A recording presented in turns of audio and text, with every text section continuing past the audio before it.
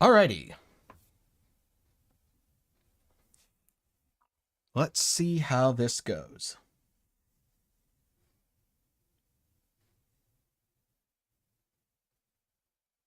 Everything should be good.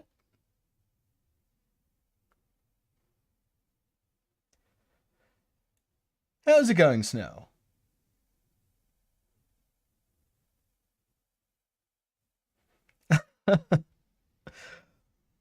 Hopefully there's not too much crosstalk in terms of me and Shaq deciding to say something at exactly the same time.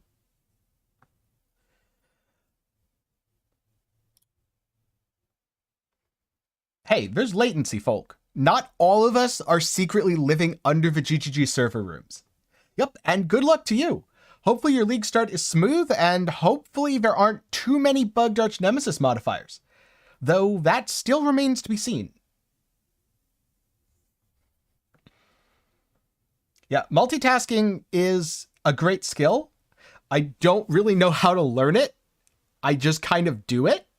But it's great to have as a skill.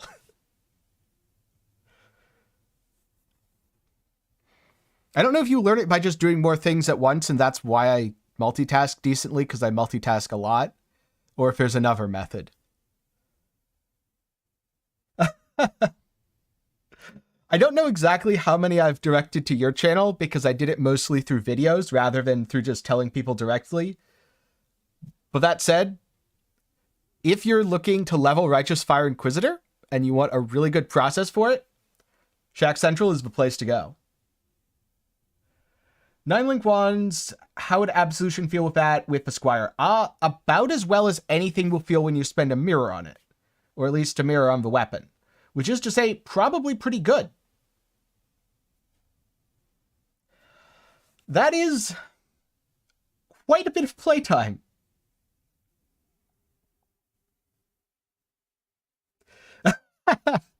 I'm so glad I made the replica soul tether video. Because this way, when people ask me, why aren't you using replica soul tether on your RF? I can just be like, here's a video. This is why I'm not using it. This is why you shouldn't use it either. I'm still really curious if a Burden of Truth, though, is going to be a 5C item or a 5X item. That's a very good idea, White Knight. I may very well steal that and use it as a series title. Yeah, things like that, explaining it once is too much because there's just so many finicky details and you have to link people charts and then expect people to be able to read charts, which usually goes wrong. Because they'll look at it and go, oh, but look, it was 70C on week 5 or something, and be like, yeah, that's perfect for league start, and not realize that's week 5. Week 5 data is not relevant to league start. You have to look at week 1 or week 2. Nothing else matters. Perseverance is an overrated item. It's not bad, but it is very overrated. You are quite often better off with a rare than Perseverance. At least it's common, so it's usually not too expensive, though.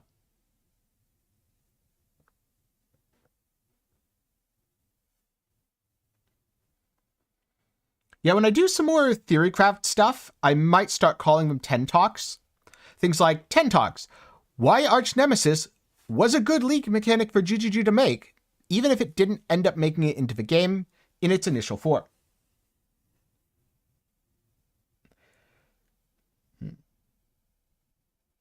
I do think it's going to be solid. Everything I saw, from the gameplay to the POB, all looked great. I think the main reason why there's no mention of anything similar by a lot of other people is a lot of other people probably just looked at the first 5 or 10 results when you Google it and found, well, the first 5 or 10 same builds and then repeated them. I usually go out of my way to try to find things that people aren't talking about more so than things people are.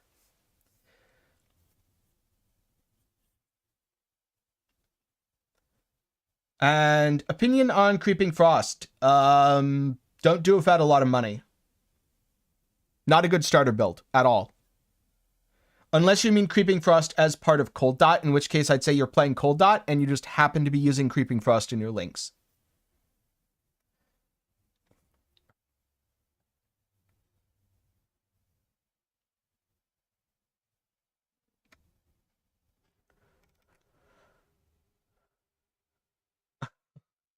But you can't ever die to this League mechanic, folk. Think about it. It only happens when you press a button. You're not dying to the League mechanic. You're dying to consequences of your own actions. Look, he's always trolling. Wait, do people actually take him serious when he says something's great? If so, definitely don't. I'm pretty sure he's always just trolling. Or at the very least, I really hope so. No, I will not be playing Lightning Strike Raider. Lightning Strike is garbage and feels terrible to play.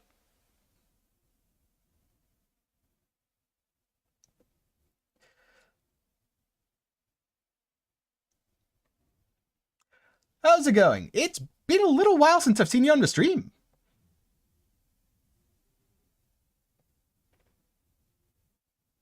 It's really easy to beat me to Act 10, though.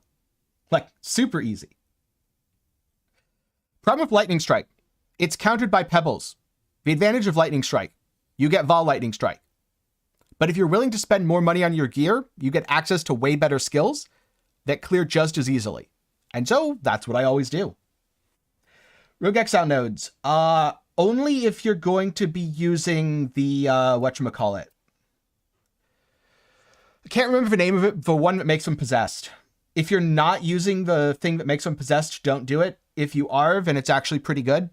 I'm not sure I'm going to do it. It's usually better if you're opening a lot of maps per hour rather than a few. I don't know who is, but I guarantee you there's 73 people watching right now. 77 now. I guarantee at least one other person is doing Skelly Mages.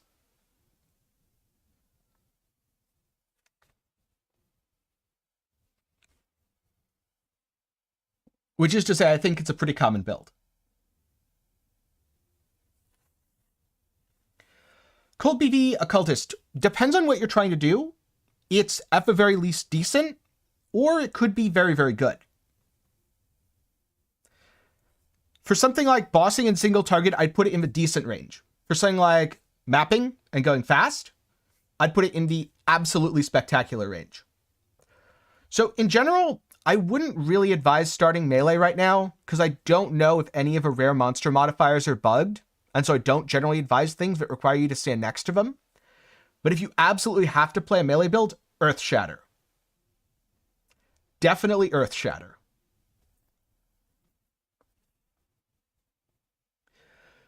Good League starter for Shadow. Well, I suggest that you check out my League starter build from Path, or not my League starter because I ended up picking something else, but my League starter build I recommend and was considering from 3.17.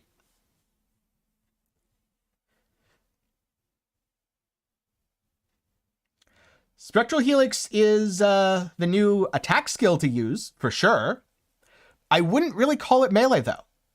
Just like how Earth Shatter technically has the melee tag, but is it really melee if you're hitting most of your screen at once? And you're welcome. I'm glad you had a lot of fun with it. And thank you for the... I don't know what NOK is. I'm sorry that I don't know that. I should. But thank you very much for 200 of them. And oh man, that brings me back. 20 viewers on Twitch. That was what, 3-4 years ago? I think 3-4 years ago. I remember those days, and I'm very glad to see you back. Ah, Norwegian Kroner. Thank you. I'm not very good at currencies by their codes.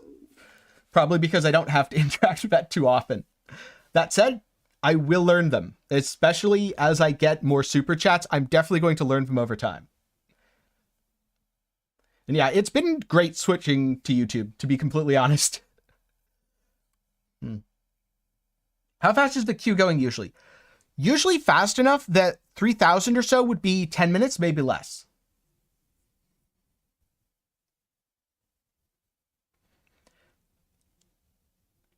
And yeah, I'm probably going to be using either Steel Skills or Spectral Helix. How are you mitigating the life cost of Corrupting Fever without the Amulet Focus Craft? I'm not. I'm not mitigating the cost because it wasn't that high when I was POBing it. And 10,000 wands. Thank you. 10,000. Does that have anything to do with my name? That may have something to do with my name, although I'm not quite sure. But thank you very much, Seacats.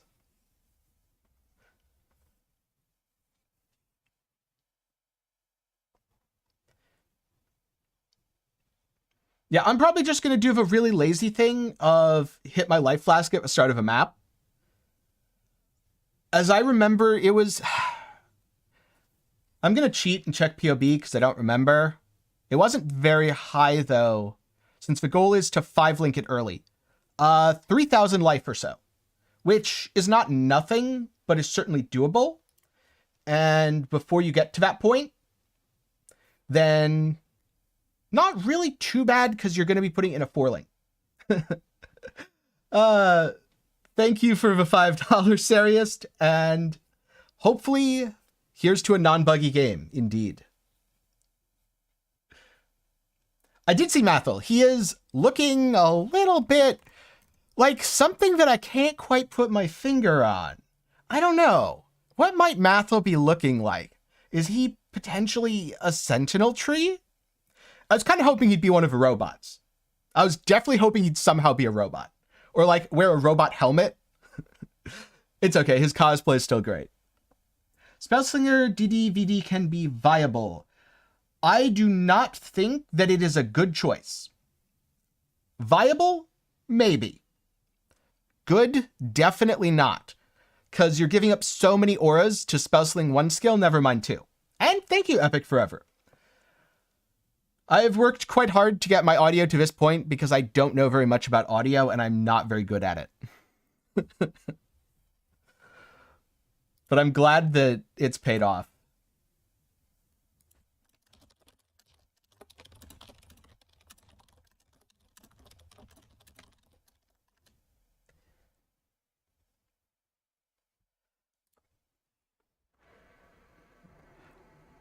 If you want something that feels a little bit like that, I suggest going for a high-end cremation build.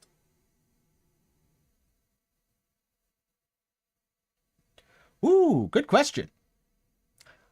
I don't know. You tell me, Dread. Is that what Mathel's planning?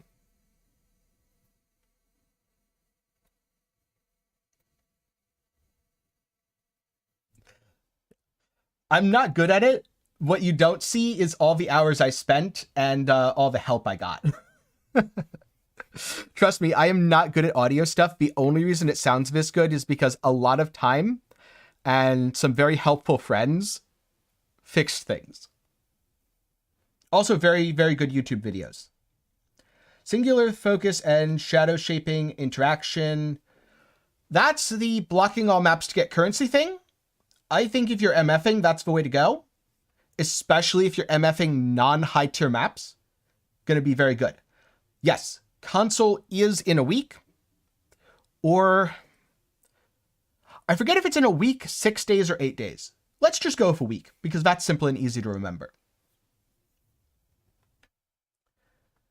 Call of a Void. Sorry, chat's going a little bit fast, and I may have missed it.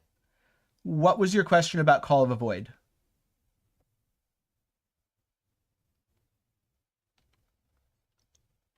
And I will try to answer it before the queue starts moving.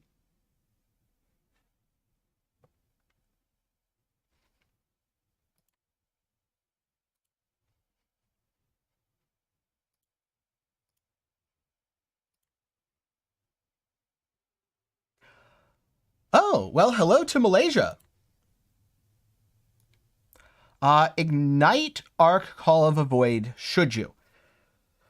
If you're talking Elementalist with non-damaging ailment effect, I'm not sure that Ignite Arc is a very good build right now. But if you're going to be using Ignite Arc anyway, should you add Call of a Void in? I would say yes, since you're probably going to be scaling non-damaging ailment effect to scale your shock. and now you'll get chill, and now you'll basically get fortify, because with a guaranteed chill effect, it's very, very easy to hit full chill on an elementalist. It's always really cool to see where in the world people are. Oh, hey, India. See? There we go. People are from all over. And I'm very sorry if it's 4 a.m. for you. That sounds... I'm pretty dedicated to PoE, but that sounds rough even for me. That definitely sounds like something where I'm not sure I'd be up right now. Sweden, Denmark, so we've got Europe represented. Amulet with increased global defenses. I considered the new amulet. I think it will be decent. I'm not sure if it beats Ashes of the Stars, though. Ashes of the Stars is really strong for Forbidden Rite, mostly because of all the supporting skills that it also enhances. Oh, yeah, that's late. I can see why your wife is mad. Yeah, it looks like we've got representation from pretty much everywhere. Although I'm not seeing a ton of Africa or South America. So if you're from either of those continents, time to speak up. See, there we go. Now we're getting some South America in here.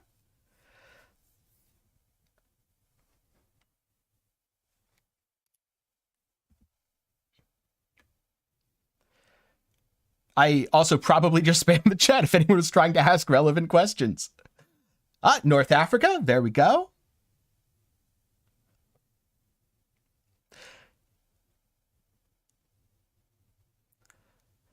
I just kind of assume there's a lot of people lurking from America just because I know my audience statistics from YouTube, and I know that about a fifth of everyone who watches me is from America. Independent Republic of Texas.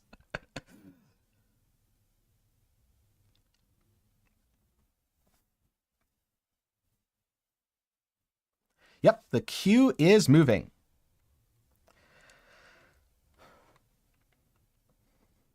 I expect a lot of people are going to be lurking here. Yeah, Archnemesis was a great time to start. I don't know if it was necessarily the single best time, because I feel like every time I say that, a new league is a better time. But let's just go with it was one of the best, and the best in recent history. Oh, well, if you've forgotten to choose a name, that's totally fine. Just make something up on the spot. That's how you do it.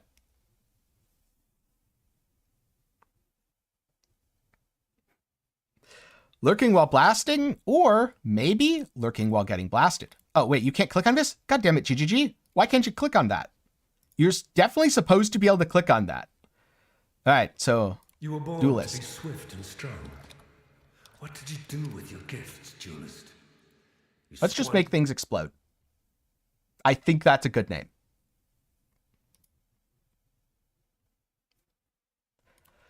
I know there's always a big emphasis on reaching maps in a couple hours. If you are new, do not stress it at all. Do not stress it at all. Even if it takes you 3 days to reach maps, that is totally fine.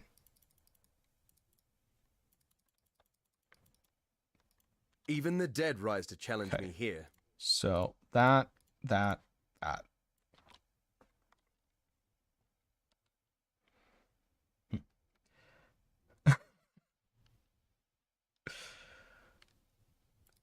Cold Dot should be really solid.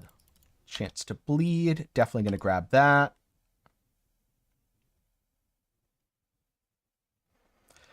Yeah, I mean, it gets your name in lights. People do it.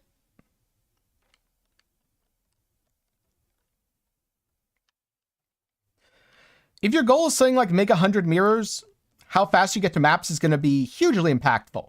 If your goal is just play the game and have fun, not really a big deal even if you're a little slower. And I'm sure Tai just hit level 50. He'll hit maps in a couple minutes here. Oh, I got hit. Not that it's hurting that much, so I don't think it matters. All right, there we It's go. nice not to be dead yet. Iron ring's good. I'll grab the iron ring.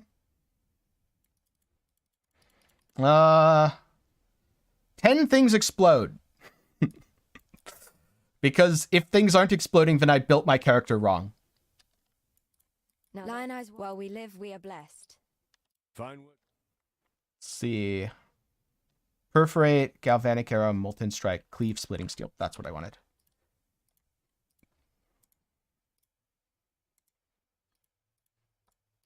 Farewell. And let's turn on the music a bit. I tend to keep the music off just because a lot of the time I'm listening to my own music. Do I go life? I think I go life here. Mostly just because I can go out this way and then grab some nice regen and stuff. If you're wondering about this build, what I would say is watch Grimrow's guide on it. It's about 1 hour long. And if after watching Grimrow's guide, you feel like you are comfortable with it, then it's new player friendly enough for you. If after watching Grimrow's guide or watching a significant part of his guide, you feel like it's too complicated or you're confused, then it is not new player friendly enough for you. I know that's not necessarily a very straightforward answer, but I often find that new player friendly is relative. What is new player friendly for one person will not be for someone else. The queue has, well, it's treated me very well. All right, I have a robot. What do I do with a robot? I'd probably go hit Hail Rake and then see what I do with a robot.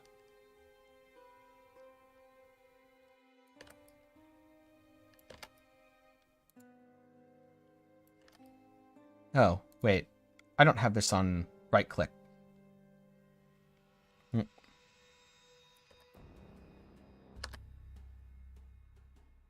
That was definitely a mistake, but that's okay. I kind of want that splintered tower shield.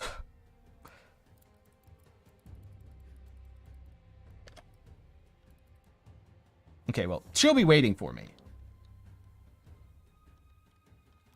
So, Sentinel controller, haha. All right, and I'll plan more stuff later. Now I have a Sentinel button, which I haven't properly keybound. So I'll fix that later. Call of Steel on right click. Let's go fight Hailrake. And obviously not hit the Sentinel controller on him. Let's deploy it here. Aw, it's a wand. I don't want a wand. Give me a two-handed weapon. Thanks, and good luck to you. Hopefully it goes well, Divine. Oh, currency. We're going to get a Chaos Orb here. Oh, a Chrome. I'm actually happier about a Chrome than a Chaos Orb, to be completely honest with you. This new arena suits me. Is that weird? It's probably weird. Well, bad Hailrick. Oh, I walked into that.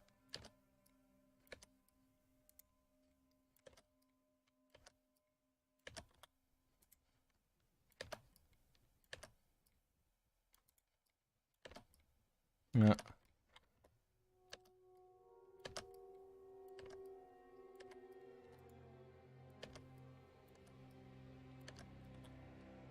Could you stop casting and bleed yourself out, please? Thank you. Food bow, gnarled branch, rusted hat. Hatchet could be better. No, I'm not. I was gonna go back, but I realized I don't want to turn it in anyway yet.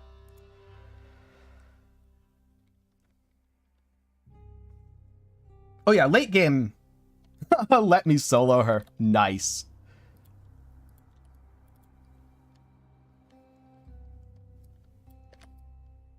Probably should have taken melee damage. But oh well.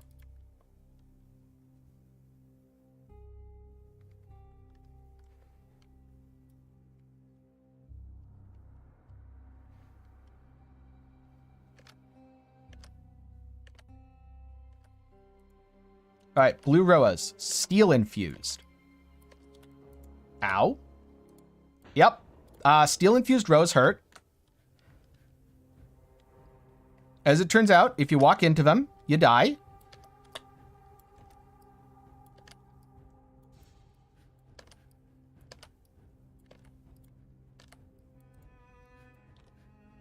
I had to see. That's not better.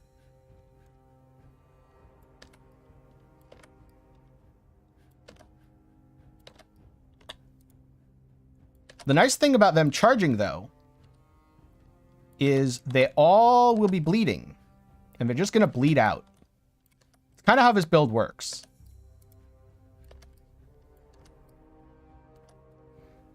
Righteous Fire.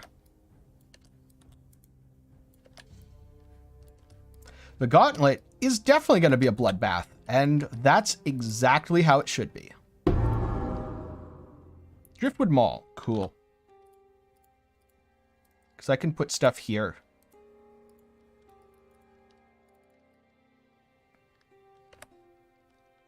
Oh, wait. Damn it. Never mind. I can't put stuff there because wrong weapon. I always forget that that's a mace. I think every single time I've played a steel skill, I've picked that up at low levels and been like, oh good, a two-handed weapon. And then realized afterwards that no, it is not in fact a viable two-handed weapon. The nice thing about RF is you can play it really easily in solo self-bound. Mind leveling or do cold dot? That's kind of a you question. Personally, I would go cold dot because I hate mind leveling, but some people swear by it and love it. So if you also hate mind leveling, definitely cold dot. If you're like, I really want to go mind leveling, that sounds awesome, go mind leveling.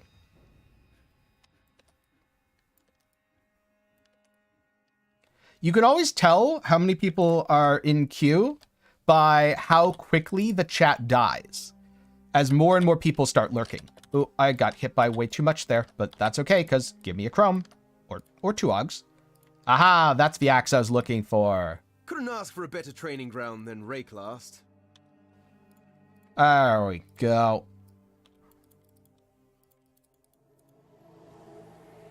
Hey, how's it going?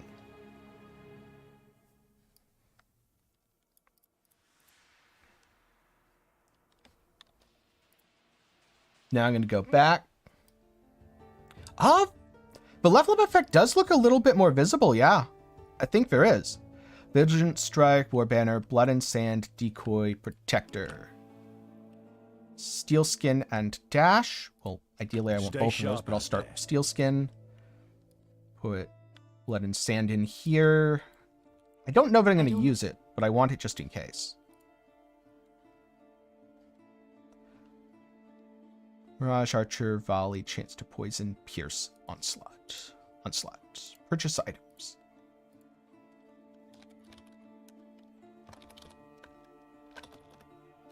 Alright, I can't get Fever yet. I should have definitely checked that. But the other thing that I wanted, Blood and Sand. Wait. Well, no, I can't get that either. And then I'm too dumb to use Frostblink because Duelist. Alright. Just for now. Hello. Take care. And this doesn't help me. Oh, wait, it's attack physical. I definitely should have clicked these. I forgot that these are attack physical instead of melee. Oh, well. I can fix it later.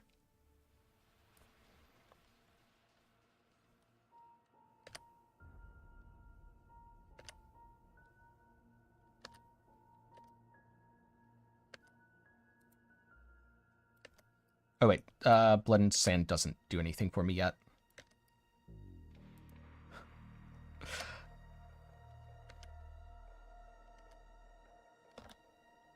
Yeah, Hasted Road does not sound fun at all.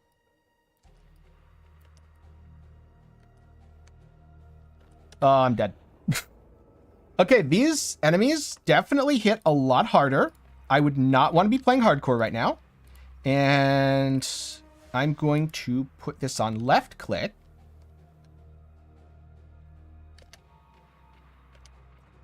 Yep, thank you very much and good luck.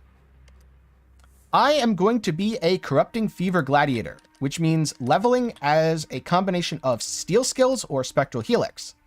Since Corrupting Fever at low levels is not really great, And while you can do the Bloodslinger version, I just don't want to. I have no particularly good reason other than I just don't want to, and I'm comfortable with leveling steel skills. Oh my god, these hit so much harder than I'm used to. Yeah. Blue packs are terrifying. I feel bad for anyone playing hardcore. If you make a mistake and get surrounded, you're just dead. We're going to see lots of rips. Remember when I said I don't think you should play melee because I don't think you should stand near stuff? I feel vindicated in that statement. All right, here we go.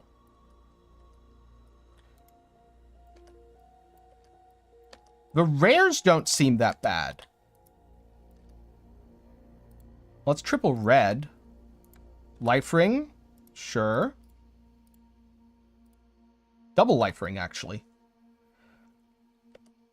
My opinion on Bleed Bow is that it is actually probably pretty good with a budget.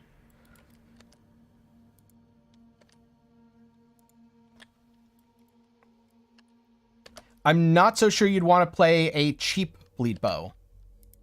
And did I go the wrong way? I definitely went the wrong way. Oh, wait, no, I didn't. Never mind. This is Flooded Depths. Yeah, Spectral Helix is really good for deleting bosses. Really, really good.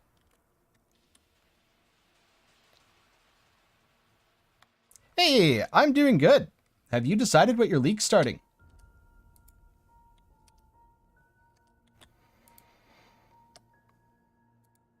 Nope, there we go.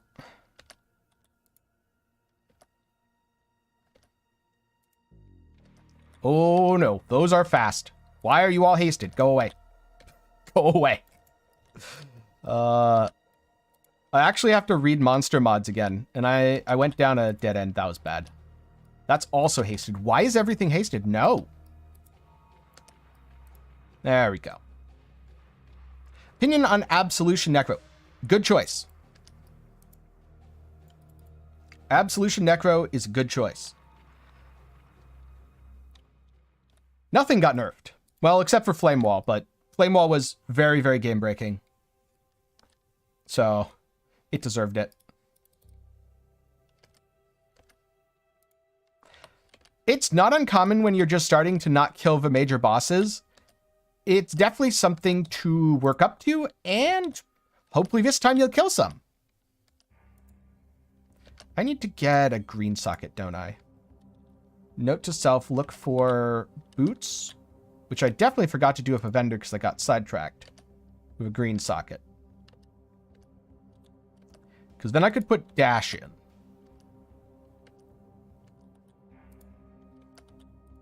All right, Scroll of Wisdom I actually want.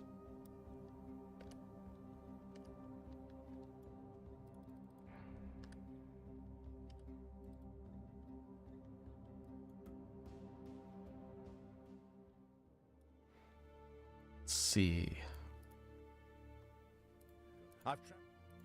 Purchase item. Boots. Nope. But you know what? They have a green socket, so they're getting bought anyway. Farewell. Now we go over here to deal with Dweller.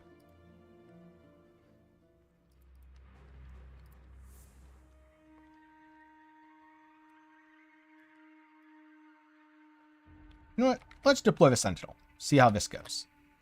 One thing I'm a little bit concerned about is it already seems like I'm killing things that aren't tagged by this guy. So I'm not sure if a Red Sentinel is going to be very useful in endgame. But we'll see. Those colors aren't helpful to me, unfortunately. At this level, it's more often about the stats than it is about... or the colors than the stats, is what I was trying to say.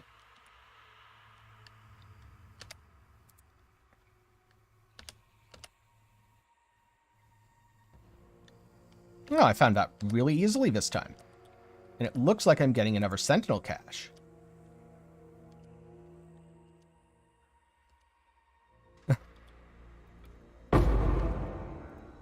It takes practice. You've probably played Diablo 3 for a lot longer than you have Path of Exile. And I'm guessing that you weren't on the leaderboard when you first started playing D3. Because it usually takes some time to learn and adjust to games. I am playing Corrupting Fever. Or in this case, I'm playing Walk in a Circle and poke the very scary essence monster. It's giving me a very, very nice Essence of Greed.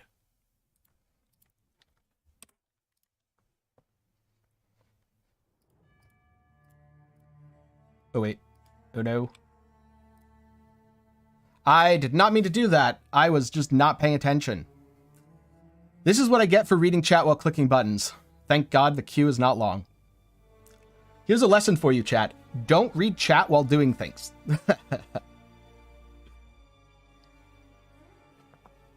Because if you do, you just click random buttons. Okay, there we go. I saw it and I was like, oh, log out. Yeah, I want to go back to the character select. While I'm the character select.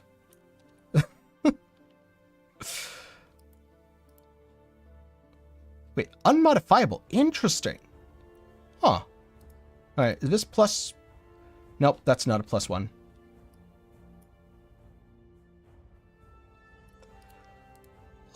Filter Blade worked fine for me. We have move speed boots. They're amazing. If you say anything bad about them, you will have to fight me.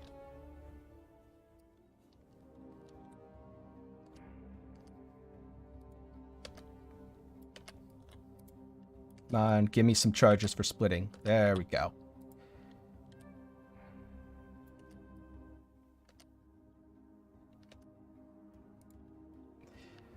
Yes, chat is very, very dangerous. Most dangerous thing in Path of Exile, to be honest.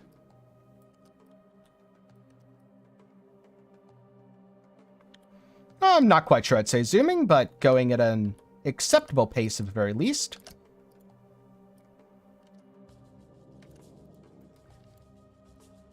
Okay, level that up and... See, what I should be doing is moving while doing this, but I'm very bad at it. Go away, goats. No one likes you. This is not Goat Simulator. And if it was, let's be honest, we'd all be doomed.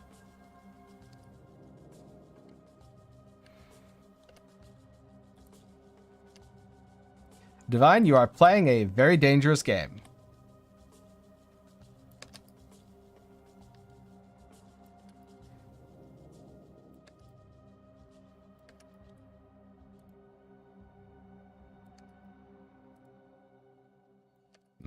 An Onslaught proc would be nice.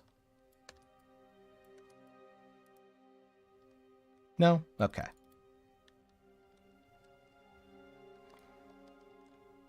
I probably did it ahead of the, let's just say, crowd. I was going to say ahead of a curve, but I'm not sure if it was really ahead of a curve.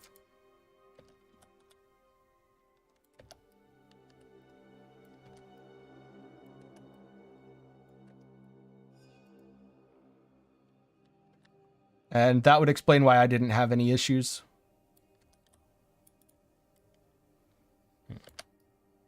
Yeah, I see you. Goats are scary. Scary goats.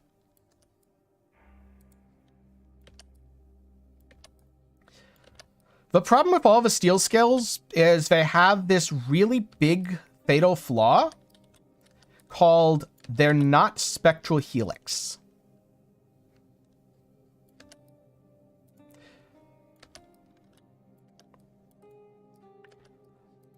Oh, I definitely won't end up with Tailwind Elusive Boots. My build doesn't crit. I can't make use of them. I'll end up with some very nice, probably action speed boots instead. No crit required. Fire has move speed from Hillock. Yes, you are winning. Congratulations. The Fawn. Yeah, I'm not getting the transmute. He can have it. It's his prize.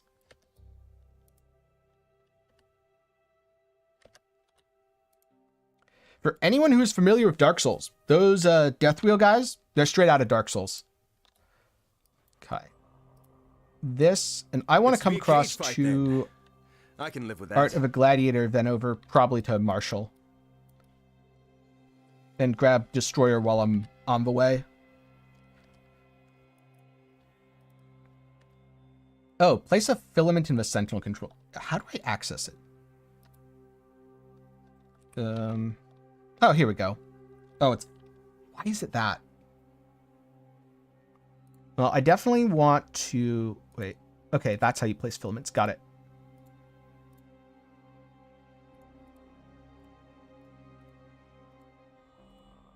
I wonder if it'll choose left or right here. I'm going to start by just adding all of my Sentinel types.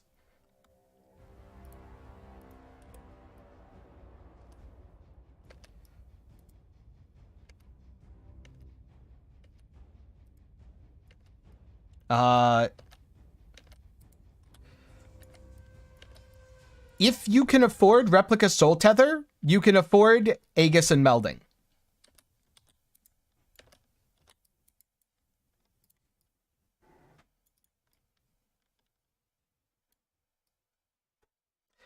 The Archnemesis mods certainly feel very impactful at low levels. Okay, explain the new league. You have a robot, you hit a button, the robot does things, and that's all I know so far. I know that might not be the most helpful explanation, but it's the best I can give you until I actually learn how it works. Can I make it through here? Oh yeah, easily.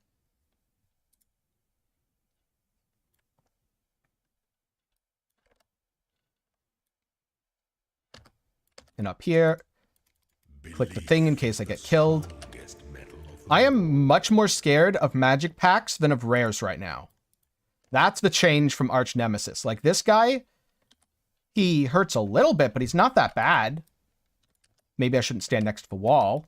But the magic packs, ooh, they're scary.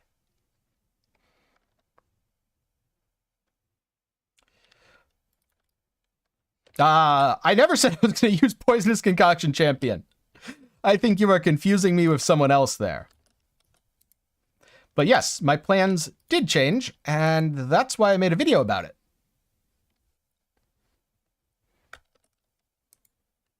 Because I decided that I didn't want to play Cast on Crit Forbidden Right for a second time in a row.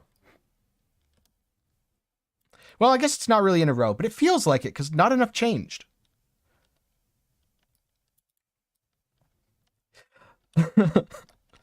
It happens a surprising amount of the time. Where people are like, hey, so in your build, you did this? Why? And I'm like, I've never played that build.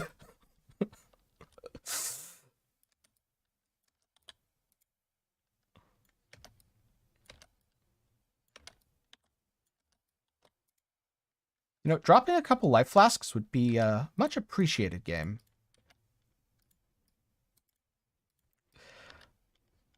Trust me, it happens.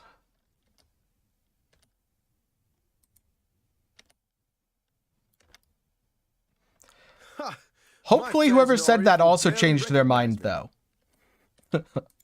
I very much hope that whoever said they are starting Poisonous Concoction Champion has changed their mind since then.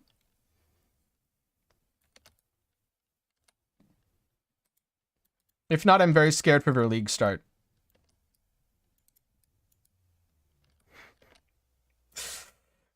God damn it, Chris, you're not supposed to give them to other people. You're supposed to give them all to me. Oh well, I guess I fight Brutus without a good life flask. I'm very glad you found that helpful. That was...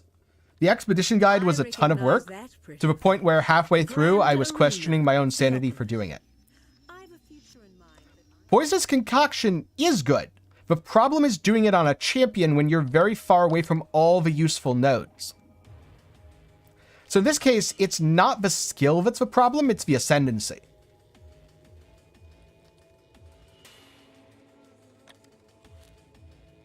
So I just have to not get hit and I'll be fine. Should pop out right here. Well, I guess I failed the not getting hit already. Come.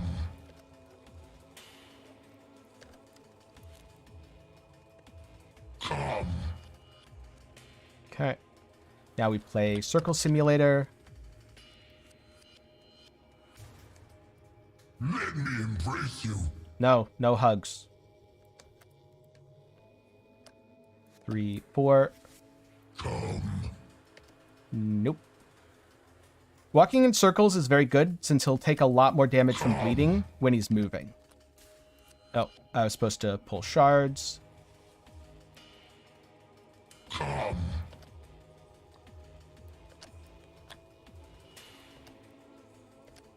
Let me embrace you.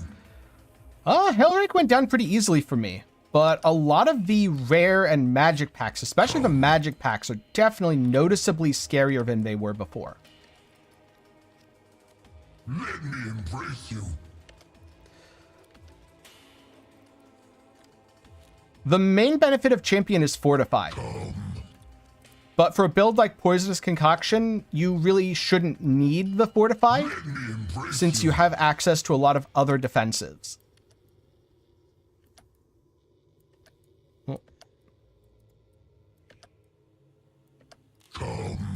That wasn't too bad. Skill beats size. Two-handed every time. sword. Chest piece of green. Nothing else is interesting. Oh.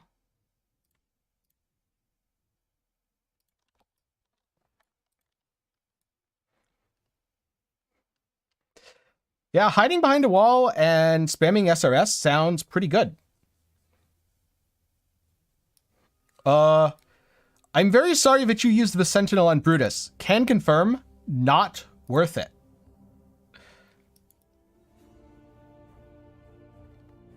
For some. Let's see. Life tap, maim, melee, splash, edit. I'm gonna get maim and also buy a life tap. God hasn't abandoned us. Yeah, a lot of people had a lot of fun with that, I think. You managed to kill. Farewell. Okay. Hello.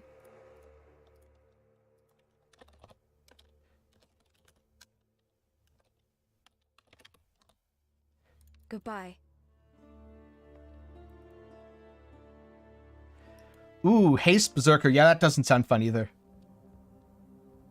Yeah, I'm gonna grab some damage here first.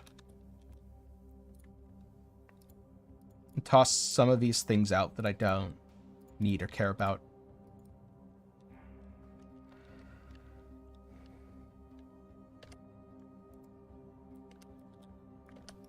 I think that depends on your goal.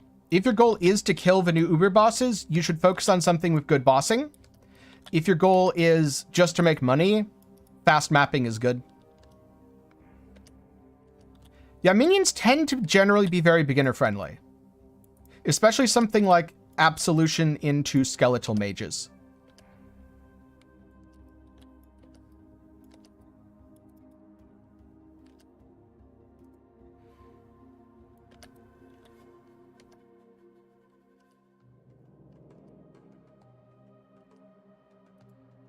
Yes, you will be able to go back and knock it out later, and even if you couldn't, you could always make a second character and just give the second character a mage blood or something, and just go back and do it at level. Oh.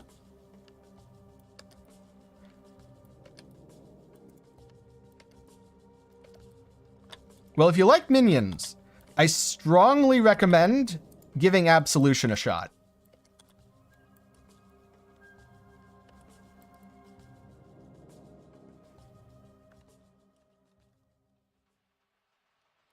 I almost feel sorry for these doomed sea dogs.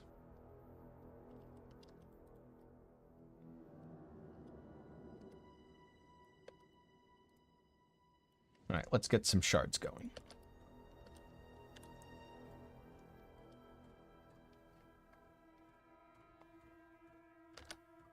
Oh, those are Roas and tar zombies. Go away, tar zombies. Wait, did I find it already? Oh, nice. I did.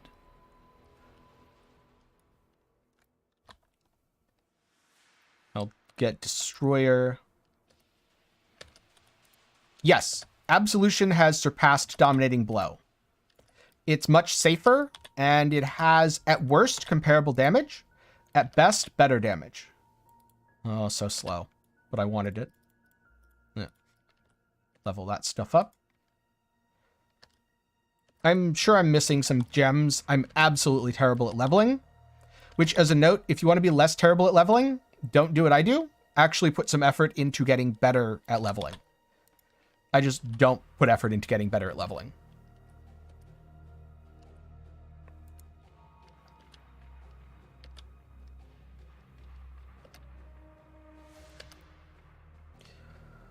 I do not think the Dominating Blow declined because of a Guardian rework. I think Dominating Blow declined because of a lot of other changes that happened, including buffs to different ascendancies. Oh yes, thank you for the reminder. I think I actually want Dread Banner if I can use it, but thank you for reminding me that I grabbed Blood and Sand and then not a banner.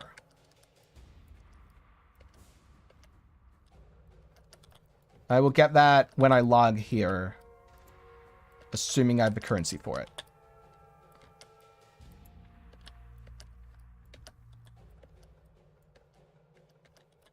All right, you're bleeding. Take some steps. No? Okay. Exactly what I wanted from you. Oh, I did it again. God damn it. I should just macro it. My veil.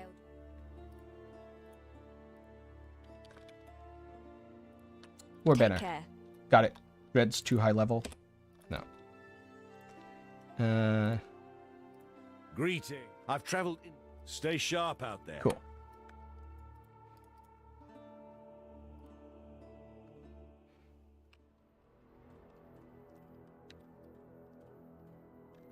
And if Fairgraves wasn't over this way, he's probably over here.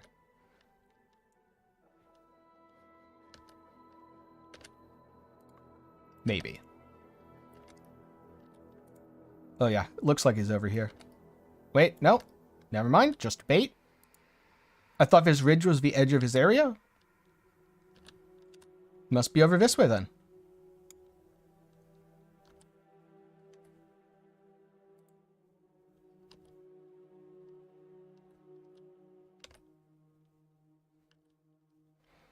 Yeah, that's one of the very nice things about Absolution. They're spellcasters, which means they get to cheat.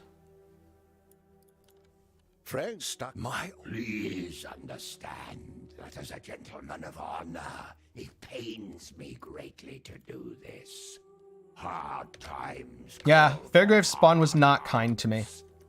I'm sure were the circumstances reversed, you'd do precisely the same.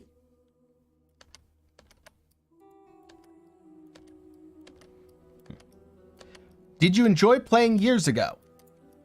If the answer is no, probably not worth it. If the answer is yes, definitely worth it. Okay, nothing I care about. It's not every day that I get to duel with a legend. Thank you, Fairgraves.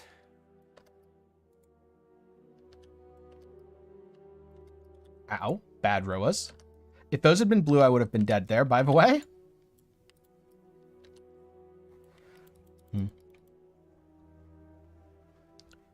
The skill tree for Sentinel, so you select a bunch of stuff, and then as you kill things, it automatically fills out.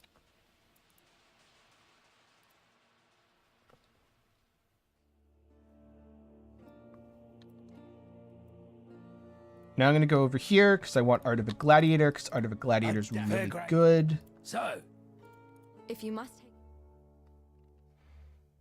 Rain of Arrows, Sweep, Lacerate, Shattering Steel, Earth Shatter. Shattering well. Steel. And wonder if I can get away with this. Probably. Greetings.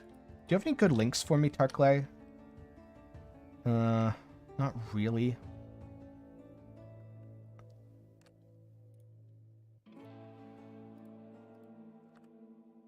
Stay sharp out there. I think I can bop some more Sentinels. We'll see. I'm assuming that means that Bex was allowed onto the Twitter account. That's usually what that means. Oh, wait a minute. Okay, it did switch to shattering automatically. Good. I was like, am I still using splitting? It would have been very bad to be using splitting because it's no longer linked to anything. Huh. That was a... Oh, that's not a level up effect. That's power units. Got it. That treasure's a trap, by the way. Just saying. Huge bait.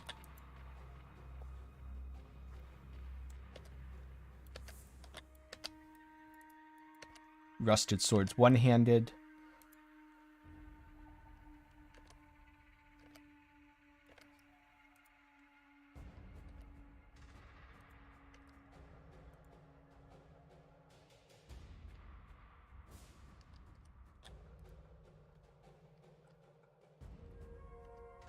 I'm sure there will be more memes to come in the next couple of days.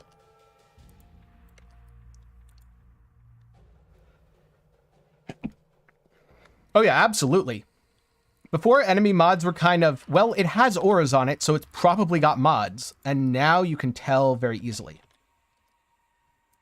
I did not. My 2 Sentinel caches have been...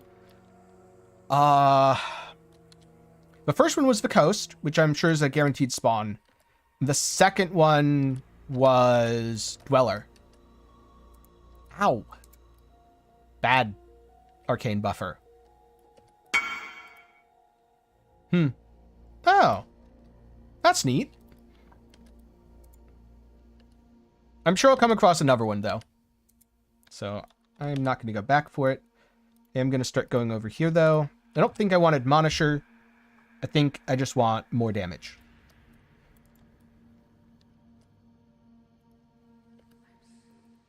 I don't think elemental damage has changed. I feel like if elemental damage feels more powerful to you, unless you mean elemental damage dealt by the enemies.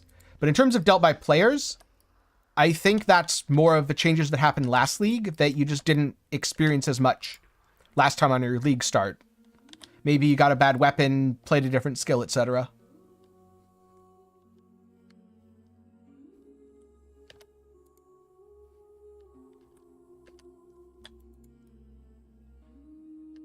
Ah, dealt by enemies. Got it. Yeah, I could see that. Enemies in general feel much stronger now. Although, that thing died really fast, which makes me very happy. Yeah, blue dudes, spooky now.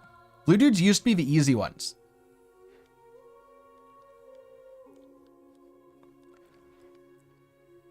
I don't have an opinion on Sentinel yet, because I haven't played with it enough. Because a lot of people were super disappointed in Synthesis as well. That ended up being one of my favorites. So I'll let you know once I've gotten to play with it for a bit. It could be that I'll be disappointed. Could be that I'll find it awesome.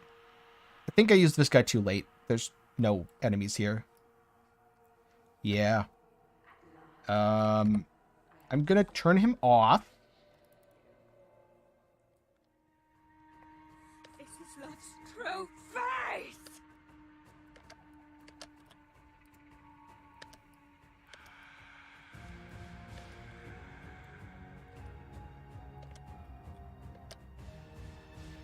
Synthesis was... I don't think if you're new, there's any mechanic in the game that exists right now that's really from it, aside of the maps. It was the last Robot League we had. And it was very much inspired by board games like Settlers of Catan. So one of the main mechanics that a lot of people, myself included, did not enjoy was you placed tiles and you built your own endgame map. And it felt really awkward and clunky. But one of the things it also added was a bunch of new crafting options, which, while somewhat confusing, were incredibly game-breakingly powerful. And that's why I enjoyed it so much.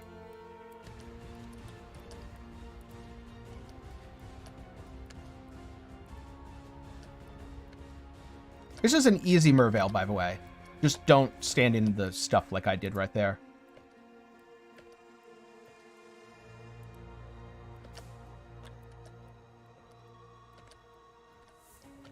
So synthesis was a perfect example of something where a lot of people did not enjoy it, and I did. Harvest as well.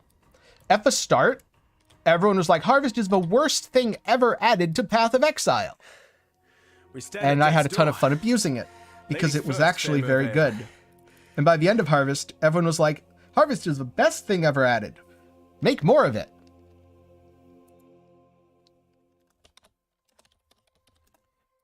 40-minute Act 1? It's not terrible. Also not great. I'm not really racing, I'm just keeping track of roughly how well or badly I'm doing. For me, a 30-minute Act 1 is really, really fast, and a 1 hour is slow.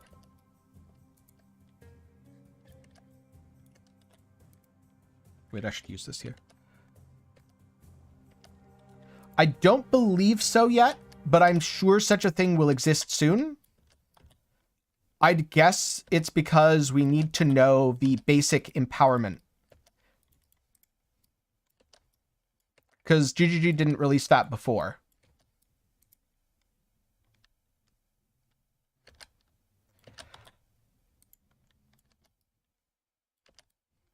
Oh yeah, I'm sure he is. I have never pretended to be a racer, nor have I pretended to be good at leveling. I just craft stuff.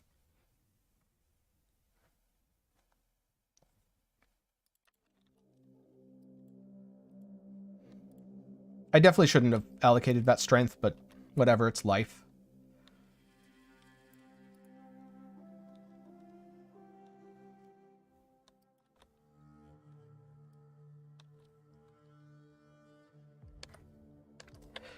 When you're new, that is not really a bad strategy. It's always better to focus on using things rather than worrying about, am I doing it perfectly?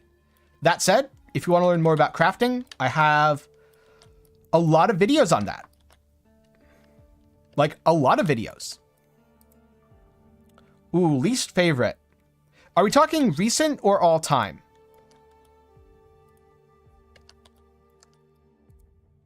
And can it be for any reason?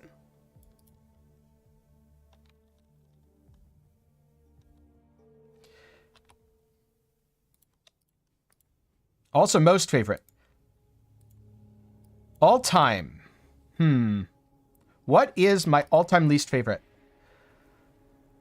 Any reason? Harvest. My least favorite of all time is Harvest. Specifically because it broke the game, and then GGG handled re-implementing it very, very poorly. And so Harvest has caused more long-term damage to Path of Exile as a game than any other league that I can think of. And that's why it's my least favorite. Oh, absolutely. For someone like me, Harvest was basically make a build in POB and then print that build. Like 3D print that build into PoE. So over a couple hours, you'd have a build with perfect gear. I'm starting to think there's more to life than prize or perish.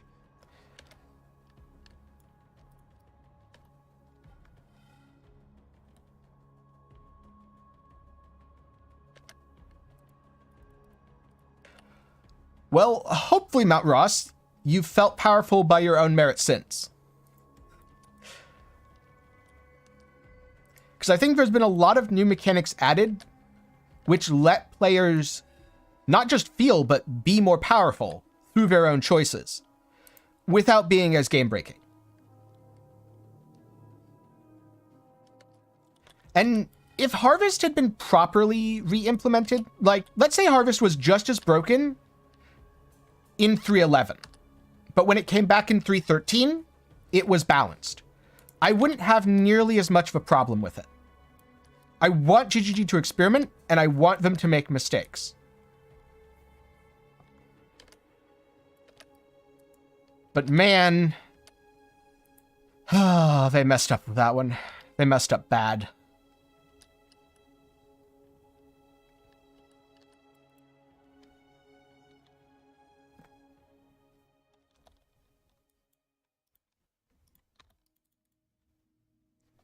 Okay, let's go find a lab trial.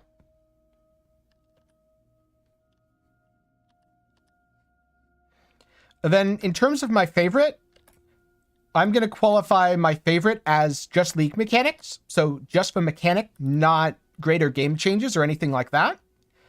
And for that, the answer is Expedition. Expedition is great. I really like the balance of simple gameplay and more complicated, deeper things that you can do if you're willing to put in the time. And I think Expedition is easily the best thing they've added recently, and arguably the best thing they've ever added. Now, some of the changes like the flasks were pretty bad in 3.15. They needed 3.16 to be good. So it had some problems, but the mechanic itself, absolutely A+.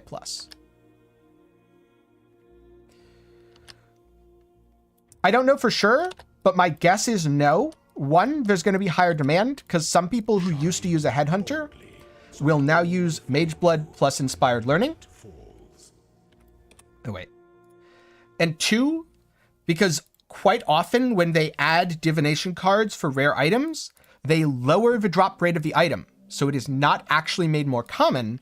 It is just available from different sources.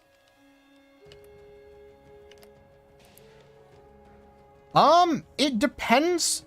Sometimes they'll put things in, sometimes they won't. In general, things get nerfed or buffed when it is made core content.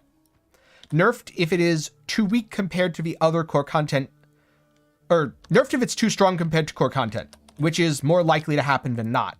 Buffed if it's too weak. Example, Bestiary was actually buffed because it was very underpowered.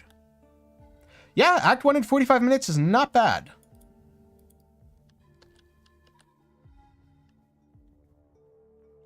It doesn't necessarily have to do with people liking it, though. Because people hated Bestiary, and it still got added. Because people hated it, and GGG went, no, we can fix this, guys. Don't worry, we've got it. And they fixed it. Now I don't think people hate Bestiary.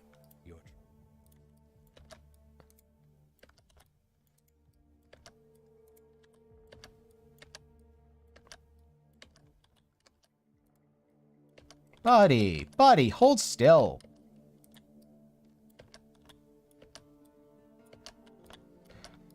So the way Mageblood works is think of the best flasks you've ever used.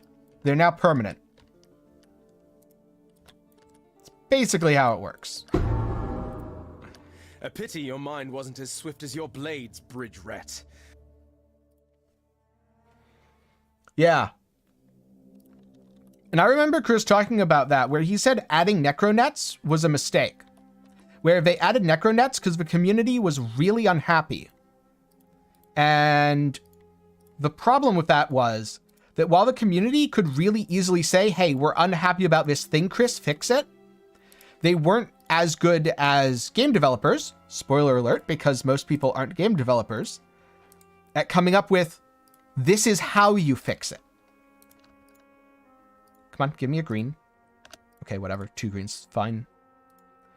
And so as a result of that, the fix fell kind of janky and much worse than what GGG would have come up with themselves if given the time. It was a very quick, reactive kind of thing. Which I think is fair. I mean, you needed your game to not be on fire. Ready, Exile? It is time to hunt!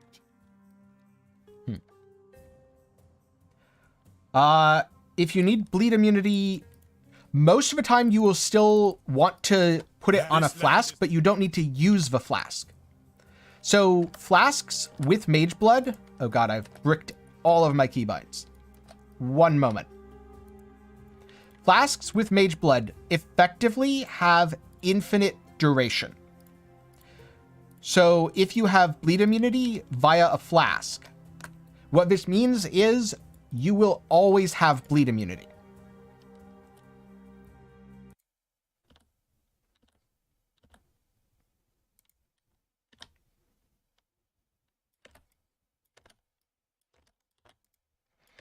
Yeah, all the flasks mods still apply, which is why you can use an enkindling orb to increase the effect of a flask and lower its duration, and then have 25, or not lower its duration, but lower its uptime, and then also have 25% increased effect. Yes, Mage Blood is super OP. Very super OP. Also, if you're wondering, why am I doing bandits right now? I don't know. I just decided to. I decided I'm going to do bandits instead of what I usually do. Mostly, I'm procrastinating doing another lab trial because I hate them. Yes, Mage Blood is an ultimate item for a reason.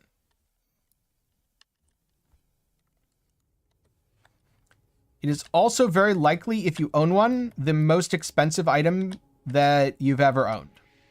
Not always. There's a few exceptions. I've owned items more expensive than a Mage Blood before, but most people haven't. Did my Sentinel die? I think my Sentinel died.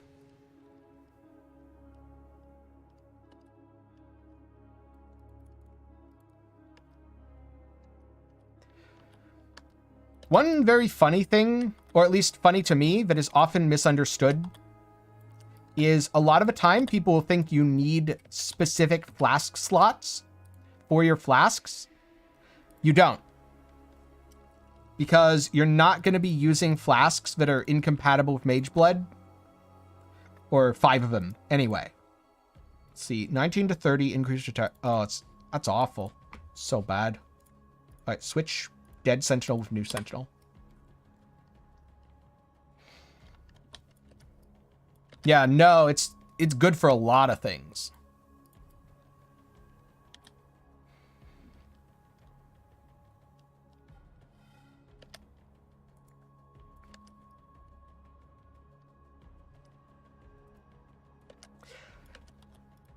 So, I don't think the problem was the gutting of Harvest. I think the problem was the re-release of Harvest.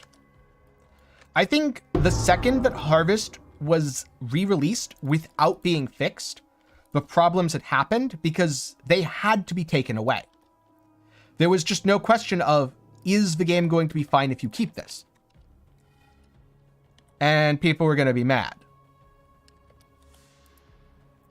If Harvest had gone away in 3.11, if Chris had said, we set out to break the game with Harvest, we broke the game. Harvest is going to be reworked and it's going to come back in a different form.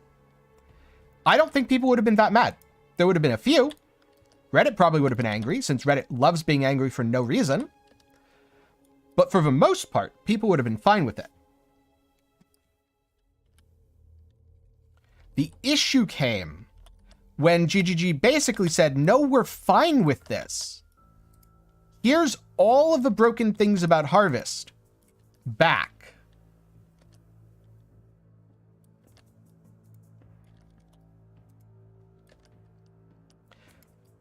And then took it away because it was very, very problematic. I still think they did the right thing by taking away the overpowered stuff, but they very much did the wrong thing by putting it back into the game in the first place.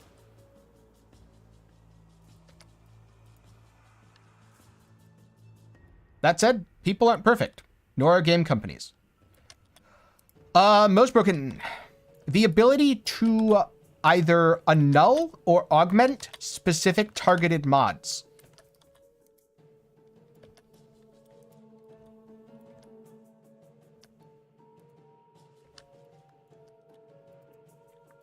For example, you used to be able to put Tailwind on any pair of boots with Hunter influence, guaranteed.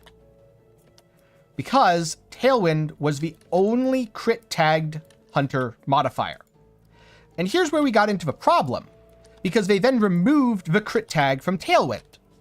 which is a nerf to all crafting in the game because Harvest existed. But Harvest could be used to get around the lack of a crit tag to just make a bad pair of boots magically good. And so all of a sudden, the issue was, instead of nerfing Harvest, you've nerfed all crafting, and Harvest is still the best thing to use. Bone Shatter Slayer. I would not go Bone Shatter unless you have already practiced it previously. Managing the self-damage is going to be a very tricky minigame.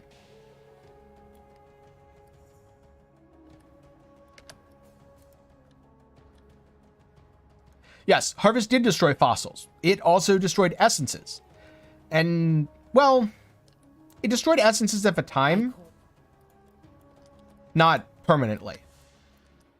It also destroyed a lot of other things. And that was the issue. Crafting systems in Path of Exile are generally balanced so that one is not good at everything. And Harvest was not only good at everything, but it was so much better at everything than all others that it wasn't even a contest. If you are in solo Self-Found Hardcore, It's hard to cast a spell with the blade you'll in probably your get this throat, isn't analogy. it, witch? Harvest was Ignite DD, and every other crafting method was Penance Brand.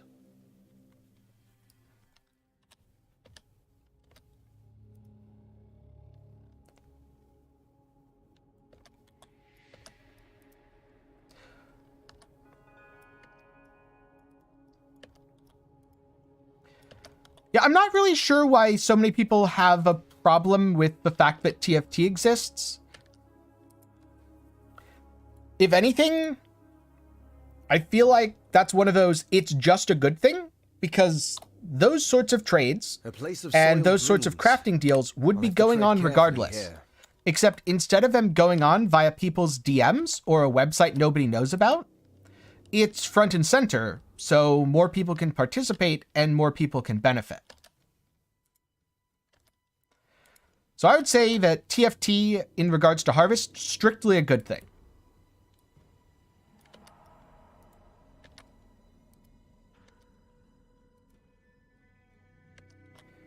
But once you really understand the details of how Harvest works, beyond just spamming and hoping, you'll have a much easier time crafting anything else in the game.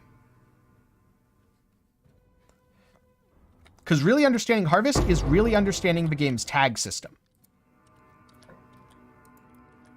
Why did you think that was a good idea, Folk? What's wrong with you?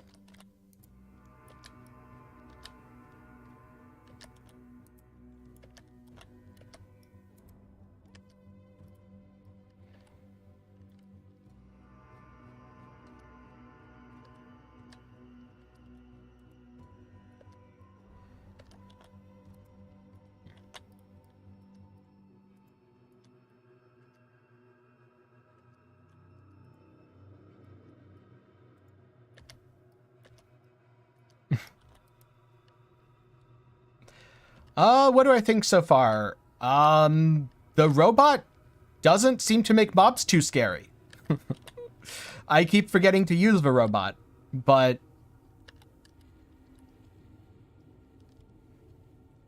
overall, robot does not seem to make things too scary, which is a good thing. That's my biggest impression so far. I would really prefer if they got rid of Harvest as well, because it has caused what feels like irreparable damage to the game's underlying systems without removing it and then fixing the damage. I've missed the trial. It's probably over here.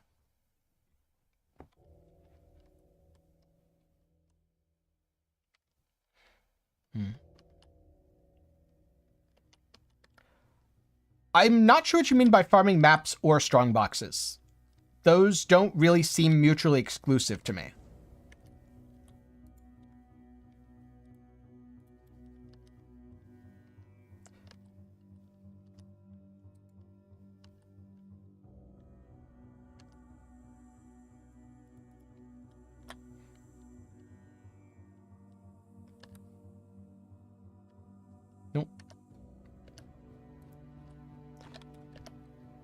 I think I forgot to get an exsanguinate, didn't I?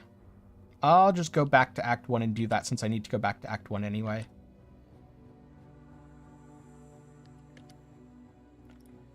There is a fine line between consideration and hesitation. The former is wisdom. Again, though, maps and strongboxes aren't a mutually exclusive choice. So the real answer is probably both early on and then dropping maps later, because you should oversustain anyway.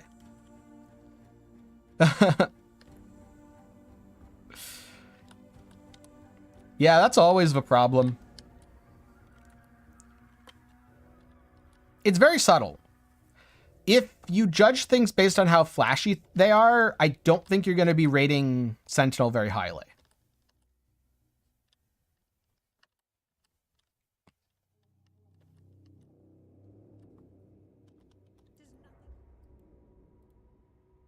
All right, now I'm going to go up here because I want to go to Relentless Veteran Soldier. That thing!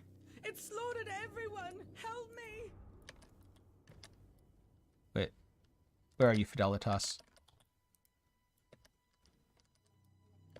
I don't think he hits that hard.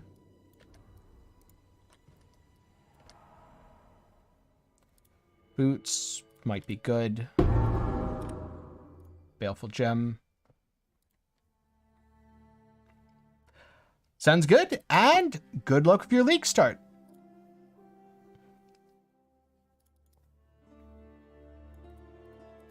I thought...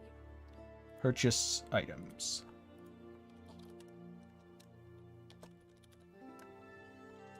Wait, are they all 28? They might all be Take 28. care. Quite a stranger. There. Thought you deserved.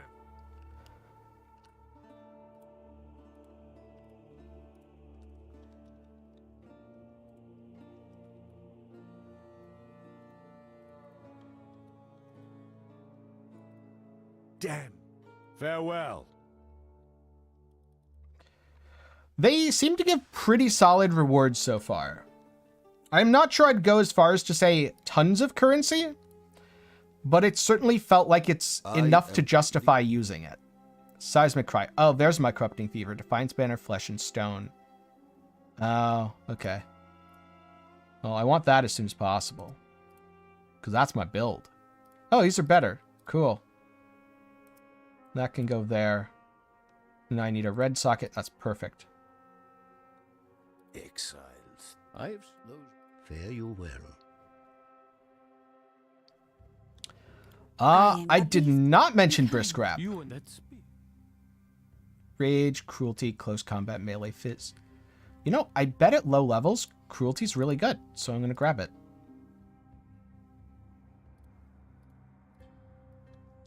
And that's about everything, so we're going to go stab a tree and kill Oak.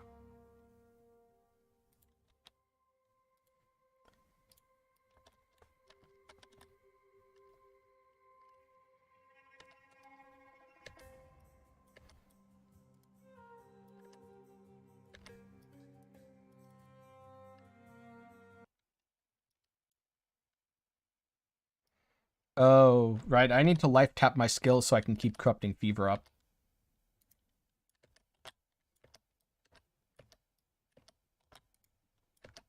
Because right now I'm not life tapping. Yep, so it just falls off.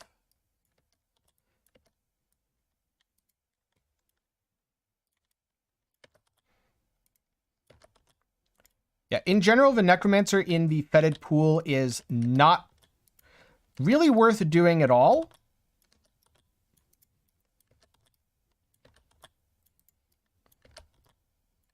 I guess maybe if there's some kind of challenge for it, but I always skip it. I feel like I'm not going the right way for Oak here. I feel like I'm going the right way for stabbing the tree. It's okay, though.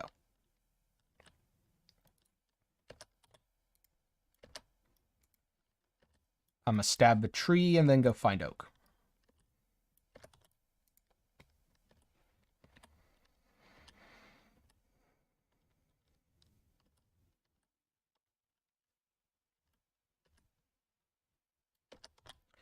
What I strongly suspect is that Sentinel is going to be very underestimated just because it's not flashy. Oh, Oak's over here, isn't he? But yeah, I just plan to play and see how it goes. How did that hit me?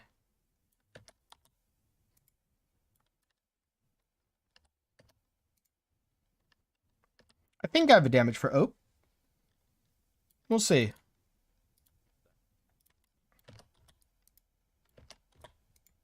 I believe I could give the great Duresso a run for his money now. Oh yeah, Oak's gonna be super easy. You're not immune to corrupting blood, are you, Oak? Nope, you're not. That one-handed axe is Well almost fought, as good Oak. as my two-handed axe. A shame we have only the trees for audience.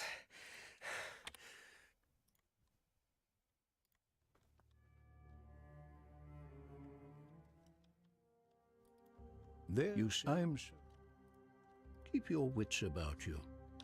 Okay. 1, 2, 3. Oh, I should definitely have grabbed Iron Grip. That's okay, though. Is this better? No, it's not. It's garbage. Are these boots better? Nope. They are also garbage because they have no move speed on them. Return if you must. See, I want to keep chance to bleed. But I also kind of... Huh. I need more red sockets. That's what TLDR. Wait, Groost. What troubles you bring now? Do you have red sockets? You do. My man. Because now I can do Shattering Steel. Chance to bleed. Life Tap. Put these over here because I don't think Onslaught... Onslaught won't mess that up. But I can put it over here on Splitting. I don't really care if Blood and Sand is leveled, so that's fine. But I want to Return get... if you must. Hello. How long? Good question. Not sure yet.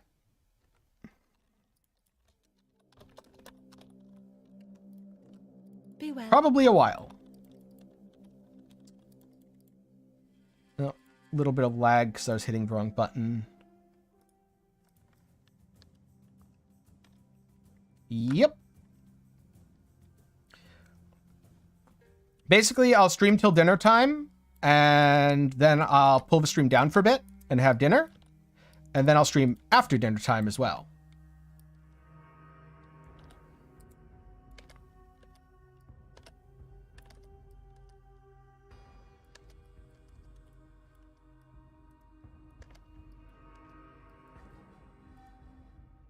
Right. Always attack without moving. And reason that I take the break is because I find if I'm just eating, then people tend to leave anyway. And I can't do the thing that people do on Twitch of put someone else's content on because that will get my stream taken down. Oh, you're vampiric. How about stop? No. Okay, well, whatever, it ran away. Oh no, I have to go after it, don't I? Yeah, I do. Hasted Vampiric. Not fun. Ugh. Didn't even give me a good drop. All that for nothing.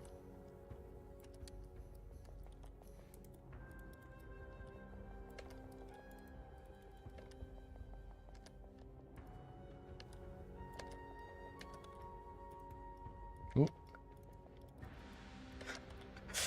I very much appreciate that. And yes, if you are here and if you're enjoying it, you should definitely leave a like, because that way, that tells YouTube that people like this and to suggest it to more people.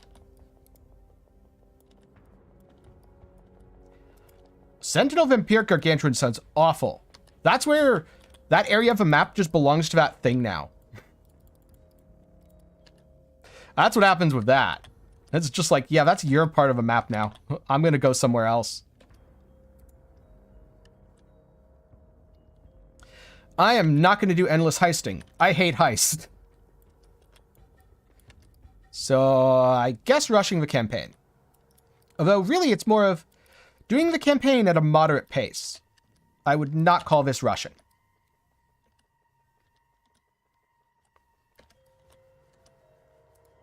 I get lost too much. And don't practice. Alright, well there's a possessed rare back there. That's what I mean by it can just have it. It can just have the rest of that instance. Well, this can't be good.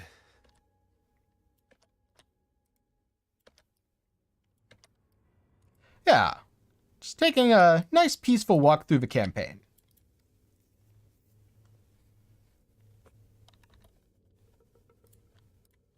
Ready, Exile? It is time to hunt! That'll add a significant amount of damage. Since Strength's damage bonus is, well, a lot when you don't have any damage. Yes, they are just Archnemesis things on rares and magic monsters. So if you thought magic monsters were immune to this, oh no. They're terrifying now.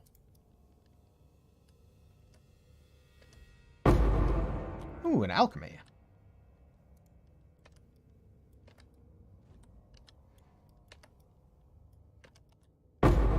Oh, chaos. Chaos in Act 2. Example of magic monsters with Archnemesis mods, by the way.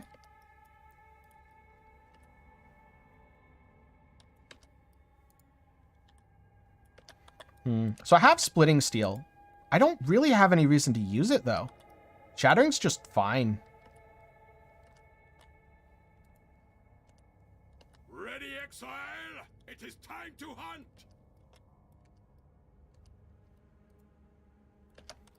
If Einhar wasn't here, I'd be very scared of that possessed monster. But because Einhar is here, do I just kill it? It should have really good drops. This is how you get upgrades, chat. You have been captured, beast. You will be a survivor, or you will be food. Off you go, little beast! Okay, I Away! guess this is not how you get upgrades, chat. I lied.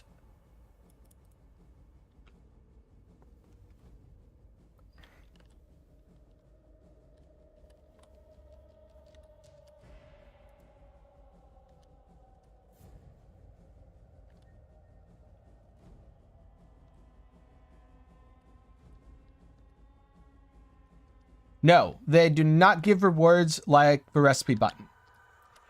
They are now just modifiers to delineate how dangerous the rare monster is. They come in flavors like yes and very much dangerous, or will maul your face off. Also, the magic monsters have a special mod called Send You Back to the Beach in Hardcore. Hopefully that helps. Oh, nice. Wonderlist is great.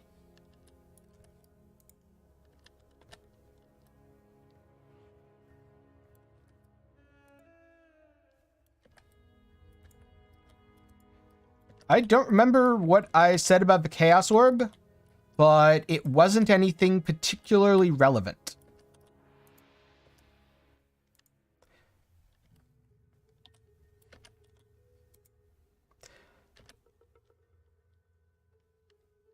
That was very stream of consciousness of me. I don't remember what I said.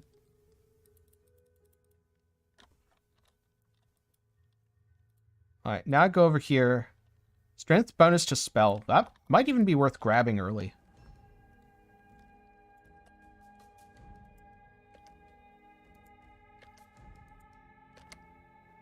Oh no! I may have sent someone to the beach.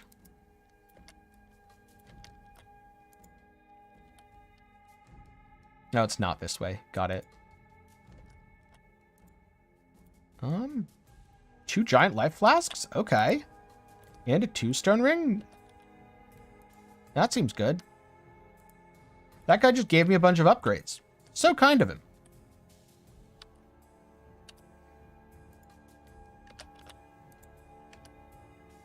If I get a gull, I might do the ruckus stuff. I don't think I'm going to be mapping fast enough without a gull, though. Oh, a power core. That reminds me, I should probably use my Sentinel more.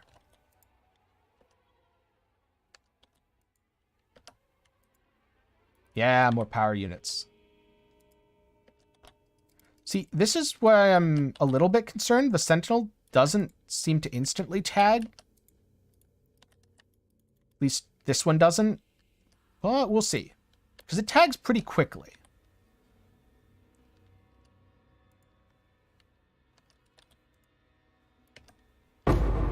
Oh, glass blowers.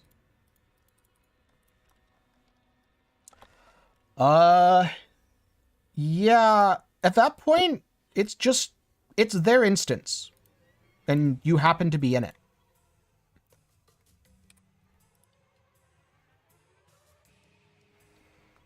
The red sentinels can apply to anything.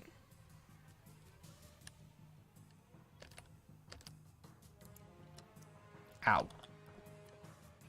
That is a Frost Rider. I was like, why am I taking damage over time? Answer, I'm standing in a cold snap.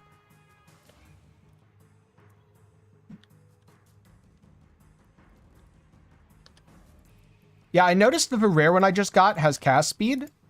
And since I have a Sentinel core now, what I'm probably going to do... Oh, that's so much nicer. Haha, I gave the totem the thing. A little bit of lag. Let's see. Is that lag on my end? Not according to OBS anyway.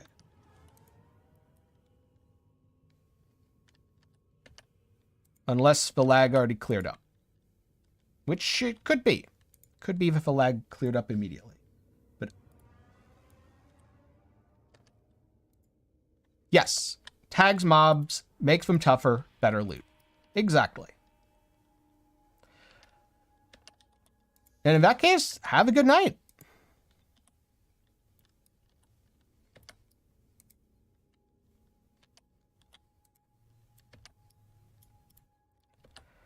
If you're wondering, should I stay up all night and play Path of Exile, or should I just sleep? Path of Exile will definitely be there in the morning.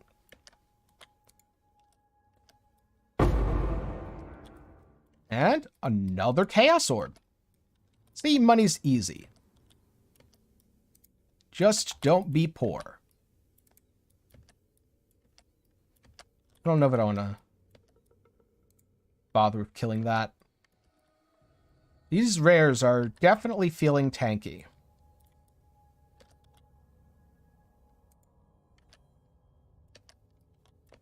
War Sword. One-handed weapon. I bet part of a problem as to why things are feeling tanky is I haven't bothered to upgrade my weapon in a while. It's pretty bad.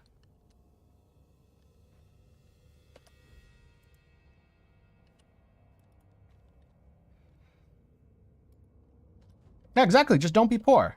It's easy. Definitely how it works.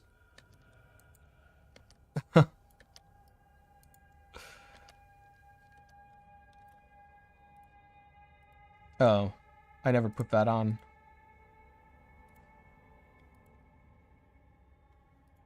Yeah, I can give up 1 to 4 fizz to attacks. That also means I never put these on. Oh, because they require... Wait, no? Yes, they both require 24. I don't need those.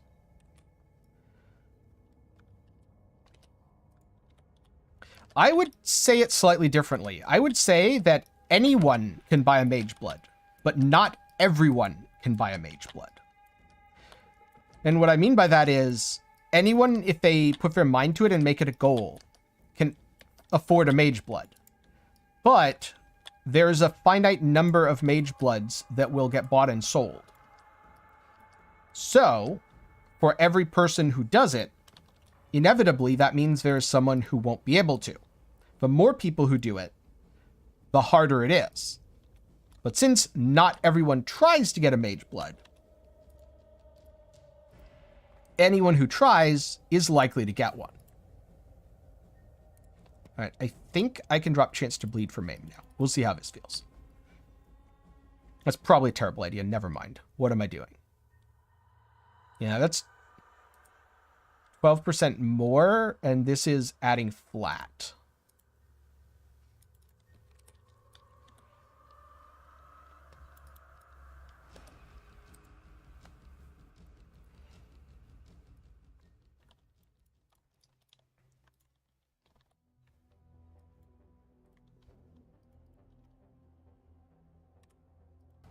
And since this has no stats and this has no stats, I'd rather the no stats with the armor.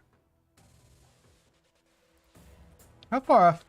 Oh, I'm almost to 24. Okay. This is where I hit my Sentinel, right?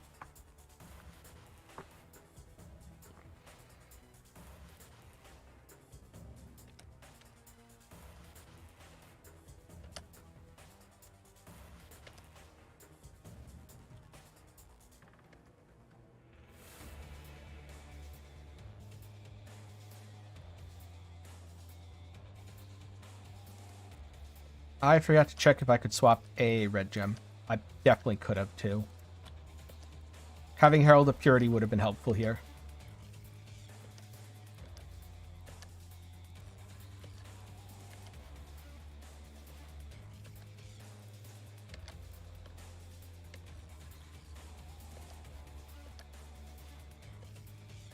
That doesn't hurt too bad.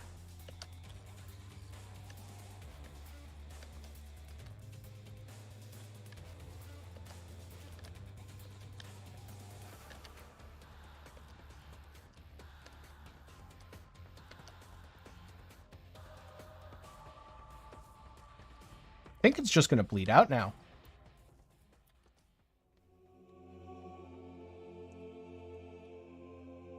Two-handed sword. Oh, but they're red sockets. No other. I think I'm starting to like this rake last. Also, my inventory is full because I'm bad at managing it. Yeah, I have to use that.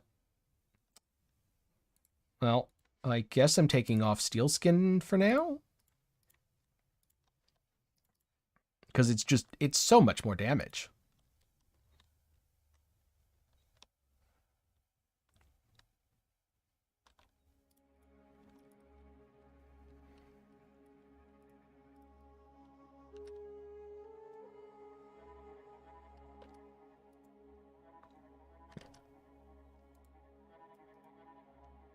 Let's do this. I want to fish for some better sockets. None of those things are better sockets.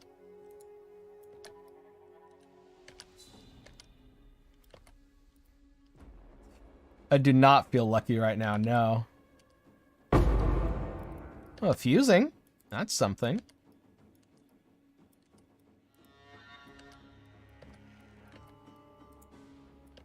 Oh.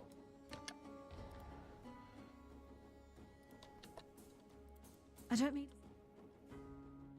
I fixed it, I think. No, because I need to chrome to get a green, or I need green sockets elsewhere. Oh well. I'll look in town.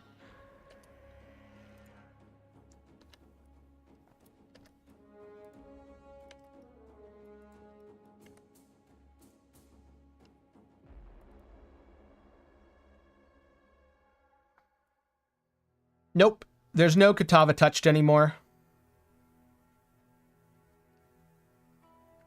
If you look on Pewee Ninja, you can find all of the Archnemesis mods, and luckily Katava Touched is not among them. That would be terrifying, though. Goodbye.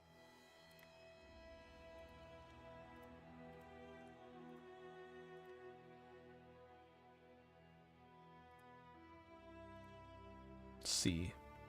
If those boots hit something good. Do I alchem? I think so. I mean, it's only an alch after all. No move speed. Eh. But I could craft move speed.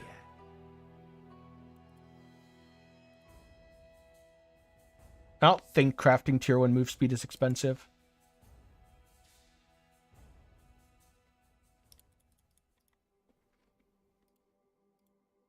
No, it's not.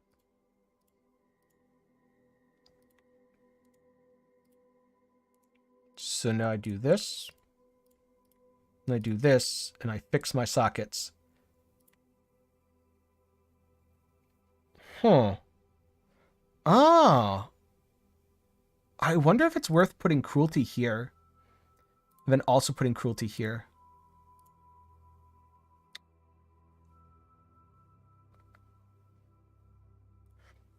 You cannot transfer your character, no. if you want to use the same name, you have to delete the old one and make a new one with the same character name. Because if you could transfer, then people would have a very big advantage from playing before. And the goal is that, well, you'll still have an advantage if you played before because you have knowledge, but the advantage is in knowing things, not in having things.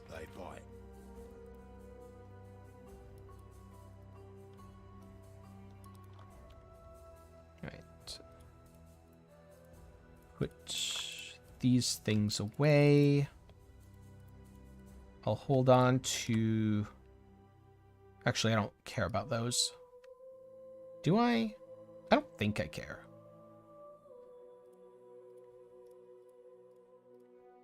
They get to sit in my inventory for now.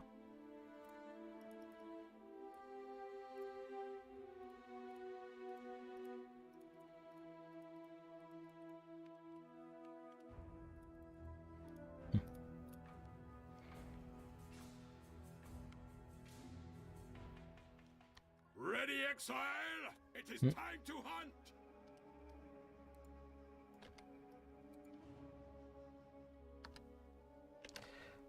If you delete the old character and give a new character the same name, at least if all you care about is name, it's effectively the same.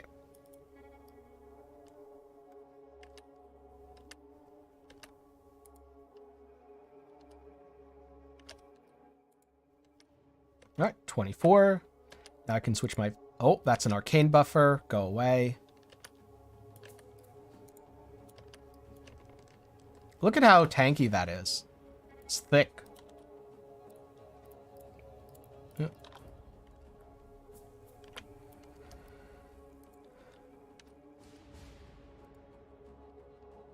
No, this is definitely the wrong way.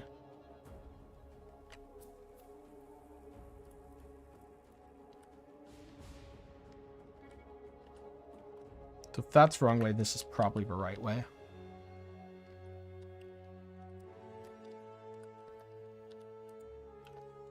Wait, why is that there? That should be here. Oh, that's not the right way. Oh, it's over here, I think.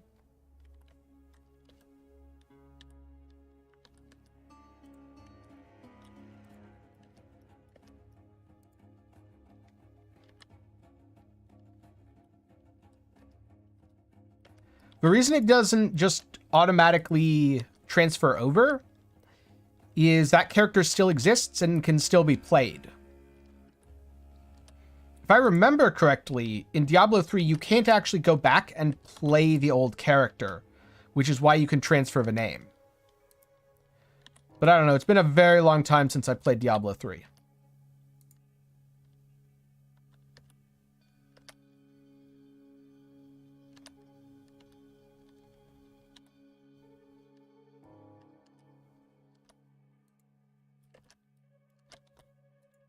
Ow. No.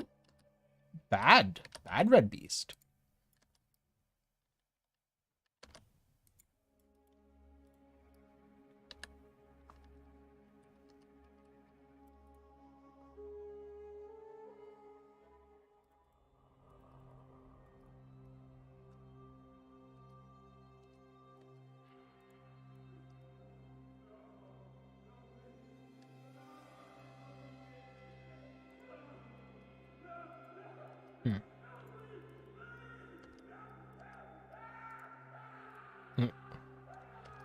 Wait, I didn't need that. And this is a dead end, so I didn't even need to go down here. So I'm guessing that's an equivalent to standard.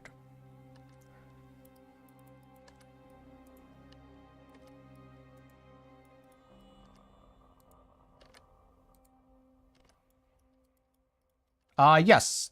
For anyone wondering, you should absolutely activate your auras. They work better that way. See, you say the Real Money Auction House was the stupidest thing that Blizzard has ever done, but Diablo Immortal comes out in about a month. And I think it is very dangerous to assume that Diablo Immortal won't be stupider than the Real Money Auction House. I'd go with it's one of the stupidest things they've done.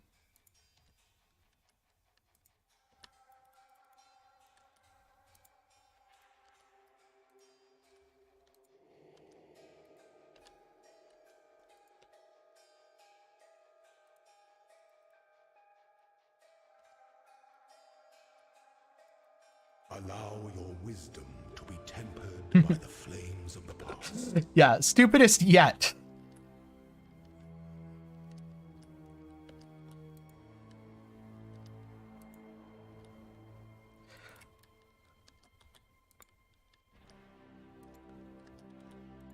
Warcraft 3 Reforged doesn't count as a Diablo thing, so in this case, it doesn't count.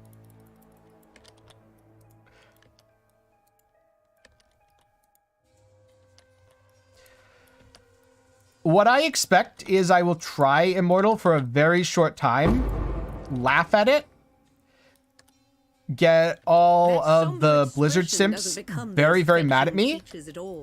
By Blizzard simps, I mean the people who think Blizzard can do no wrong still, somehow. I'm not sure how. Because I'm fairly sure it's going to be an awful game that's just designed to make you spend money as fast as possible. And then if it's not that, I'll be pleasantly surprised. But I very strongly suspect that that's what it's gonna be.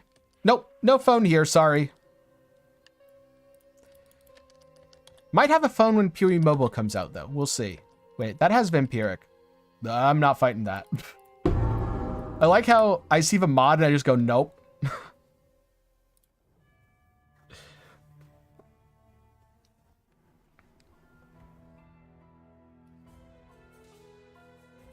Just nope out of there. I need to give you some. See you. Yeah, Blizzard's done a lot of really dumb things recently.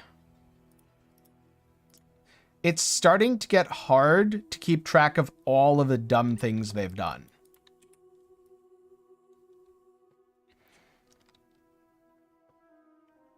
Who knows, though? Maybe things are going to turn around for them. I really hope that they do, because I have no sympathy for someone like Bobby. I do have a lot of sympathy for a majority of the Blizzard developers who don't agree with a lot of the things being done and just want to make good games. And are unfortunately getting lumped in with all the other problems. Because it's important to remember that Blizzard is not monolithic. It's not like everyone's sitting around going, let's screw over players and do all these bad things because we can.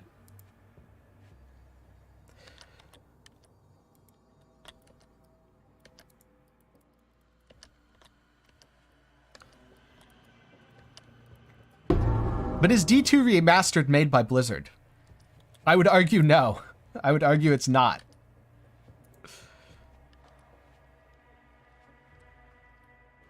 Haven't played D2R. Maybe I will at some point. It's just hard for me to get excited for a game that is that old and has so many of the original, like, weirdness from just being an old game that usually I just, oh god, why are these hasted? No, go away. I just can't get too excited for it.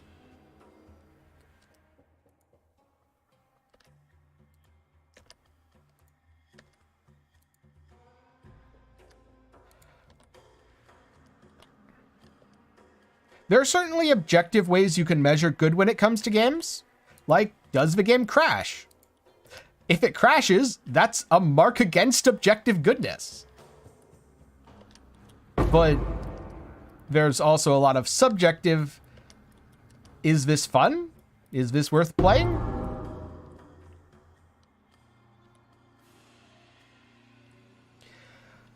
I have no hope for World of Warcraft. I think at this point, Blizzard is so, like, tied to systems that make people stay logged in for engagement metrics and for MAUs that they are incapable of releasing something that is good. They are incapable of letting the design team make a good video game.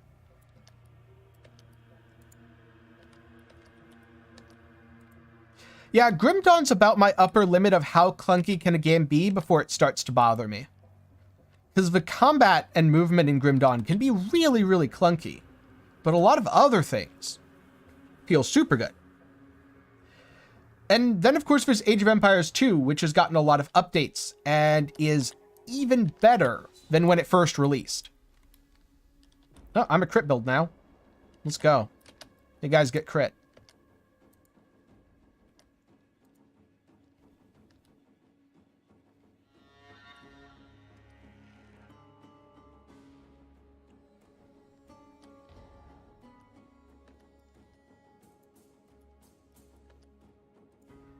Yeah, I know it's not what most people wanted D2R to be, but what I would want talking's hard, by the way, D2R to be is a game that takes the original content of D2 and modernizes the gameplay.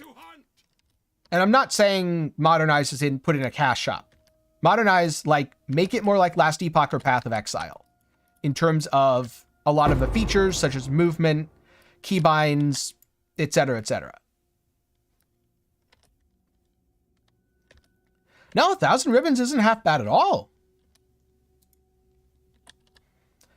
But I also completely acknowledge that that's not what most people wanted from D2R.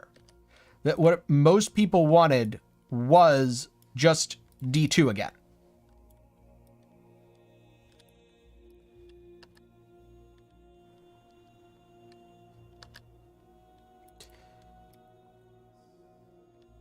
I don't have much hype for D4 either, because I have seen Blizzard fail and fail and fail again with everything they've done recently. And until I see evidence that they've actually taken lessons from their failures, that I just don't get it. I don't see the hype. Adding keybinds is good. The issue is how the actual game plays. Because a lot of older games, it's why I couldn't stand Torchlight 2. Because Torchlight 2 played like an old game and it just didn't feel good at all. I hated it. It was so jank. You could change the keybinds, but that didn't fix the underlying problems.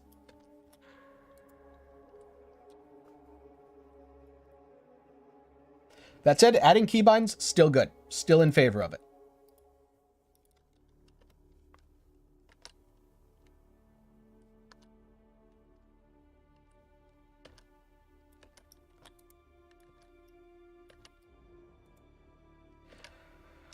I'm sure they've seen just how profitable Lost Ark is.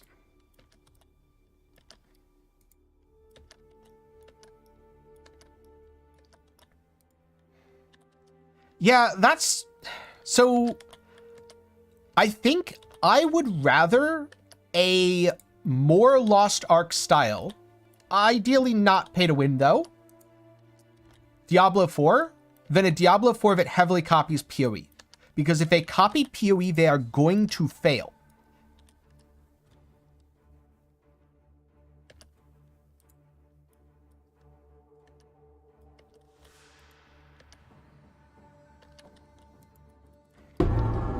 I don't think Diablo 4 is far enough in development that we'll really know how good it is for a while yet.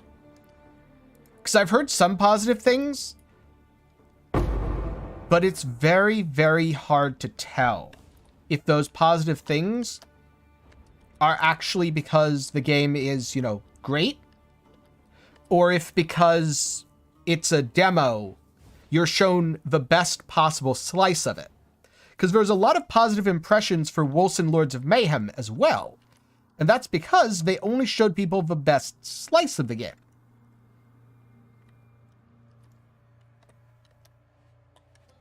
Not because the actual game was great. So until it fully releases and until I can play it for myself and see, I'm going to take it with a grain of salt, especially right now when this early in development. As far as I know, nobody who's been able to make content or talk about it publicly has played all of Diablo 4, has seen its endgame loop and all that. It's all just very small slices. And I just this isn't a Diablo thing. This isn't even a Blizzard thing. I don't trust very small slices of games. Like, look at Cyberpunk 2077. Look at No Man's Sky.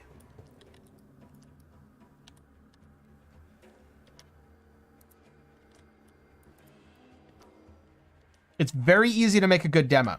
It's a lot harder to make a good game. So, on the one hand, better late than never. On the other hand, maybe better late than early, depending on what kind of player you are. Because early PoE was super jank. Like, early PoE was something where when new content came out, I would not play it steadily for 3 months, or even close to it.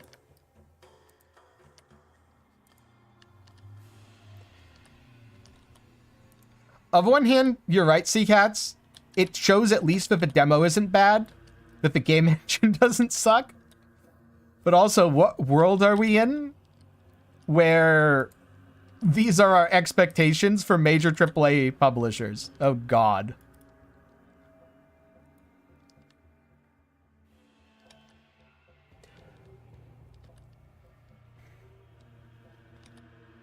So an example of early PoE, you didn't want to use movement skills a lot because you'd get out of sync with a server and you'd have to type /OOS.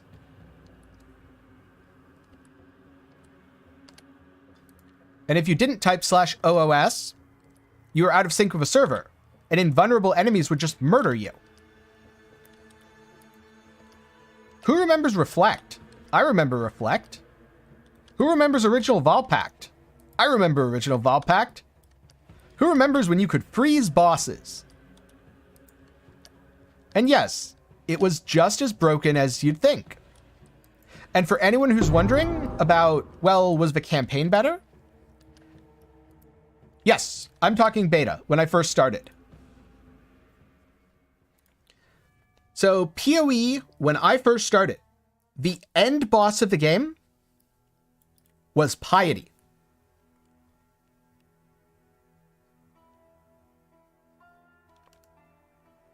I should definitely be using Sniper Smart. General Talakoda.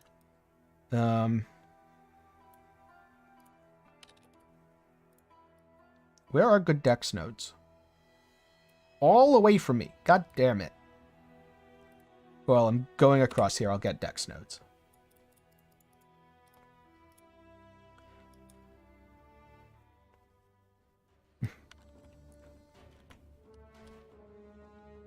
No, I joined early, but I was early into the start of the open beta. I wasn't part of a closed beta.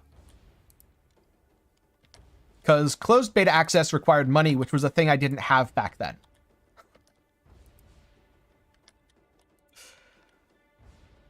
It's fine, a lot of people do it.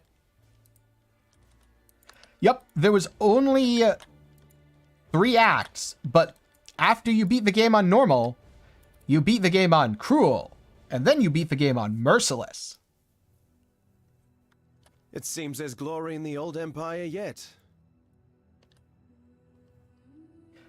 Yeah, it required an invite or a supporter pack. I forget which supporter pack it was, but I distinctly remember there was a supporter pack that got you closed beta. Or maybe it got you access for someone else? I don't remember now. It's been probably literally a decade.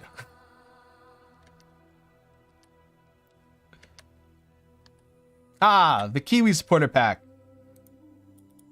I knew there was something like that, and since I didn't have an invite, that would have been my only way, and that was expensive. I bet you still go invisible when you flicker. You just have to have enough attack speed.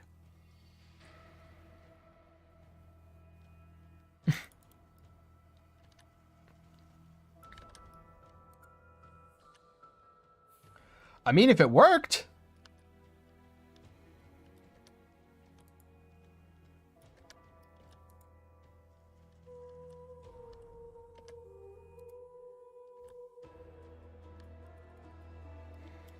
Oh, I did the same.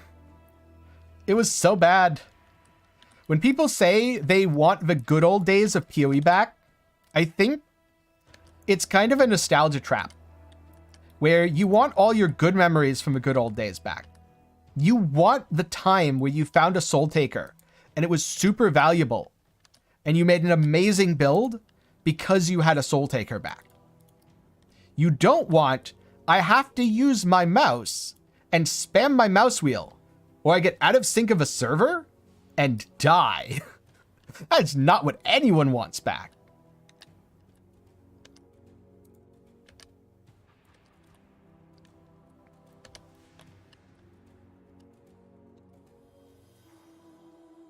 At least, I would hope that no one wants that back.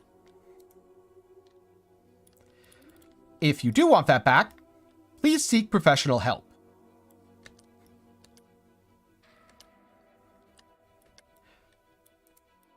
Yeah, offhand stat sticks were very good. Wait, did I kill the rare? No, I didn't, but it's a scouring, so I want it. You have scouring, and I'm out of here. I remember Eternal Orbs. I even used one a couple times.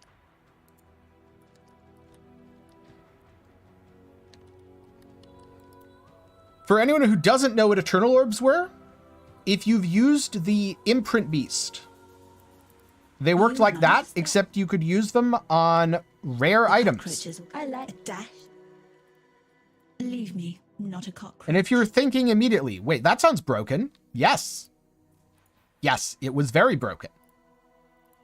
All right, well, now I can sniper's mark bosses. I don't know if this is good or not. I'm going to assume sniper's mark on bosses is good, though.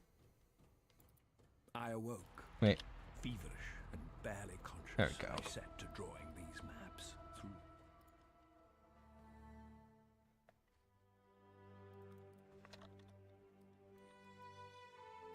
Oh, I never grabbed the life mastery. Right, because it wasn't till here and I wasn't thinking. Is there anything I actually want here? 40% damage with hits. Yes, that.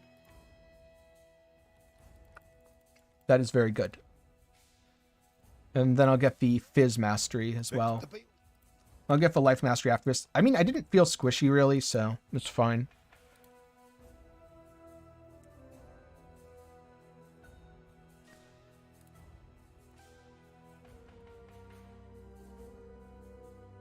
Yes, this is today.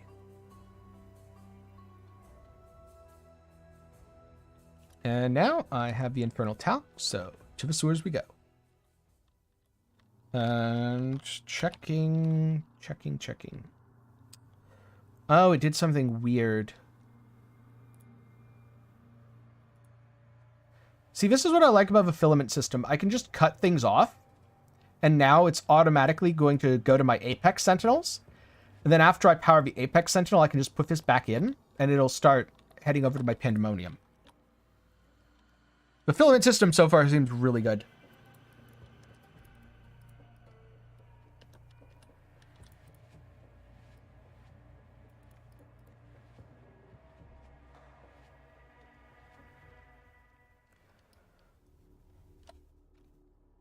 I could be remembering wrong, but I believe the last time we could get Eternal Orbs was 5 years ago now.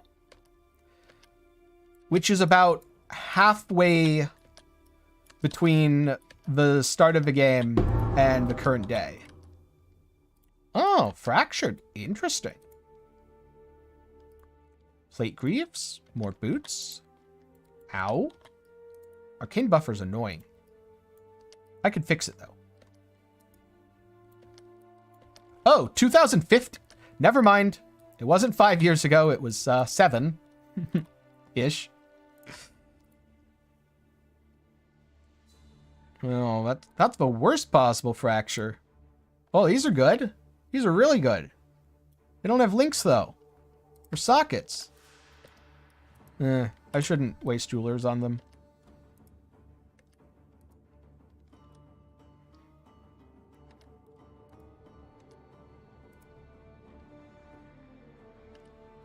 Now, I thought they removed Eternals more like 2018. Give up the fight, duelist. Your soul was lost long ago. Oh.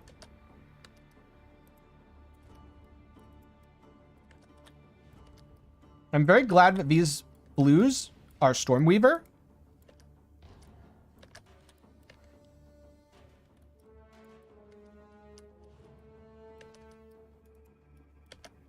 Very glad. Wait, right. I should have been snipering him. I fought for God. Wait, does sniper break my damage? Fight for Exile.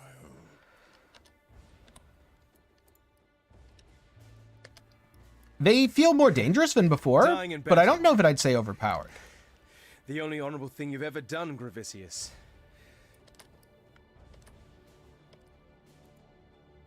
Oh, okay, so I was remembering correctly.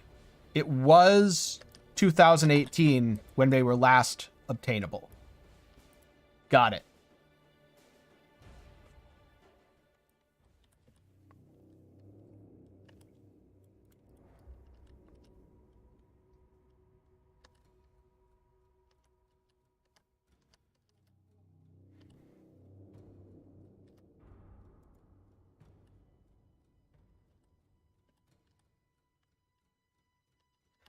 Something that I probably should have done is I probably should have done one quick run through of the acts, because I've noticed a few lag spikes and I just remembered why. I switched from Vulcan to DX12, and so those little lag spikes are the game rebuilding shader caches. Wait, Treant Horde. Huh.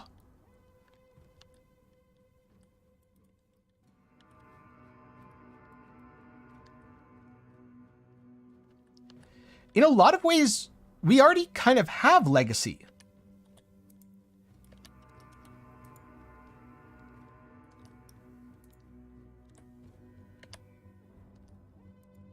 It's not exactly the same, but it's pretty similar. Oh, look. Someone might buy that. Probably not, though. I'm definitely, next time I go back to town, going to put it in a 1C tab, just in case. Because if someone buys it, cool. And if no one buys it, whatever.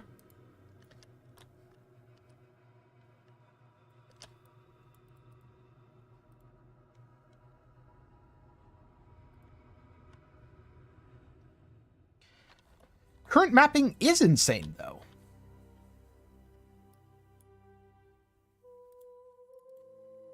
I'm going to grab those later, because those are only Fizz dot. Bladestorm, Ice Crash, Cyclone, Lancing. Huh.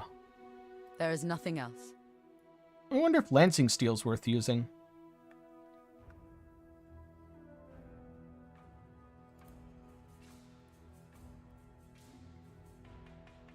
You're right.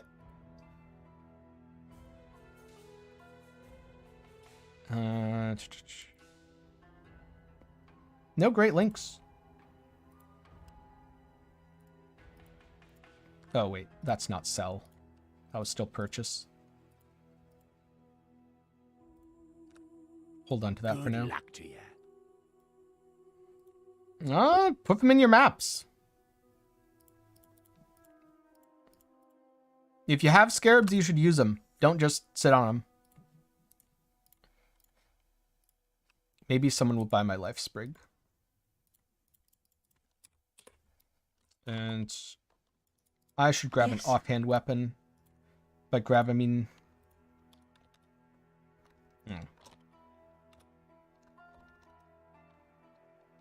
Wait. Exsanguinate. I'm not spelling it right.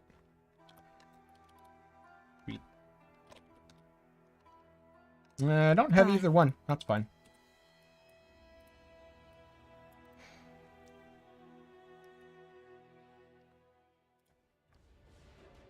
Who'd have gone to Lunaris?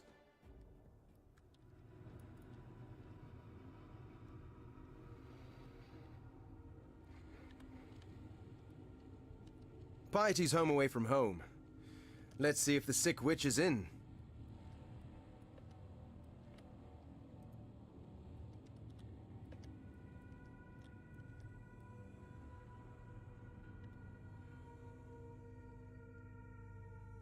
Congrats on Mervale.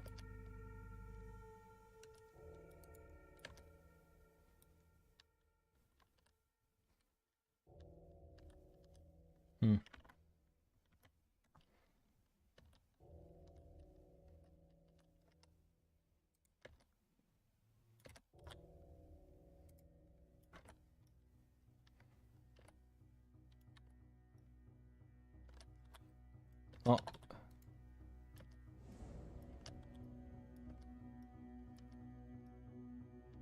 This feels better for single target, but worse for clear. And it also eats way more steel shards. So what I'm gonna do is probably just gem swap. Oh.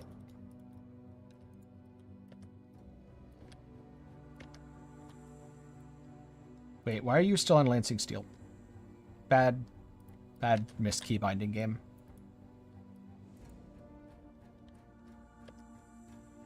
Yeah, you're supposed to be back on Shattering.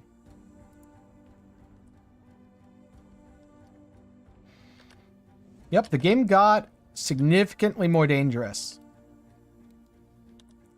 When Chris said there are only buffs, he really did mean there are only buffs, including to the monsters. Yep, that is exactly my plan. I was seeing how it would feel to stack a bunch of Corrupting Fever dots, but my Corrupting Fever isn't a 4-link or anything, and right now it doesn't feel that impactful. And so it feels awkward to use Lancing Steel right now. Ooh, Essence of Greed, though.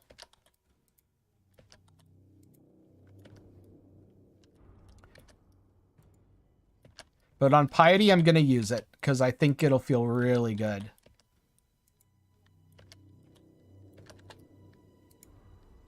Is this worth it? Who knows?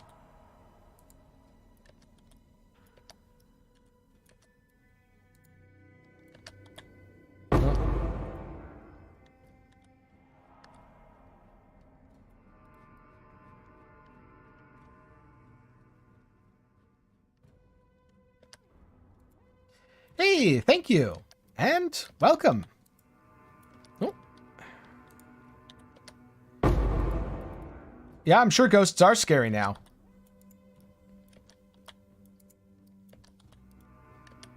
So we're having frenzied rares jump at you.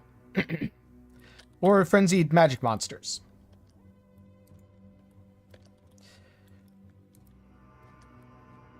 How's it going, Mel?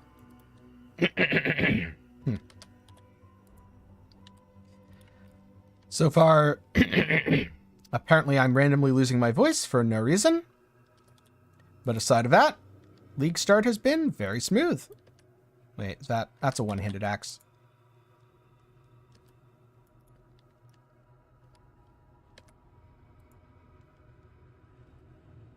Just been picking up lots of trash from the floor, and it's been working surprisingly well.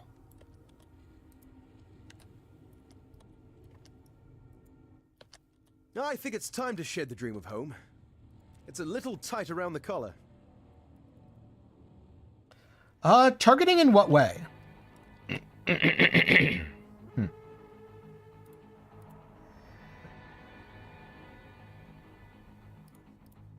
Okay.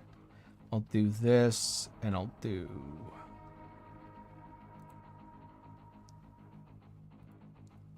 this.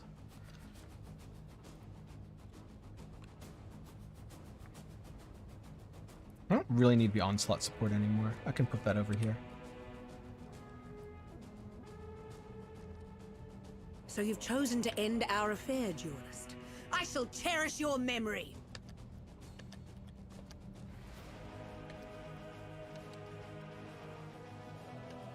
Oh, wait, that's not the button I thought it was.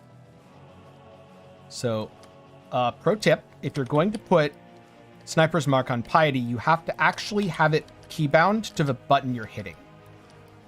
I kept hitting 4 there, which was not Sniper's Mark. But that was Sniper's Mark on a different character.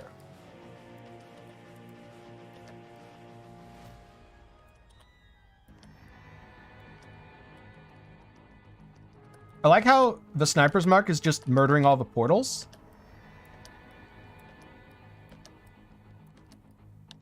She finally got one.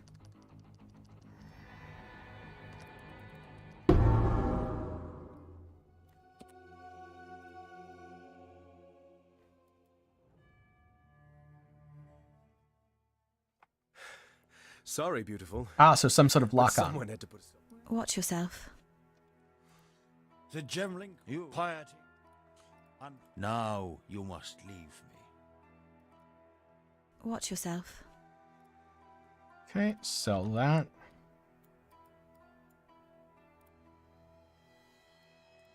One, two. My goal is to go all the way over to Vanquisher and then down to Resolute Technique.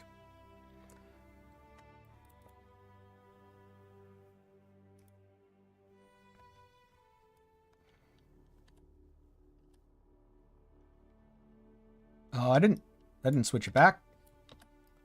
Because Lancing Steel's clear feels terrible without hitting something with Sniper's Mark. Actually, its clear just feels kind of okay without hitting something with Sniper's Mark. I wouldn't go so far as to say terrible. But it definitely needs Sniper's Mark, and I don't want to be casting it on every pack when I can just hit him with Shattering instead. So, this will go here. That'll go over here. Sears does have good music.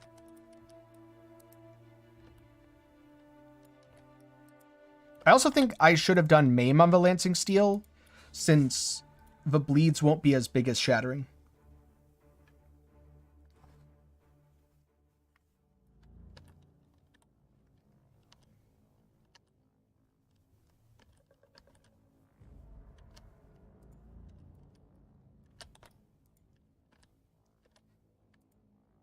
All right, let's go over here.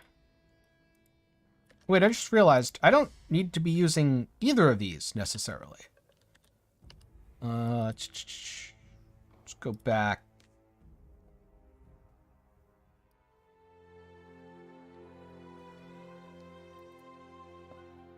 Need some help? Wait. You don't get Spectral Helix as a duelist? Watch yourself. What is this? Right. Those can go in there. Why don't you get it? Come on, GGG.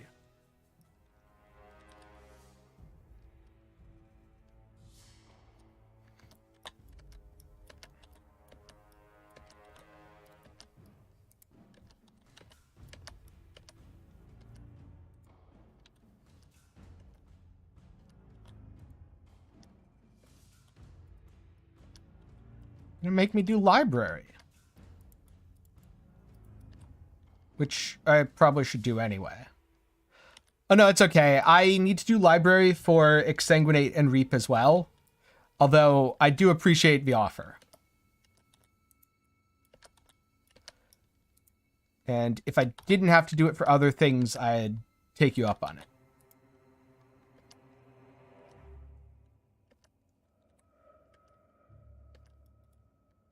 Wait, what are you talking about? I've been using the League mechanic plenty.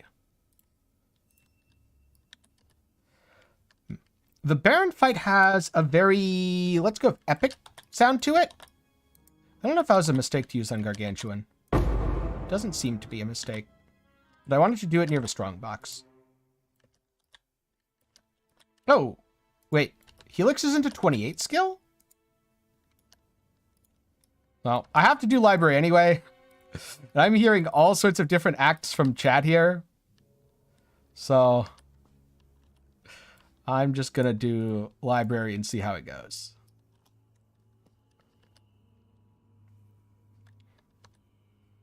I could have sworn that Helix was a 28, though.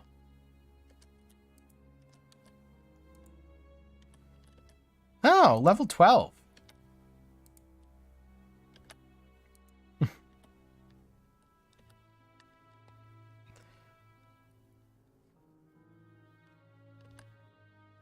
Yep.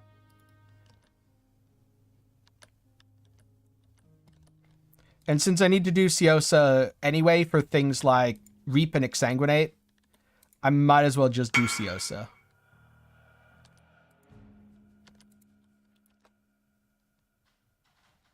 Increased rarity. Good luck getting your uniques.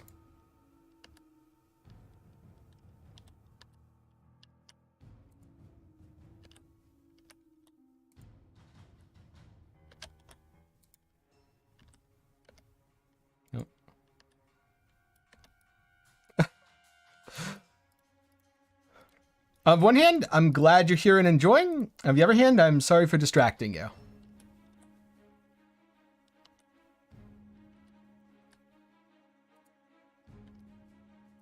Oh, I got frozen.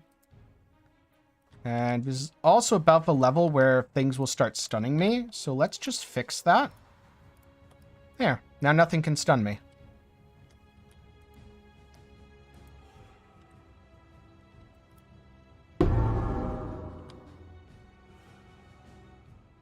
One page.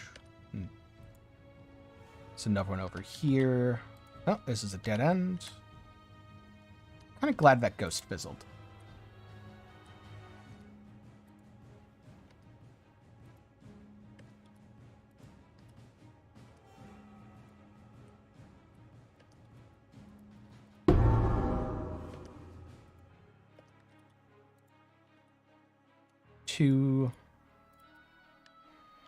If I use Helix, I won't be able to use Sniper's Mark, though. Because Sniper's Mark breaks Helix. Level up Corrupting Fever again. If I can get a decent second set of links, could start doing actual damage with Fever.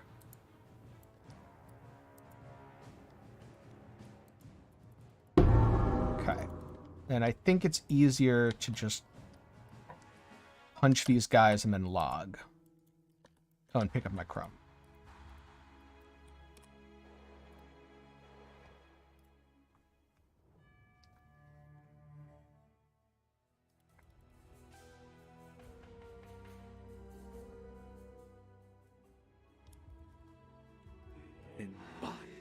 Here are your pages.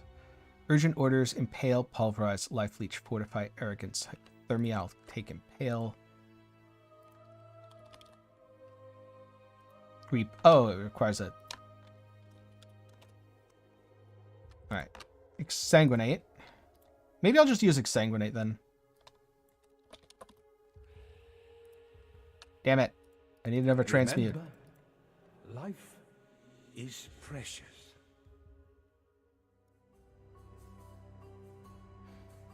Yeah, they are very easy. Hello. Wait, no. You are who I wanted to talk to because I wanted to sell these.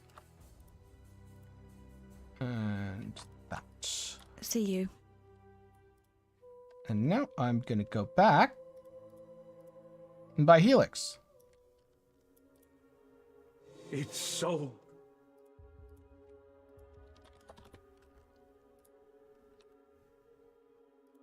Let's speak again soon. Spectral Helix. Impale support. Life tap. See how this feels. Oh, it's so slow. It's so slow. But all right. Can I...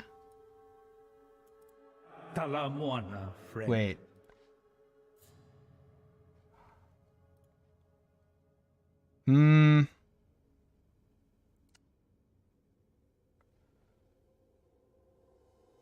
I am going with the flow.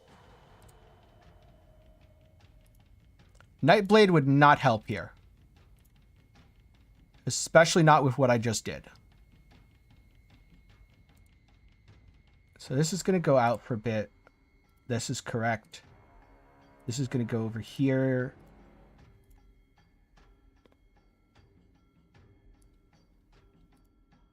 That only supports attacks. See, this is where it gets hard. Because I don't really want to do life tap.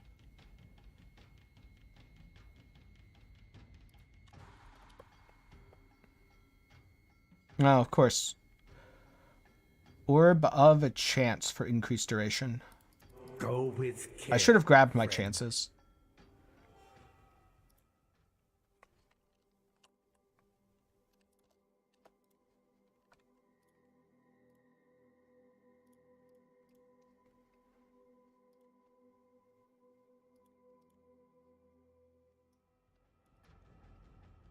It's so... Increased duration. Not ideal for damage, but helps quite a bit. But we're keeping it up. favor you. Back to the Imperial Gardens. And I will sort out a bunch of gem stuff, depending on how this goes.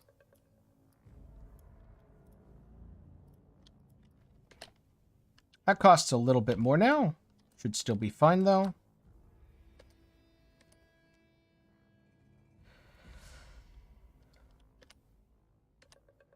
Congrats!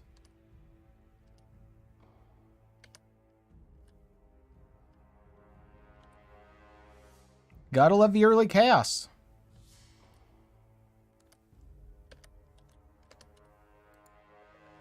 Standing in the shrine's not a smart move. Seems okay, though.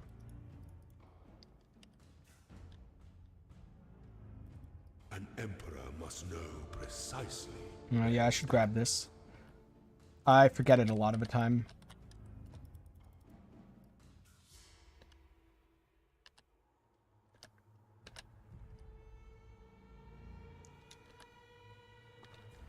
Am I hitting once or twice on these guys?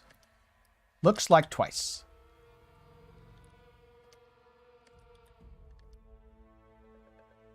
One thing that Corrupting Fever is good for is hit count determinations.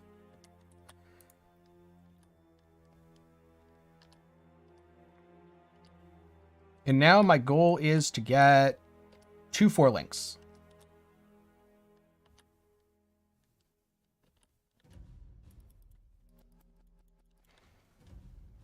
I don't think you can do it that way. I don't think you can say worst luck ever and also got an early tabula. Ready, Exile?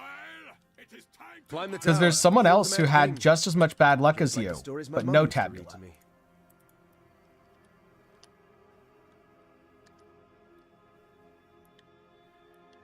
So cruelty is at 40%, which is doing totally fine work.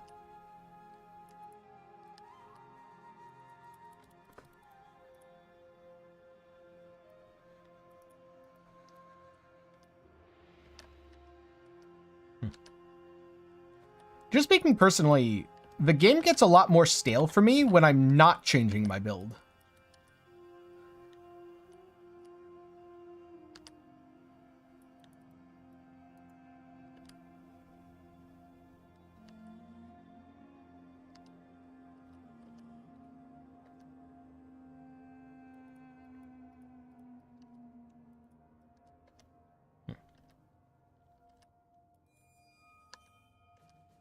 Oh, this is not the way. Good to know that things are actually taking damage from Corrupting Fever, though.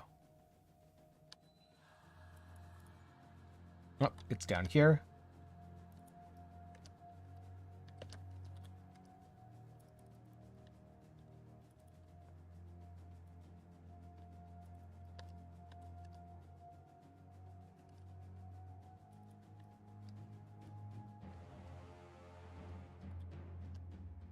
No suppressing fire now. Okay, it's fine. They didn't get to suppressing fire me.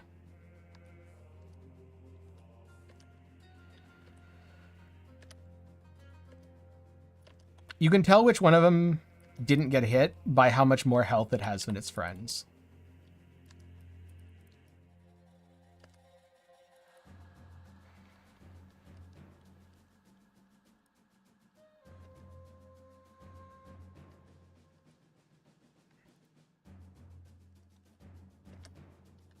So just as a general note about Spectral Helix and why it feels bad to a lot of people, see how I threw the Helix and I'm already moving on? That's really how you have to play this. You really can't stand there and wait for it to hit stuff. Dominus? Stay inside the bubble and ideally have a bleed remove flask, which I don't have, by the way, but stay inside the bubble.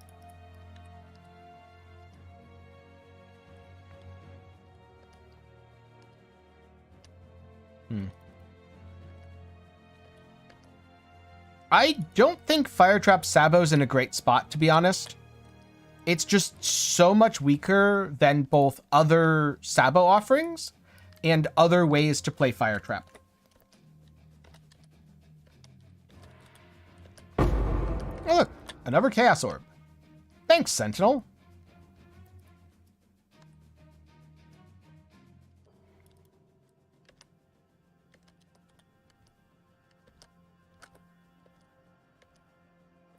Proc shield, annoying, unfortunately. Oh, those are vampiric. I was wondering why they weren't dead. Empowered vampiric enemies. Pretty dangerous.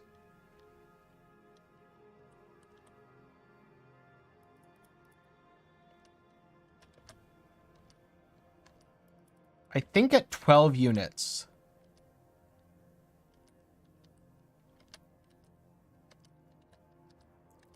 Oh, dealing with the minions is usually about having enough damage. So on this character, I don't expect to have any issues with the minions. Because I'll just throw a helix and keep moving, and they'll all die. So if you're struggling with the minions, either you're under-leveled, or you haven't properly geared your character up in preparation.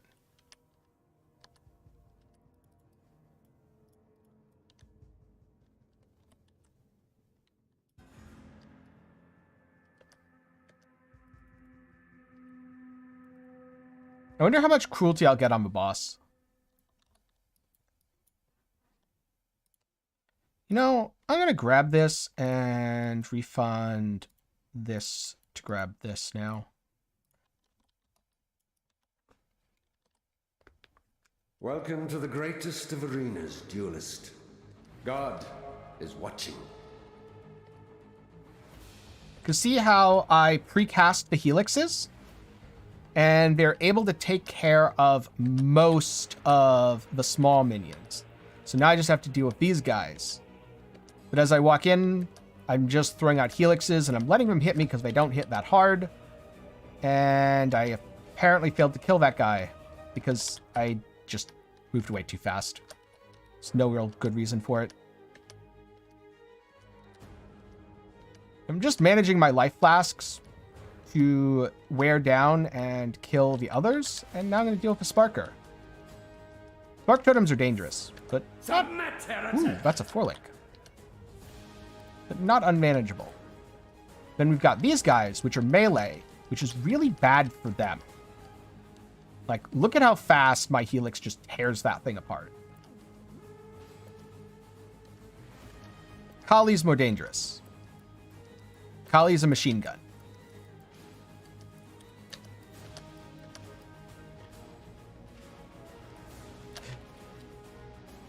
I don't think I've ever had 60% all res for this fight.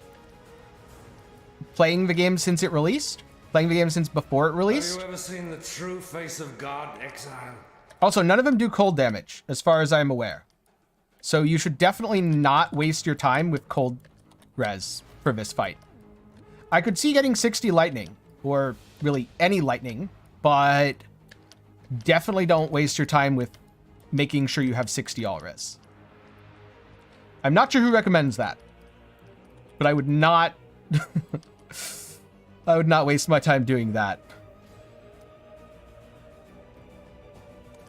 Because the problem with doing stuff like that is that's why people find the game so rough. You get stuck on, oh, I need exactly this much. And it's like, no, no, no, no, no. Having res is good. Having lightning res is good. But you don't need 60%. This world is an illusion, Exile.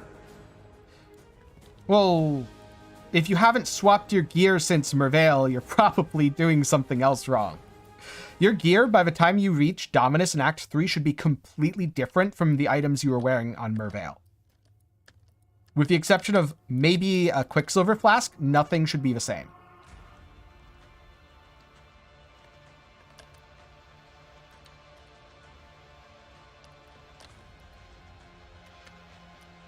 Oh, that was bad. I let him hit me. There we go.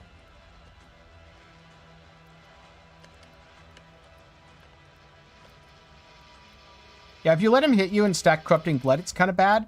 Just saying. But if you don't, then it's fine. And there we go.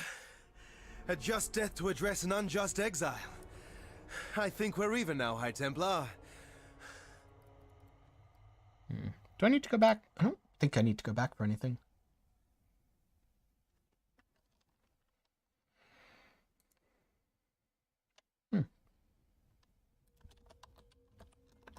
A stroll along a picturesque canal, some time in the mountains. Wanderlust would be one of the exceptions.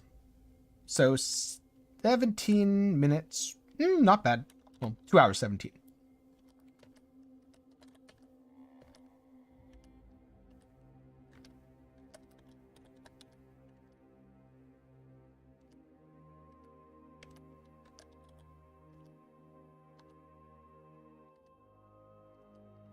What I'm going to do after I reach town is...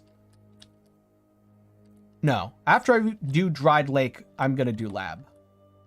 I was going to say after town, but I might as well do Dried Lake. Dried Lake's easy EXP. And I keep forgetting to pick up an offhand item. Just to level up my Exsanguinate. Because I want the Exsanguinate gem to be higher level.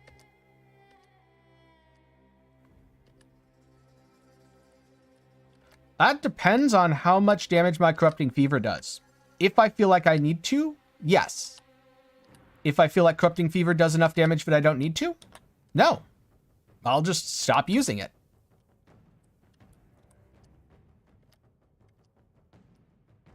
Or, I guess stop using it is the wrong term. Because I also potentially will put it in an Azanath's Chant, depending on the price of that item. And do that as an early game way to get more damage. Which is not something I would advise most people plan around, because it means you have to go with Bow Corrupting Fever relatively quickly, as opposed to staying Wand.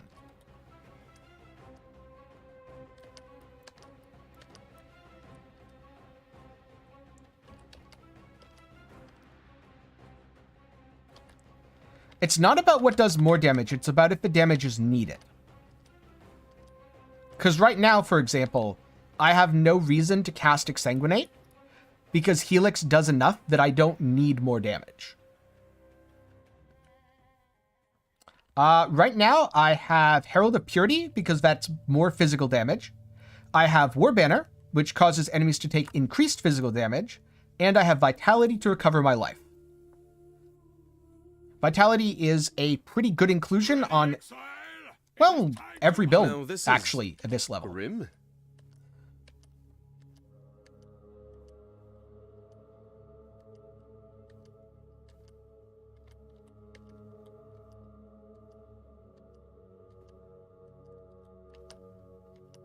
Bring the beast in my sights, Exile. Yeah, Spectral Helix can do something very similar, though. And in terms of right now, Spectral Helix needs less gear. So it's just going to be a matter of when do I get a +1 weapon? Because I would not do that without a ideally +1 wand and +1 shield, but at minimum one of those things. Whereas Spectral Helix, you just, I don't know, pick up a two-hander and you're probably good. Pretty much just pick up a two-hander and you're probably good. So that's why I'm doing this right now. And as for how long I'll do it for, just depends on when I find stuff or if I buy something.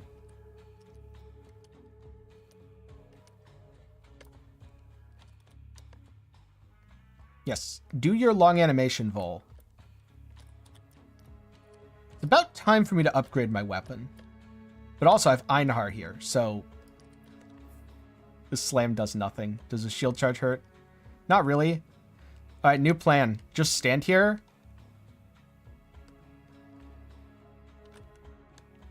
Because Vol will run out of health before I run out of flask charges.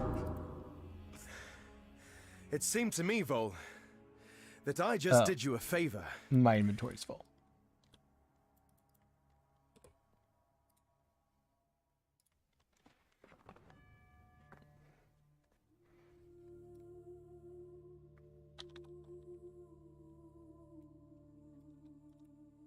Ooh, look at that. Pride is If I don't find or buy a wand, honestly, yeah. I would just keep using it all the way. Ooh. Ooh. Hi there.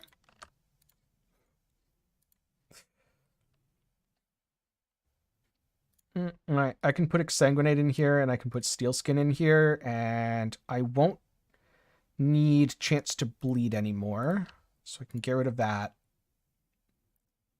And I don't plan to use those. I want to keep Blood and Sand, but I don't need it leveling. I should also see if there's a 4-link, though. Yes, I played Spectral Helix last league on a Raider, and I was killing Cirrus in 4 seconds. Part of that was my gear being good. Part of that was just the skill is incredibly, incredibly strong. Okay, so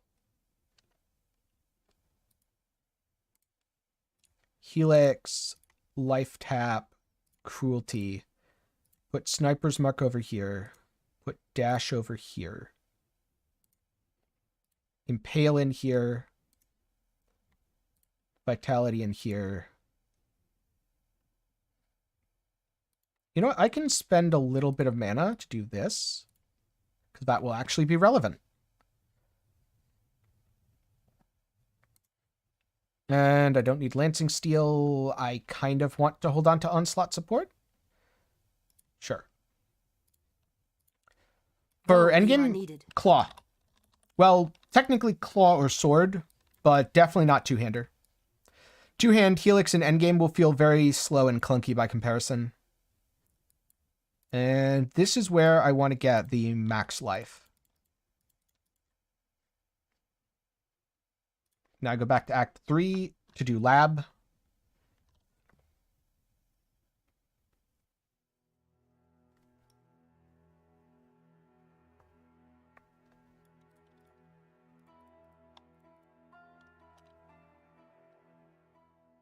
You stand before the gates of the Lord's labyrinth. Drop. Within these walls, the Lady of Justice doth preside. She shall weigh your mind in one hand. Justice will prevail. Random comparison. Spectral Helix, how hard does it hit? 839 DPS, and unleveled Exsanguinate is 54. Can confirm that Spectral Helix is better than unleveled Exsanguinate. I know. I'm sure that nobody was expecting that as an answer.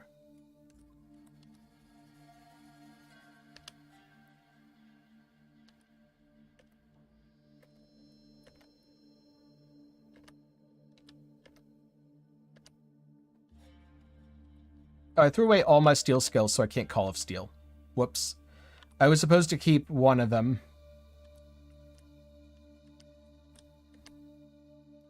Oh well, I guess we're doing this without Call of Steel.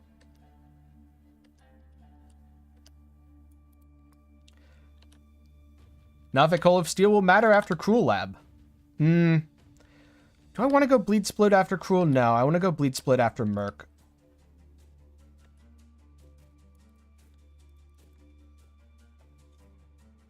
Because Challenger charges are just going to feel so much better at low levels. Weary traveler draws close to the end of the path.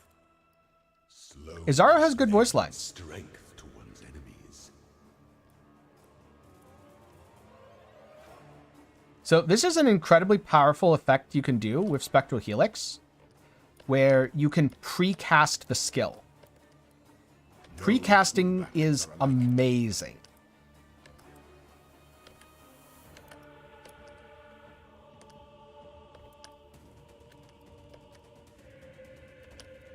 You were born for this. Time is the champion of second chances. Oh, nice. I don't think I've gotten any rare Sentinels as drops. I've only gotten them from caches so far. Oh. Why are you there? Unfortunately, Spectral Helix sucks at one thing, and that is hitting stuff that is directly in a doorway. Like, it's so bad in a doorway. Then again, most skills in PoE are bad in doorways, so that's not exactly unusual. It's like par for the course for a PoE skill.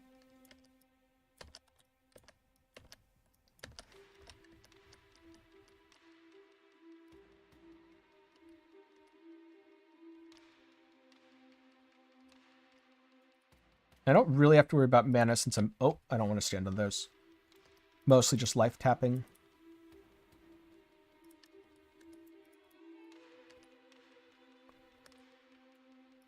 I don't want to go over that way.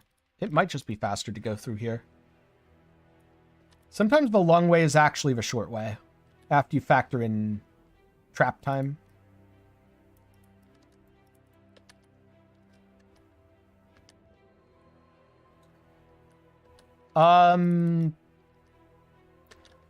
Fifth time. Do you mean after you've done Eternal? How do you fight the harder versions?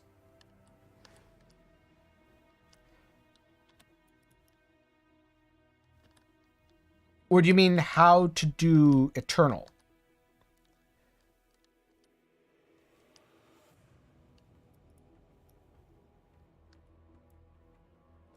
Because Eternal Lab is just the key, but there are also special keys for the harder than Eternal Lab.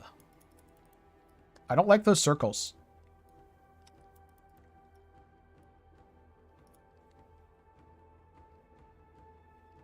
When the time comes to strike, an emperor strikes without hesitation. The emperor beckons, and the world attends. Oh, you know what? Let's wreck the portal. I probably shouldn't have let Azaro hit me there. Commit to your course.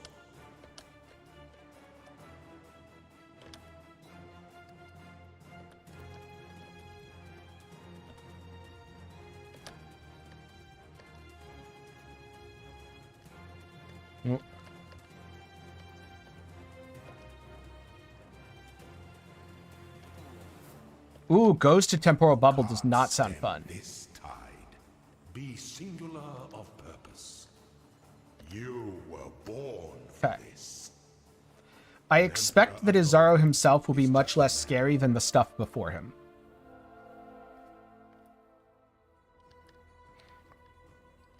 Yeah, with the special key, that should be all you need as long as you've already completed Merciless. Or no, not Merciless, Eternal. So if it wasn't letting you activate it, I'm guessing it was because you hadn't completed Eternal Lab. Also, though, that lab is very, very scary. So there's a good chance that if you hadn't completed Eternal yet, your build would not have been able to handle it. And, oh god, that is a lot of stuff. And it's all dead. No, I was worried for nothing. See, I was scared of that. I was like, oh, these have Archnemesis mods. But it wasn't really that bad. Where's the lever? There's the lever. Give me Portal to Azaro, please.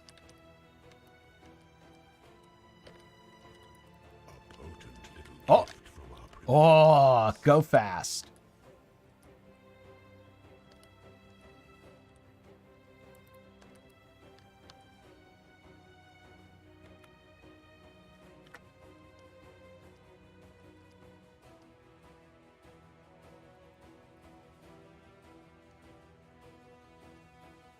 Do I have enough fire res for this? Kind of. Note, do not do this, chat. This is not a good move. You should not just be walking out onto the lava. Don't do it. Do as I say, not as you're watching me do right now.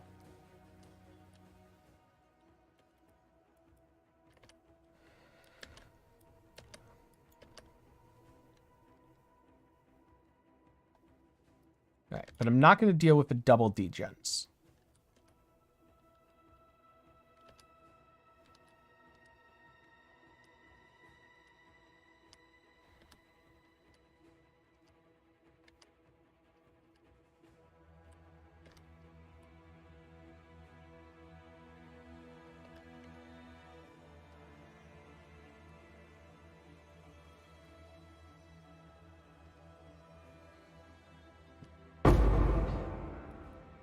I have pretty good fire res for this level. It's still not worth it. It's still very much not worth it. It's extra risk that doesn't really get you any benefit.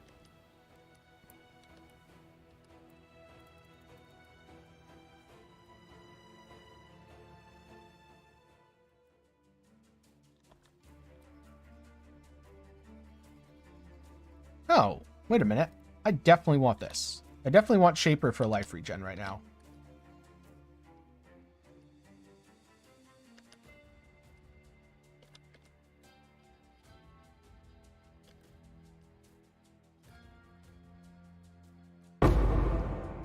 So it sounds to me like you had the wrong key, because the key you're looking for is green, and you mentioned that the key was blue. So blue is the 5th one, not the 4th one. And you get the points from the 4th one.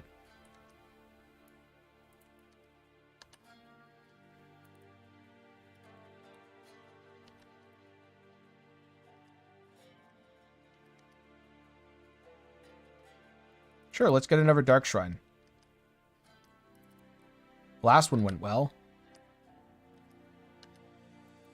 The pursuit of power can be a grotesque affair.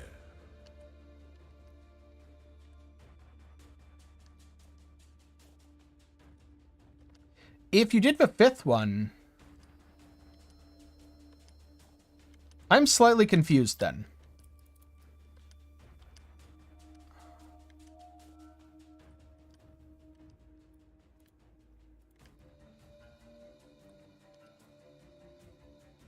Do you remember the name of the key that you had? Aspirant can afford to be promising. An emperor must navigate your empire through trouble. This is where I have a sentinel, right?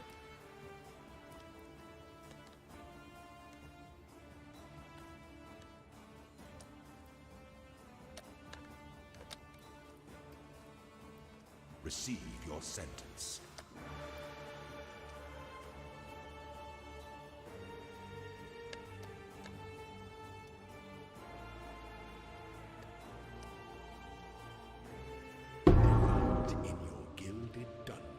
There we go. Before your emperor, you are worthy. Before the goddess of justice, Word of spite, don't care. Receive our blessing. Oh, nice. I love the gibberish class. And raise your hand to the roaring this is the end So, I could either go Blood in the Eyes, which is attacks have a chance to cause bleeding, maim, blind, enemies take increased physical damage. Or, I could delay gratuitous violence until I hit maps, which is probably worth it, and just get Arena Challenger.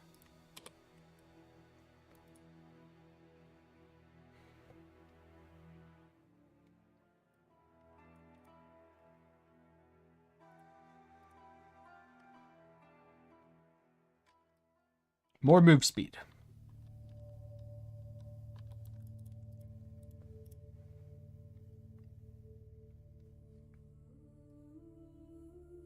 One thing I've learned, chat is full of agents of chaos.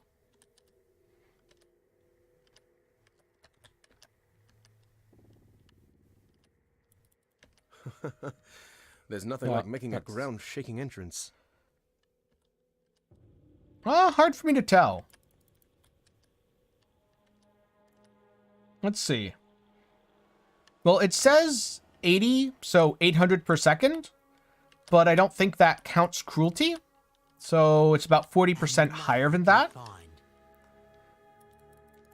But there's also the ramp time, which even with... Wait. Bloodletter. Even with how Helix hits twice, most of my damage is probably Helix still right now. But that's a non-optimal 3-link, so it's going to get a lot better.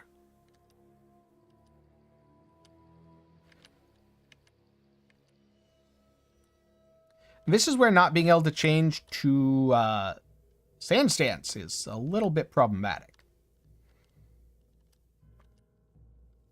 So I might have to go Blood and Sand here just to be able to swap stances, which is a very weird thing that GGG did, where you have to waste an aura just to be able to swap stances. Did I get a card? No. This'll do nicely, Exile. Between the two, it's feeling very good so far. Enough so that I feel comfortable using a Sentinel here. Yeah, so you should have been able to use those if you completed your fourth lab. Unless your character didn't meet the minimum level requirement, because I believe there is a minimum level requirement.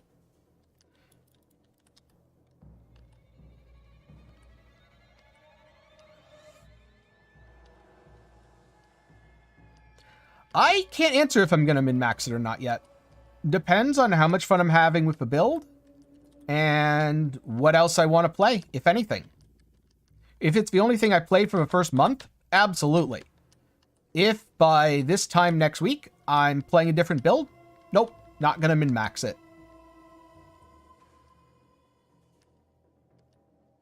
I mean, I guess min-max is relative. And even though that wouldn't be considered... Whoa! Whoa! Who are you? And why do you hurt so much? You are a echoist mirror image that hurts so much. Got it. On one of the stupid bats.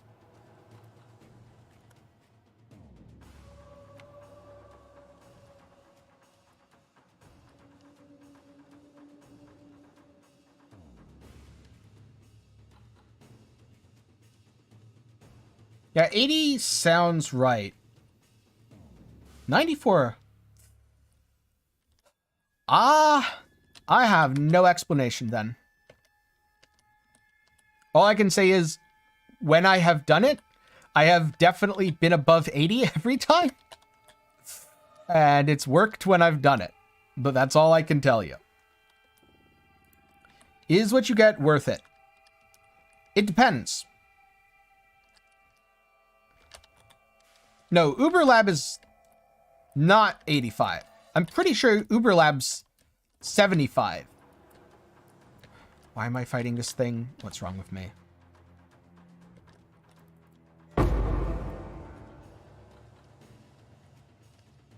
What you get from it is lab enchants. So yes, but also no. Okay, I was right. Uberlab 75. See, I remember things. Always happy to help a damsel in distress.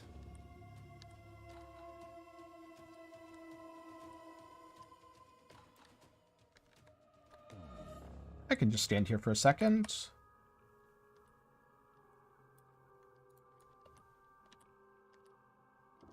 If I had Culling Strike, it'd be so easy, but ugh, Soul Eater.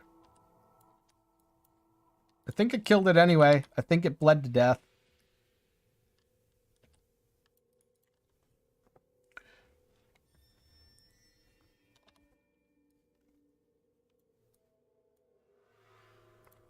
The enchantments depend on the lab. There's one lab where you can enchant belts. There's another lab where the enchantments are the same as you get elsewhere. You just get more of them. So if a belt one, I would consider to be rare, yes.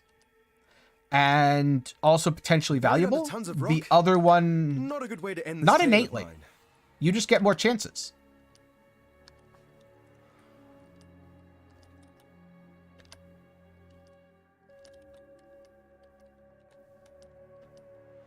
Maybe I shouldn't have empowered that rare. He's pretty tanky.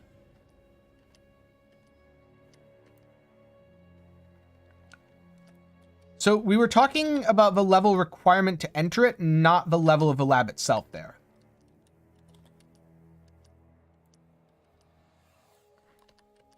You know, blue sockets might be what I want. Because efficacy is a blue.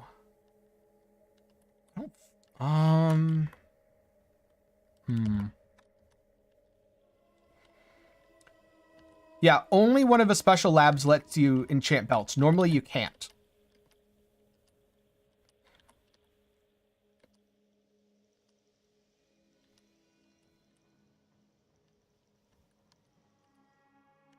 Oh, that's an alteration. And that's the endurance. Looks like there's more Sentinel caches around.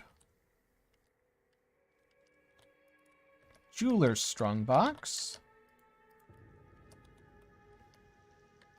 Sure, let's click the thing and get a single 2-stone.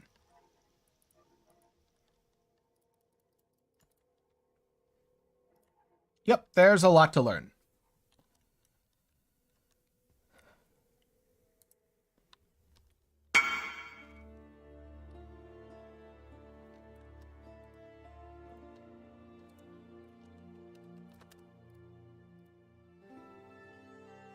What's in what socket?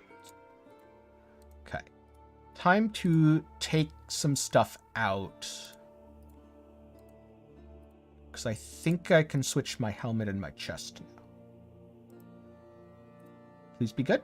I mean, my current one's garbage, so... Now I want 3 red and...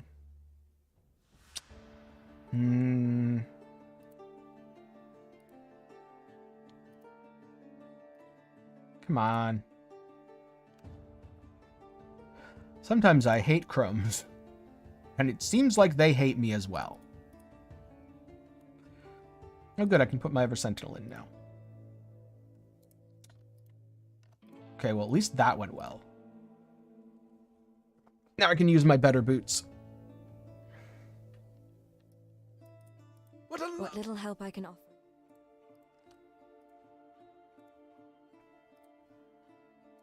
Corrupting Fever, Cruelty. What I probably should have done is recolored this. That's one of those things where it's not that you need a specific color. So what I want to do is I want to get red, red, red, blue. Because what I want to do is I want to add efficacy in place of increased duration. And then brutality support, which I forget where that is.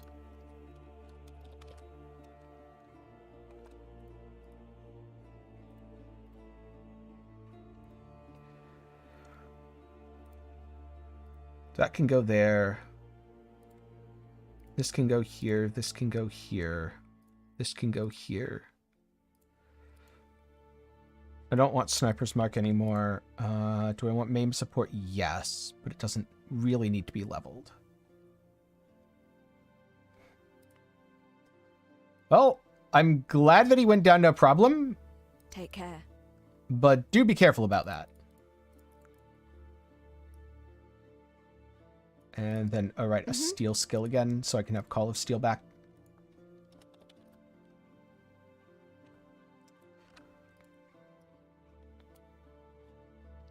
So Corrupting Fever will put a damage over time effect on enemies. If you've ever been hit by Corrupted Blood and then immediately fallen over dead, that's how Corrupting Fever works.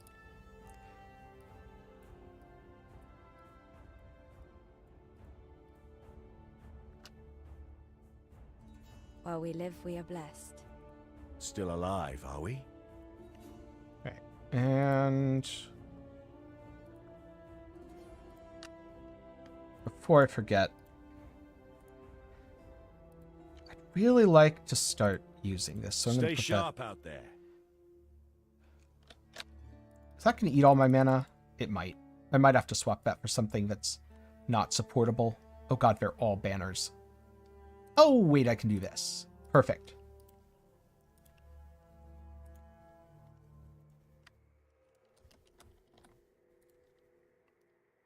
Vitality. And no, I don't want the stance skill here. I want the stance skill here. You know, don't die, please. Ready, Exile? I am the Reso, the Sword King. It was here in the pits of Theopolis. Because now I can just Call of Steel my way through stuff so much easier. Before I could even be considered a man. In this so glorious of arenas, I care nothing for your past, only your future. And for that, you will have to fight. Now we should be good. I still think that whenever you use a stance compatible thing, it should just automatically give you a button.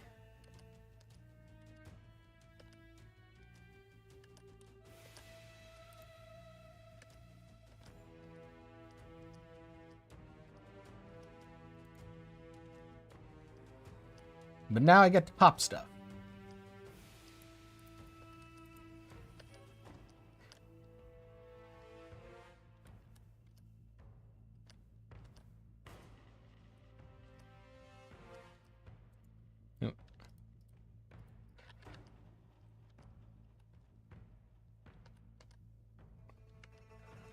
I would say the best way to try everything the game has to offer is one thing at a time.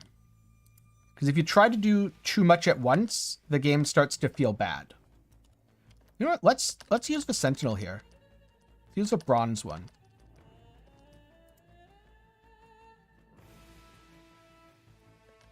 I think it empowered them. I wasn't paying close attention there. Those are the Sentinels, which is new.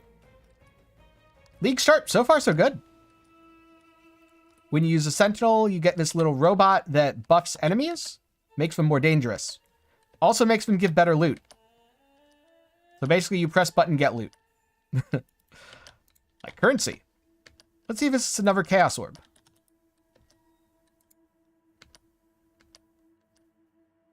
Nope, just jewelers. Ew, toxic. Go away, toxic.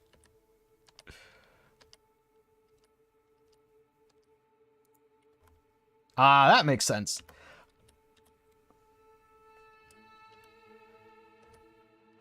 I shouldn't waste my time killing that, but also, I want it to level up.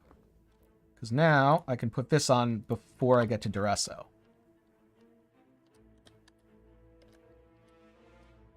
Actually, I can even put it on before I get to Barcool.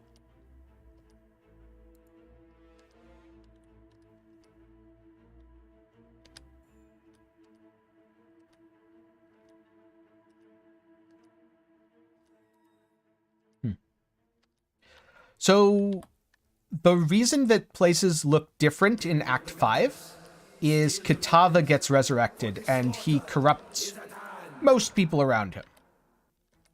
I won't say everyone, but almost everyone.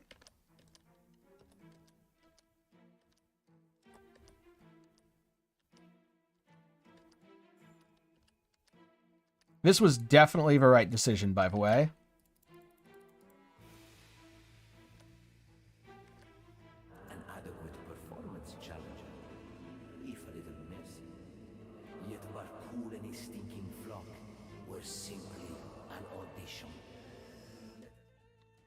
I still want them to add proper corrupted exalts. Ready, Exile. Welcome to the Grand Arena of Theopolis. It is here that I first laid eyes upon my true purpose. My Lady Merveille. Let's see. It's not spam. The lore videos are good.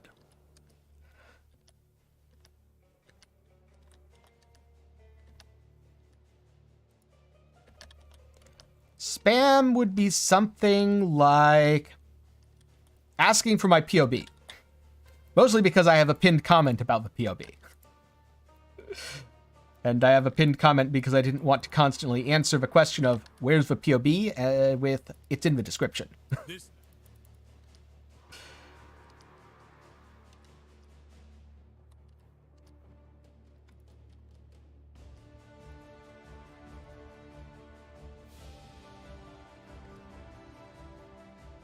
Nessa wants to kill you because the Brine King invaded her brain. I'm kind of spoiling things for anyone who hasn't ever reached Act 5, but you do kind of time travel.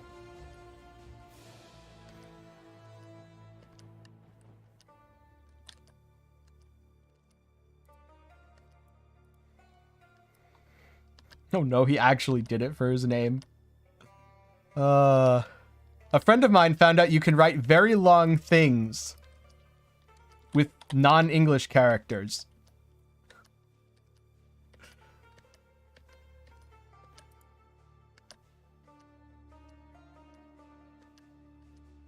Oh, look. Now I can recolor stuff more. I should have empowered those. A battle worthy of song. The way Do I do this? No. No, I don't even fight that. A king of swords is nothing if he cannot defend his crown.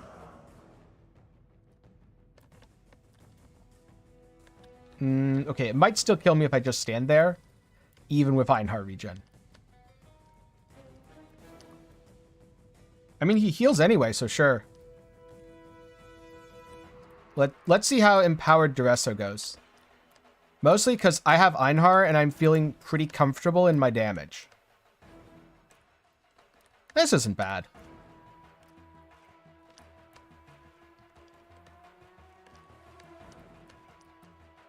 Yes, Kitava is a god. But so are sin and innocence.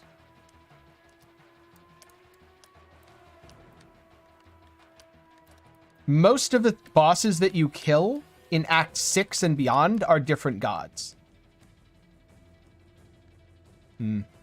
Duresso seems to be struggling a little bit. He's not having a good day. Oh, I got frozen.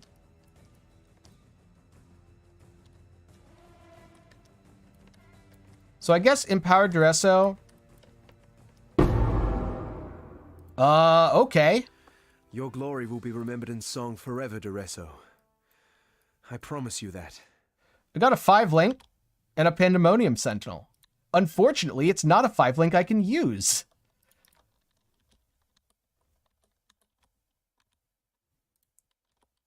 That's really unfortunate. How much does a 5-link go for right now?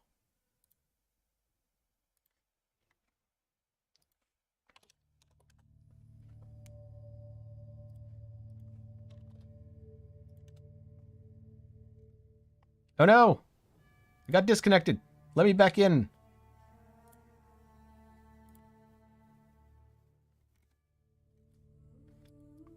Looks like a couple chaos. Sure, let's put it in the 3C tab. There seemed to be a bunch up for about that. Oh wait, no, those aren't int bases though. A couple of them are. Let's see if it has good stats.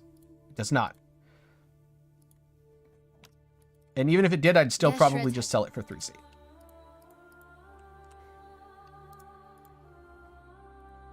I'm watching you.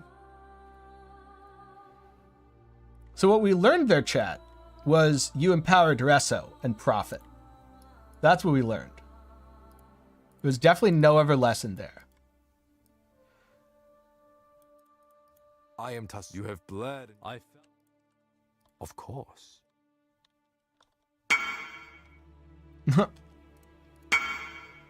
Oh, what? Oh, why would I give you... I priced it for 3C and you messaged me immediately. Why would I give it to you for 1C? What's wrong with that person?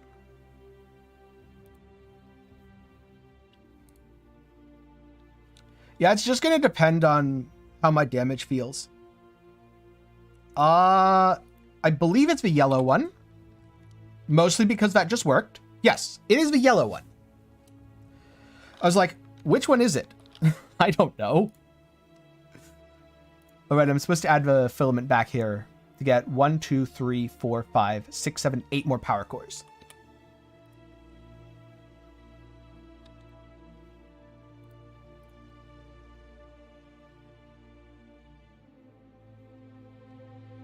So after that breaks, I'm probably just going to combine it with this ample cobalt stalker.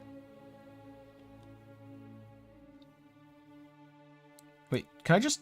Okay, I can just right-click to assemble. Cool.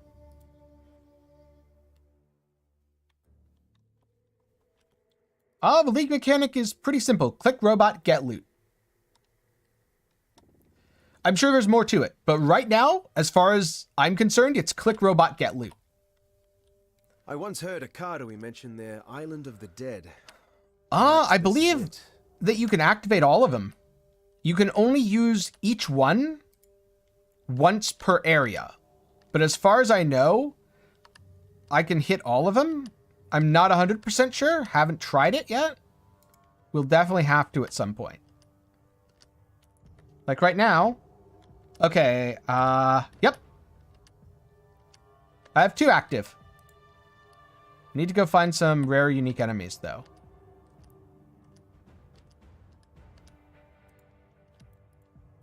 I might have just wasted a Sentinel charge for science, but it's fine.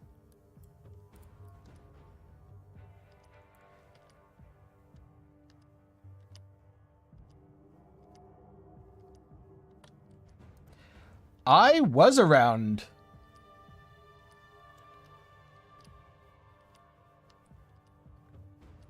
Oh, I'm not going to use all of them against Calm. That doesn't work.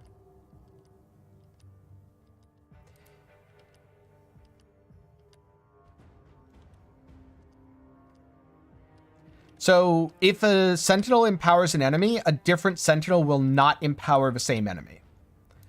So if I used the red one and the yellow one, in this case, I believe the red one would have empowered the boss and the yellow one would have done nothing. And this is because the red one will fire faster than the yellow one.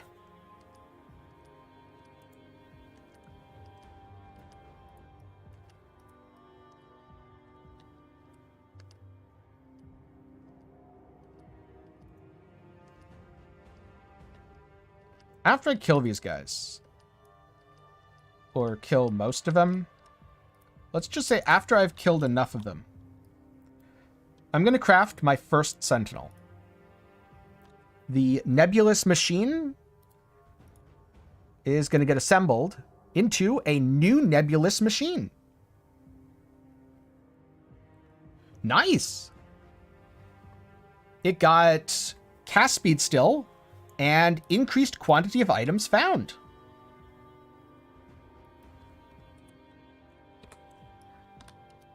I believe it's based on their cast speed, not a priority.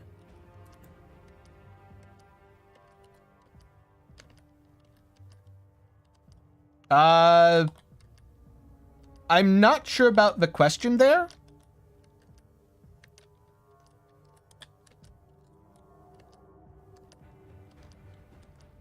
If you mean the monster mod, why would that matter specifically for Righteous Fire?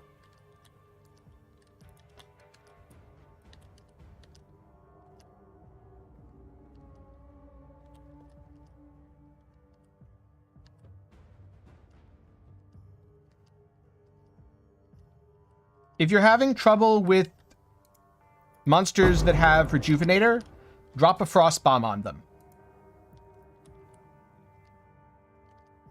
You can combine two. The third slot is... What? Whoever told you that is spreading misinformation. Rejuve does not. That makes the enemies gain health. It doesn't disable yours.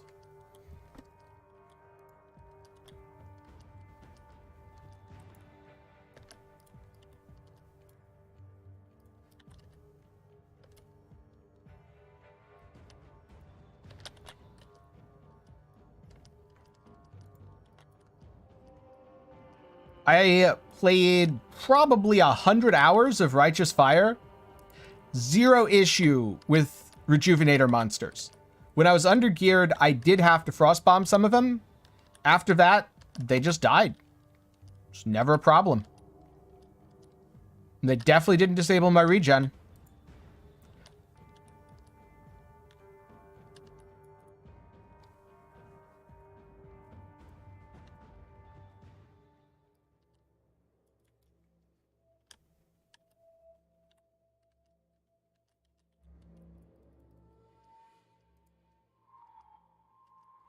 Yeah, I mean, it's low damage when you're under geared, but what isn't? Once you get geared, though, oh, it is not low damage. That's not low damage at all.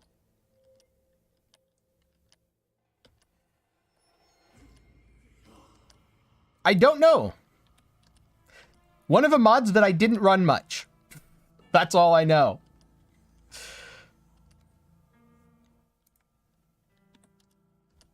I never remember having an issue with any Archnemesis modifiers on my RF character.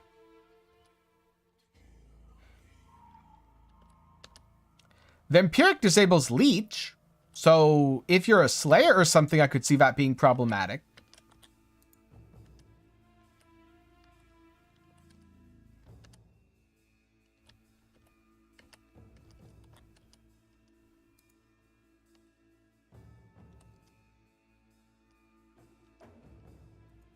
I don't know if they kept Rejuvenator as a mod.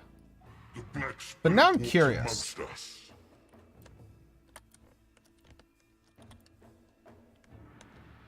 check after this. Yes, RF is a good league starter. People love to say gearing is expensive for everything.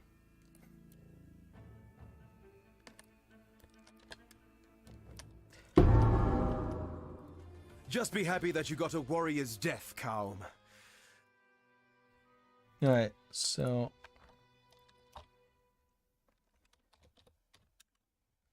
PoEDB, Archnemesis League modifiers, monster mods. Rejuvenating.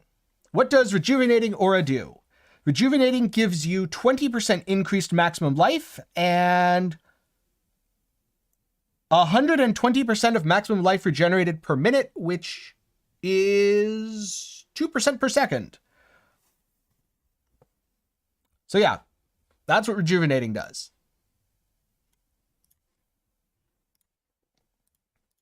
TLDR, in terms of things being expensive, if a lot of people are able to play it in solo self-found, it's not expensive. I don't really know why people say things are expensive. I think they just... It has to be people who think you just have to buy all your gear before playing the character, right? Or that you can only use exact specific items. SH being Spectral Helix? If so, Righteous Fire is definitely easier to play. Righteous Fire is also tankier than Spectral Helix. But yes, Spectral Helix will deal more damage. Best method to leveling.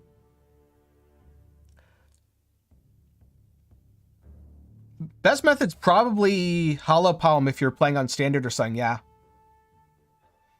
And just using gems to convert the decks, or convert the nodes over to decks. Fury. Yep. So Spectral Helix is the skill that I'm using right now.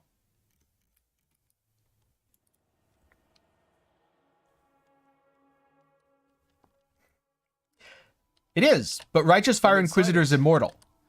The beast itself. Or at the very least, you have to try very, very, very hard to die. If you're going to play Spectral Helix, if you're doing it on a budget, do it on a Raider. If you're doing it on an unlimited budget, do it on a Berserker.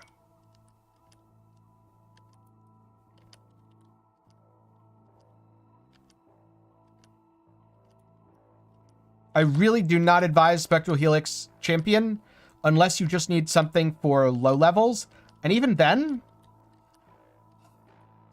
I feel like the goal should always be to swap to a Slayer.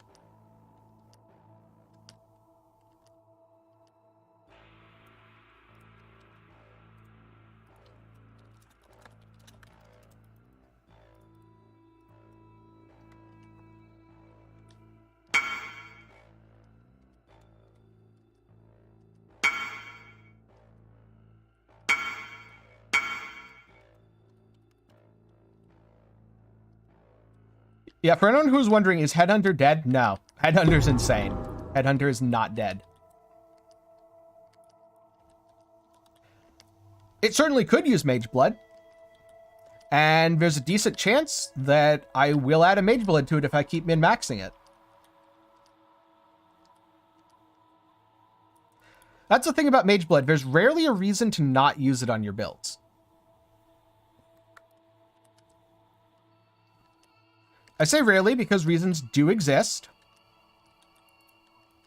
but they're pretty few and far between these days.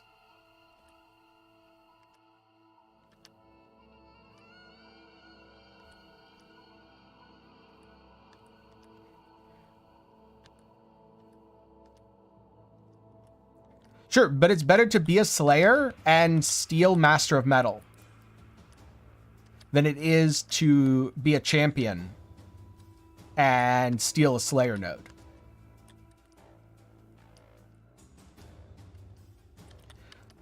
Although actually, with the new node, if you can afford the new Flesh and Flame, maybe there's a reason to be champion for the Impale stuff. I kind of feel like with the nerf to Impale support, unless your skill has Impale effect, it's probably just better to be Slayer.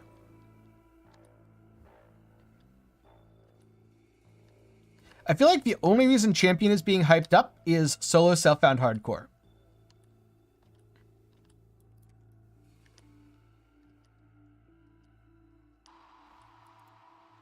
Oh, duelist, you're so cute when you're bewildered. Oh, she hurts. Okay, I'm not empowering her.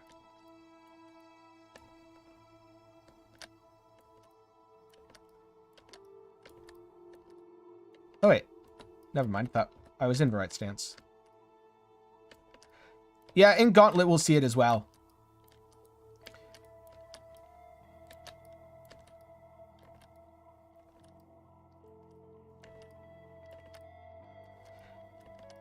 Ooh. I shouldn't have eaten that to the face, but hey, I didn't die. Yeah, most people do steal the banner node for reservation and stuff.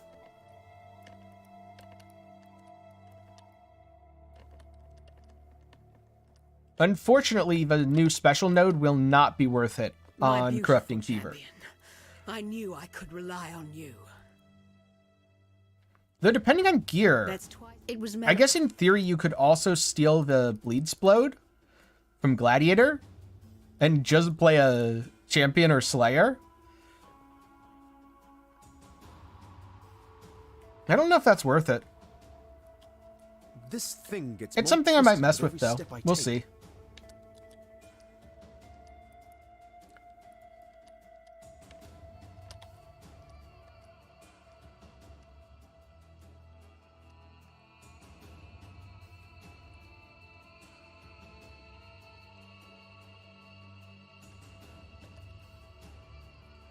The upside of Champion, you get Fortify. The downside of Champion, the rest is only okay.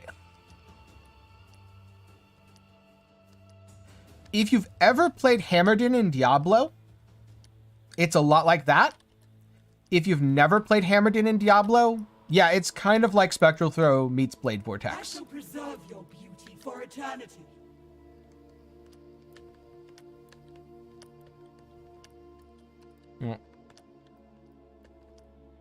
Chevron, you appear to be bleeding a little bit. Oh, I guess corrupting blood isn't really bleeding. No. Rip me.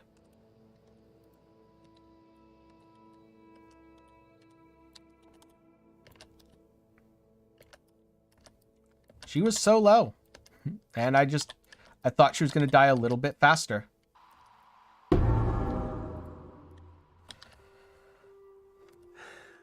Flattery will get you nowhere with me, milady.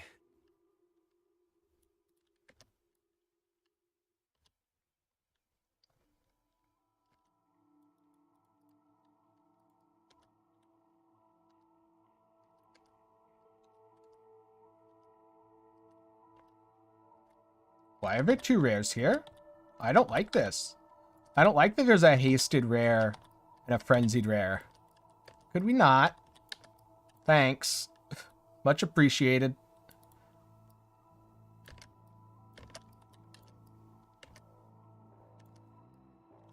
Oh, my attack speed was so slow, I was actually animation canceling myself.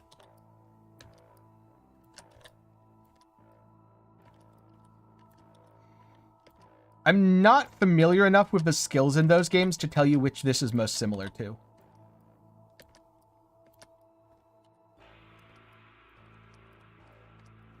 I'm pretty sure there's a similar skill in one of them, if not multiple of them. I just don't remember them off the top of my head. Oh.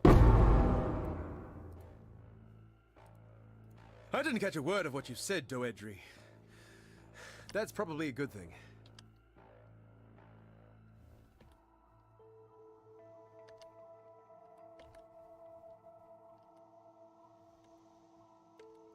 Those snakes look way cooler than they should.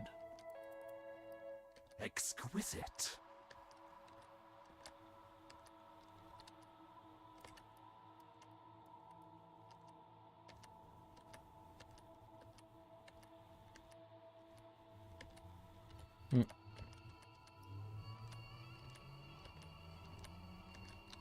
I think that's enough damage that he'll die, but I don't want to make the same mistake I did with Doedri.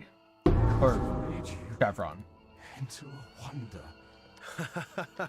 Take comfort, Meligado. An artist's work is always worth more when he's dead.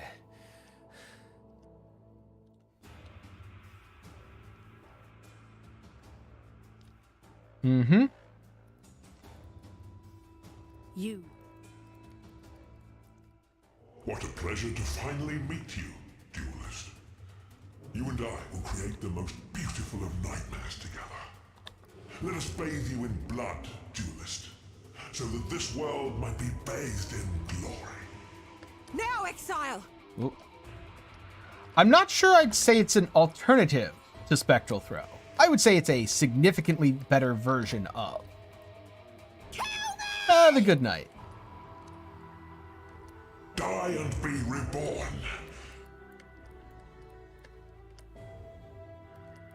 Well, the boss is going down pretty easily here. No, I shouldn't have walked into that. I'm okay, though. Surprisingly.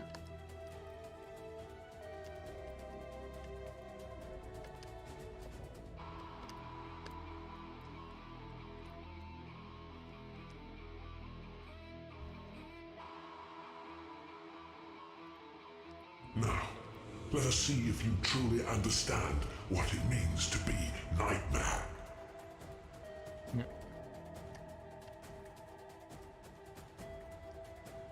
You are being selfish.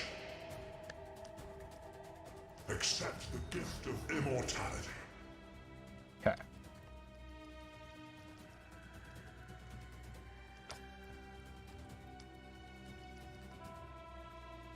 Yep, Piety's a little bit edgy. Kinda don't blame her, though.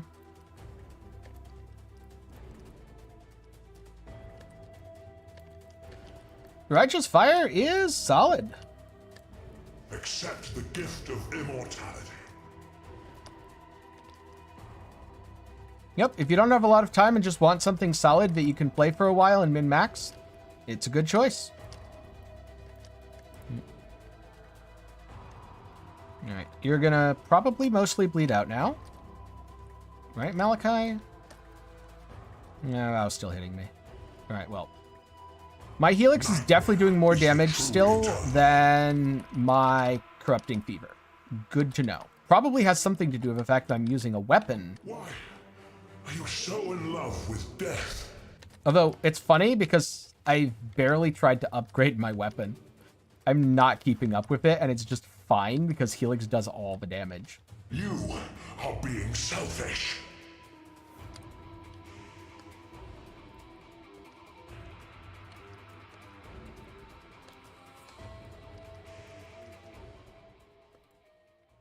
See. Speaking of weapon upgrades, none of these things are weapon upgrades.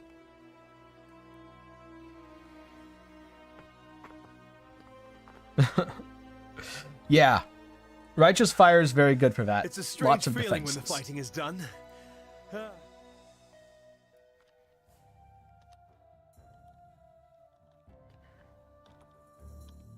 right, Diala, what have you got for me? What I've met. Behead, Fist of War, Barrage, Greater Volley, Spell Echo, Multi-Strike, GMP, Inkay. None of those are useful to me. No love. I was. Our hopes Yeah, I'm not. are with you. Using a stupid, whatchamacallit.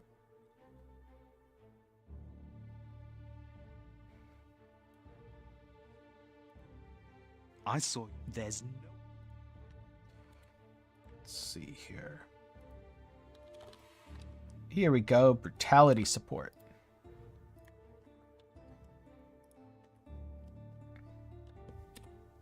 Take care. And now Corrupting Fever costs 369 life, but does over 1,000 DPS when fully stacked. And that's before Cruelty. So it's going to be at like 2,000 DPS now. That's looking pretty good. Now I was like, this load screen's not moving. Why isn't it moving?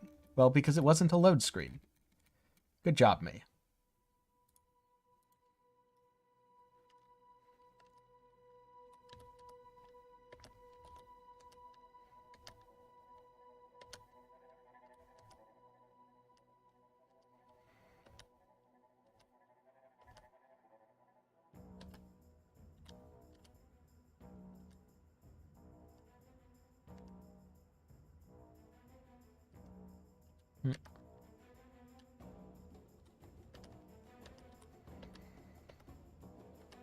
Drop the Sentinel in. Get a ring. Ooh, that could be some lightning res.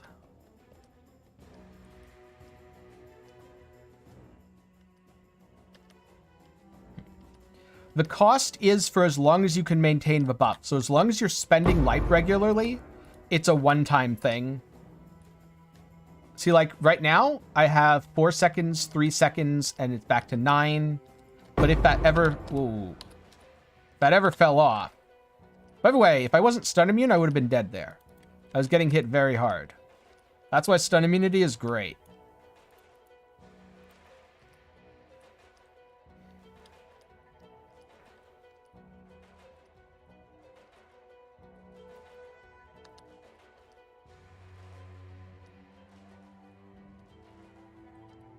I'm sure it'll be totally fine. I'll have to see if I have to cast Exsanguinate or not. I'll have to see if I'm still using Spectral Helix. That'll be the interesting one.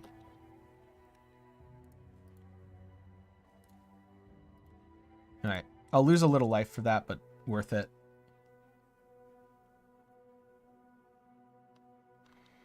So keep in mind that if I'm using Spectral Helix at that point, I'm a Spectral Helix Impale Gladiator, not exactly really how a I Corrupting pictured my Fever triumphant Gladiator. return to Ori. The idea is not to combine the two, it's to pick one and min-max that. And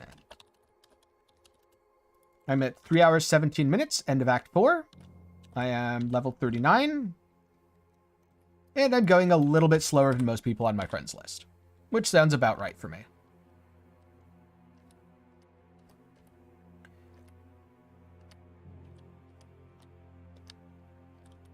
Okay, could this guy just not?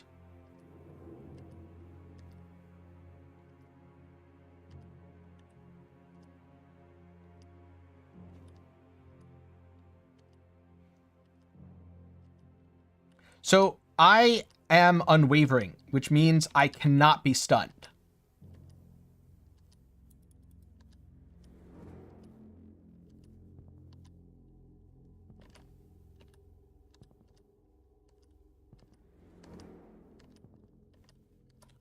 Still, Act 3 is a lot faster than you've done in the past, Snow.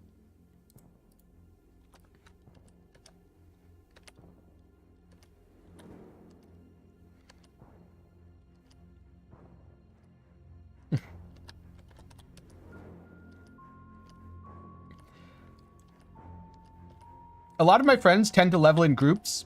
It's really hard for a group to be slower than a solo player. Usually if a group's slower than the solo player, either the solo player is really good, or the group is not trying to go fast. Oh, Well, that melted. Feels good to have an audience again. I should have empowered him with how much damage I'm doing. Yeah, stun chance is normally based off of max health, but in my case, it's not. Because I'm just immune. Wait, that doesn't give me a... Now, where was I?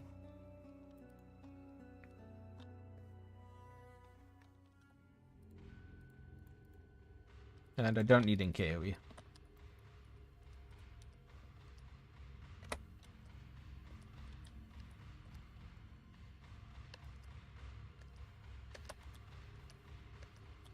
I wouldn't be surprised if we see buffs to Sentinel speed, because I don't think players are going to be happy with you need the cast speed for it to work. And I already feel like I'm sometimes killing enemies before the Sentinel tags them.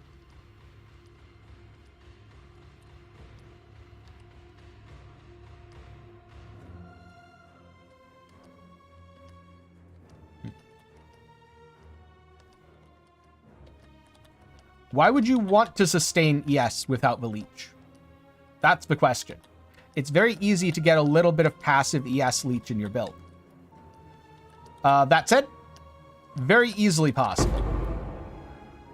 If we're talking about a rare that's just immune to being leeched from, yeah, the ES on hit will be more than enough to sustain ES.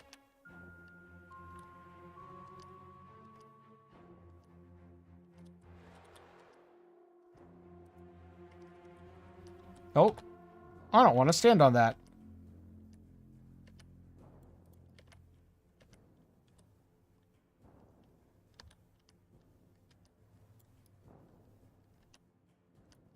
Oh, look. Free money machine. Also, free death machine, too. 2 for the price of 1.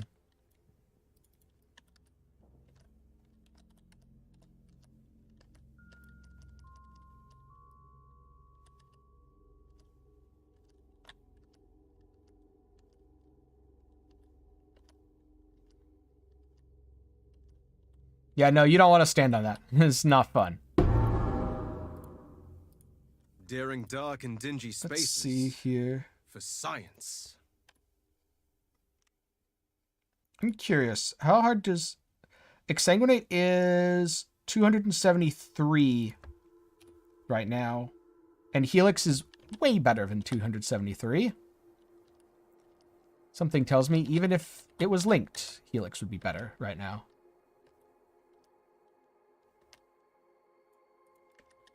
Yeah, I just don't like heisting, so I don't do endless heist. It's a good way to get money. I'm not going to argue against that. I just don't like it, and I can get money from other things.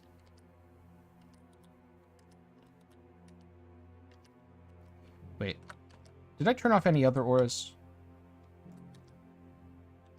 I don't think so.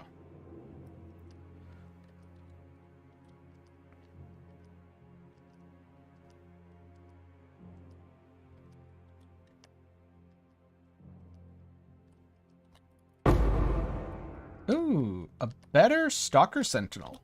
So I don't need this one anymore. Don't need this one anymore either.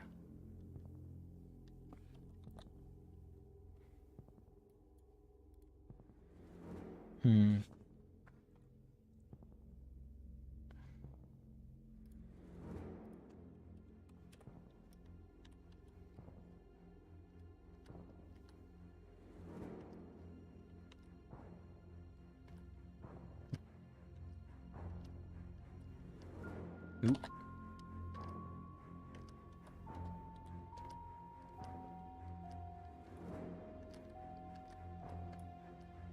Oh, I would have empowered this guy, but I already used it.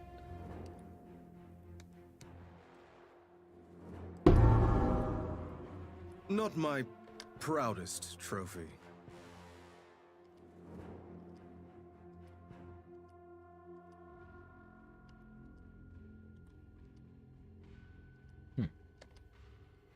Probably with Expedition and Harvest, but we'll see.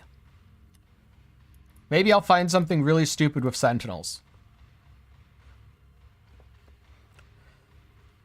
Yeah, if you plan to trade with other players and participate in an economy, and you are not very, very good at the game with a lot of time to play, Standard is a very hostile environment. Has finally reached the surface. Because the problem with Standard is, people get to keep all their wealth. And so people have tens of thousands of exalts. And you don't. So like if I were to play Standard right now, and I wanted to buy a level 21 gem, if that level 21 gem costs 40 chaos, 4 exalts, or 40 exalts, I would not care about the price difference. And that's why things get so expensive on Standard. Because people just don't care. Because they have so much money that spending 40x on a 21 gem is worth it, instead of 40c if they can actually complete the trade.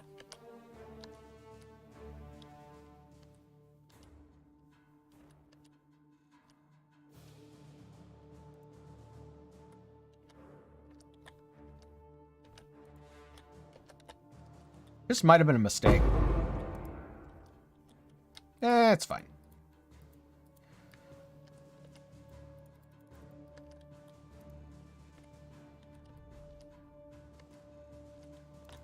The only way to get better at crafting is practice. Practice, practice, practice.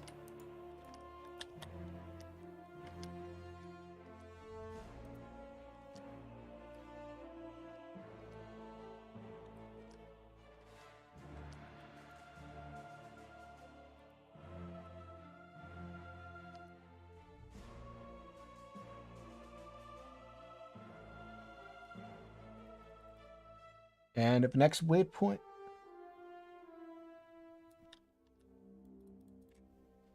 I should think of something flashy.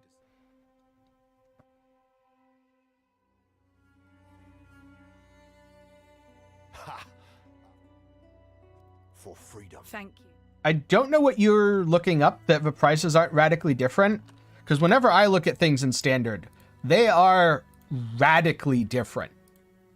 Things that cost a few chaos for me cost exalts in standard. I guess if you're looking at super high-end items, maybe even not. It might even be cheaper, because a lot of super high-end items in League are mediocre items that you really shouldn't be using in standard.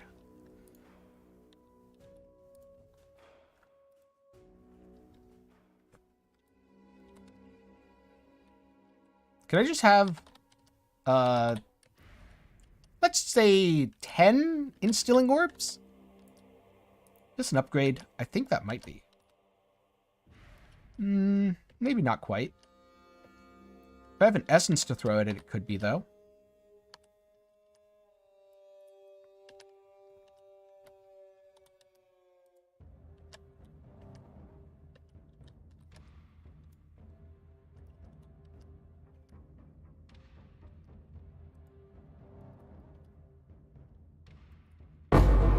Power Core.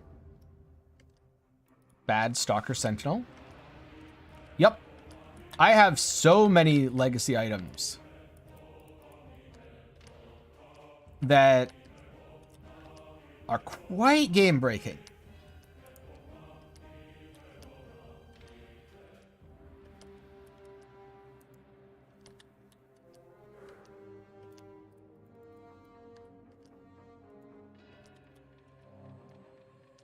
No.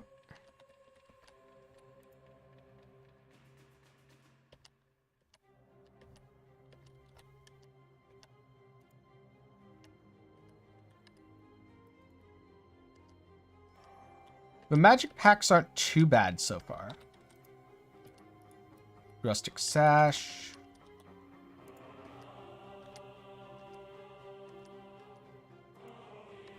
Gonna try something after this.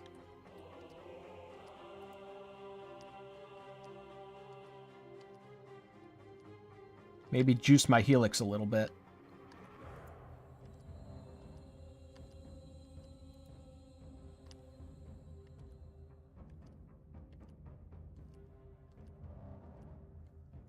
Yeah, whenever I look, usually the difference is literally 40 chaos to 40 exalts. But maybe it's because I only ever look right before the new content.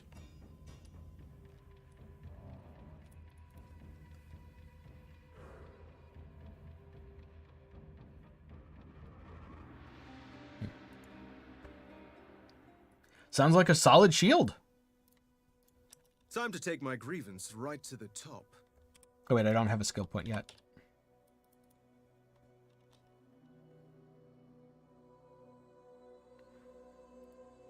I can do this though. And I forget the recipe, but I'm gonna go turn this in. I think it's... Oh right, Zana and Navali are... Right, it's all broken. Alright, let's go back to this town then. Because my normal vendor isn't here yet. Talamoana. Wait, do I not have a blacksmith's whetstone? For freedom. Here they are. Yes. Oh.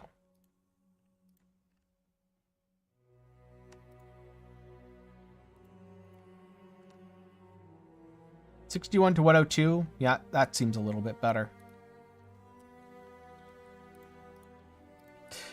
Yeah, but you're talking about super cheap stuff that you should only be using for a week at max. For vengeance.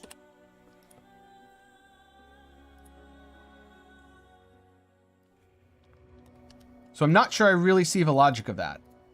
Unless you just never progress your builds beyond using super cheap common items that most people stop using after a week. In which case it feels like you're kneecapping your progress in standard to not re-roll, but then you're doing it anyway, and I don't really understand.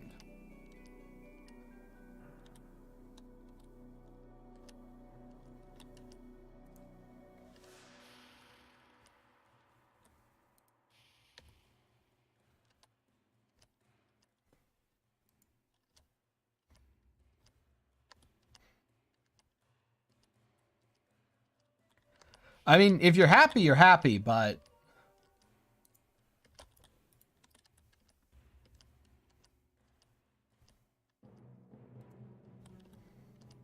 overall, I don't think you're doing yourself any favors in terms of learning the game and gaining forward progression.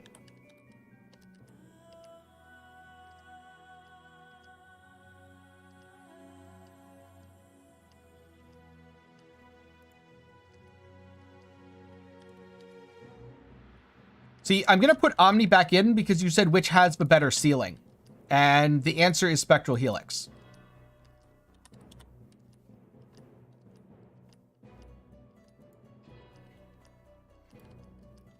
If we're talking about min-maxing builds, then you have to consider something like Omni because Omni is cheap compared to the other items you'd be buying to min-max, like your Claw. Which the price in terms of the Claw would be the same for both and would run you between 30 and 100 exalts. And I know this because I did it last league. And the decent one ran me 30 and the expensive one ran me about 100. And a perfect one would have been probably closer to 130. 130 to 150.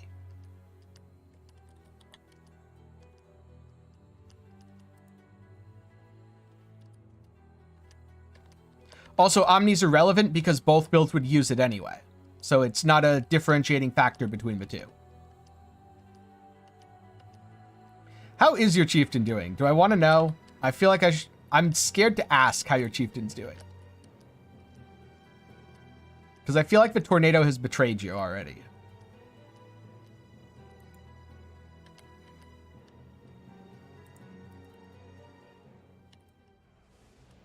The world must be cleansed of impurity.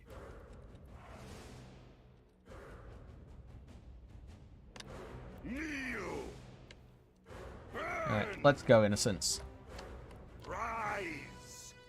No rise. You know what? Can I do this? I bet I can. Wait, really? It's not empowering the boss ads? It doesn't empower boss ads? Lame.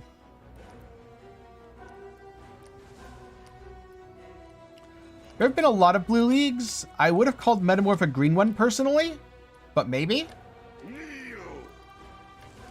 Oh, so you're not even using Tornado. So Tornado has definitely already betrayed you.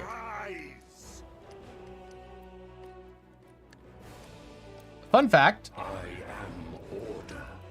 You can't use an Archnemesis, or not, can't use a Sentinel on these. Which is really unfortunate. That's not going to hit me that hard. Oh, that'll hurt.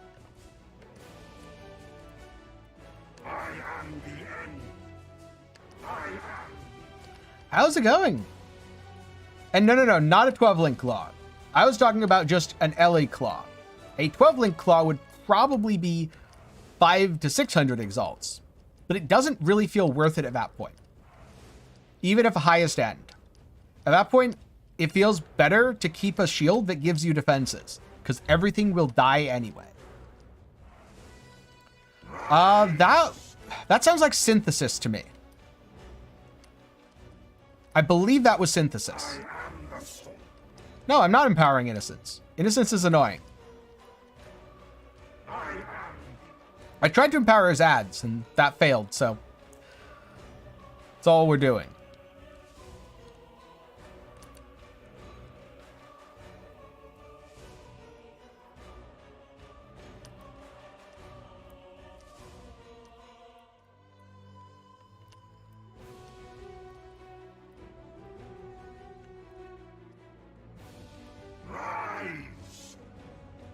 Oh, he's dead. Wait, I was still in that? Oh no. Ah, it's fine. Crim Sorrow, not useful. Those could... No, it's Link. Never mind. You, and only you.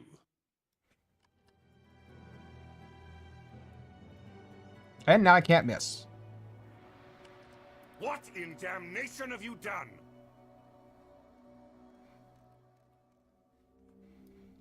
I feel like every time I fight a boss, people are just going to be like, empower it. And I'm just going to be like, no.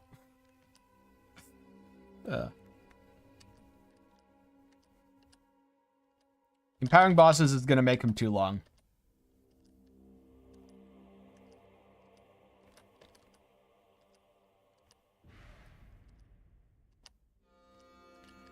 Yes, I believe it was Blight next.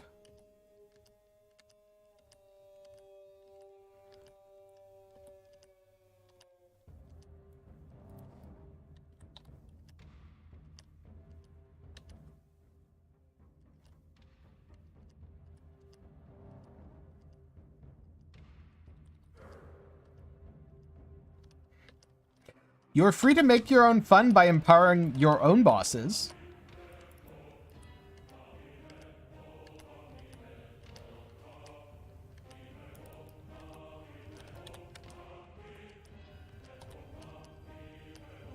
Blight was only laggy for a week. It really wasn't that bad.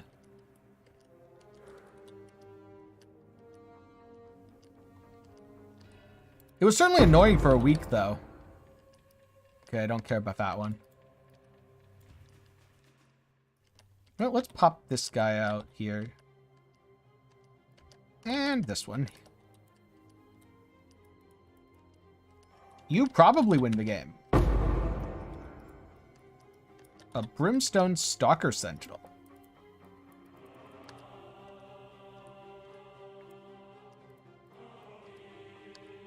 I have a power core. I could empower this Sentinel.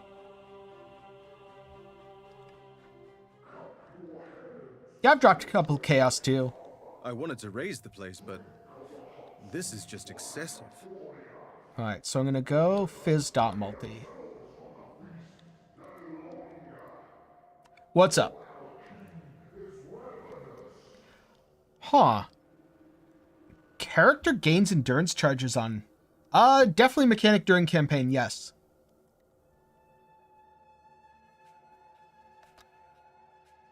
I don't really care about the jewelry reward. Maximum life, fire res? Yes, please.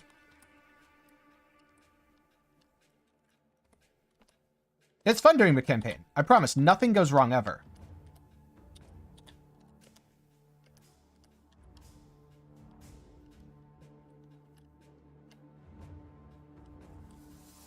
You're definitely never going to accidentally empower a boss that you can't kill after.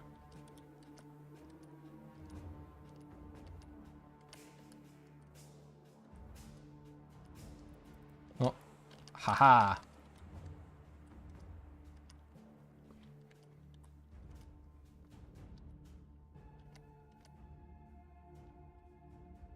No, that's not the way. I'm still getting full cruelty. I should see if I'm getting full cruelty on bosses, though.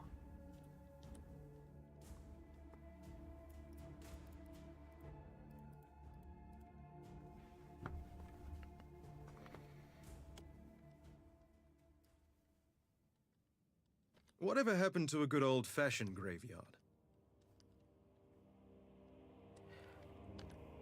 So here's my question to you in terms of PoE with an offline mode. If you could choose between PoE is a $60 game and, no, let's say a $40 game. So it's a $40 game and every league is $15, but it has an offline mode. Or it's exactly like it is now. Which would you pick?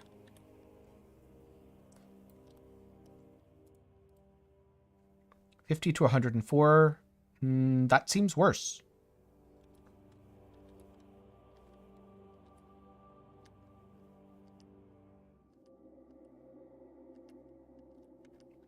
Yeah, I would also pick as it is, but that's what you'd probably be looking at. Now, maybe 15's too high. Maybe each league would be, say, 10. Or maybe it'd be a $15 every 6-month kind of release schedule. But there'd definitely be a difference where you would be paying far more money as the average player than you do right now.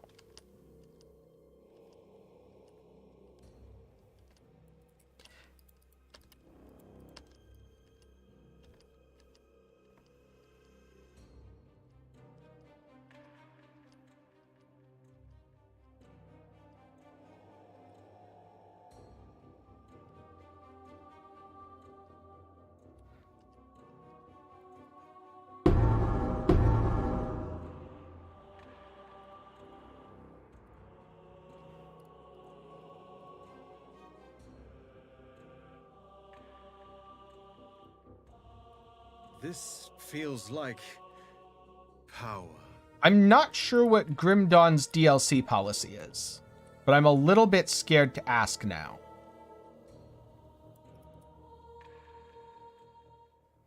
Yeah, perma SSF PoE would not be very fun. It would not be a game that people play that much. Part of the reason that PoE is great is because of trading.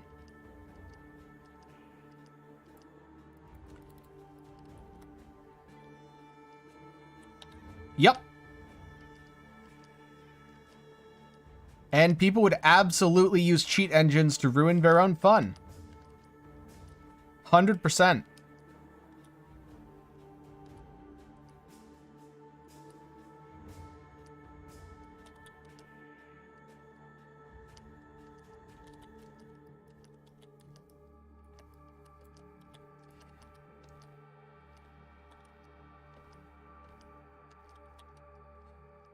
That's the thing, though.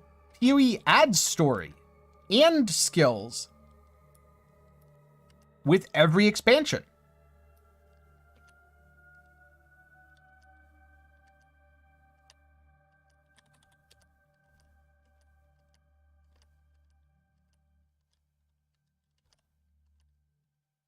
No, this is the wrong way. I guess I shouldn't say with every expansion, since this time there wasn't. But almost every expansion. Every expansion in recent history, with the exception of this exact current one. Yeah. That's exactly what they do, except for right now.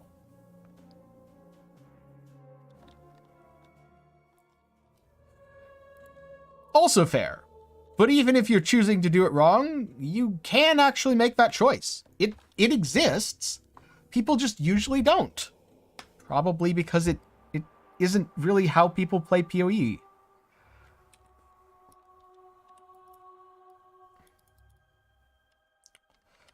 Well, GGG called it an expansion, and it had endgame, which is typical of an expansion.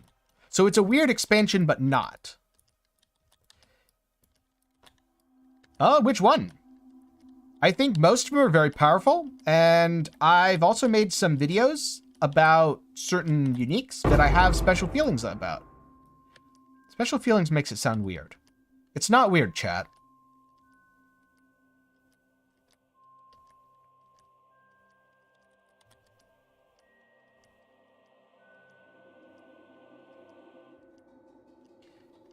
Yeah, but why would you ever trade anything in Grim Dawn when you can just copy items?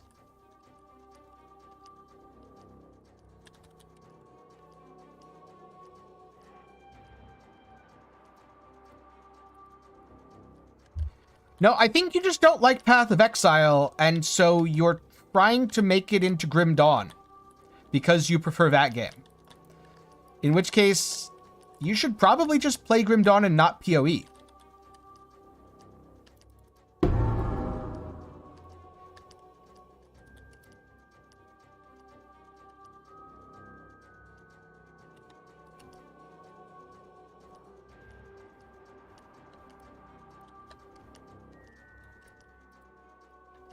Oh, my inventory's full.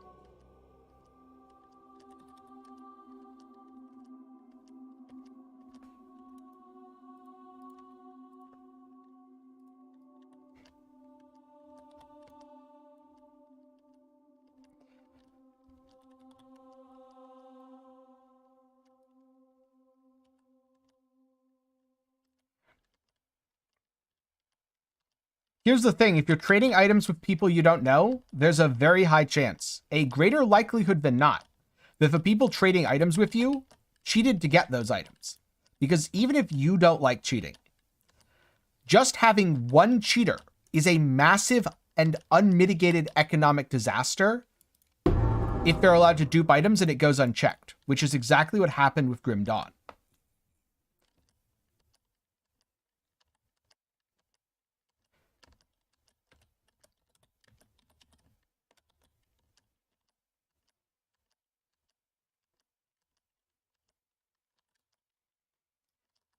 The difference is that people who buy exalts in Path of Exile aren't creating those exalts.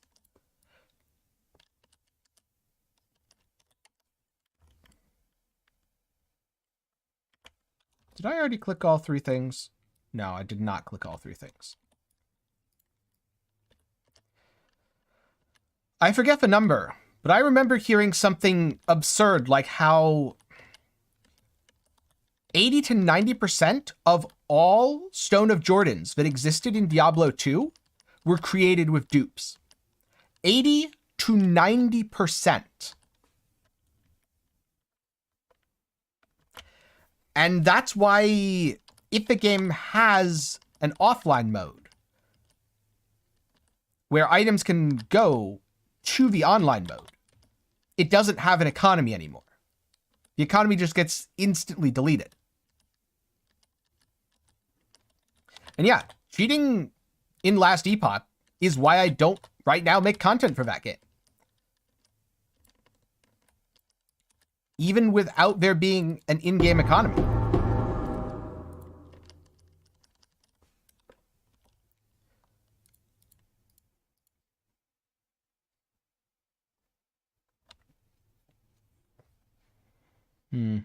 I have made this problem, and I'm going to fix it by dropping these. And also now by logging out.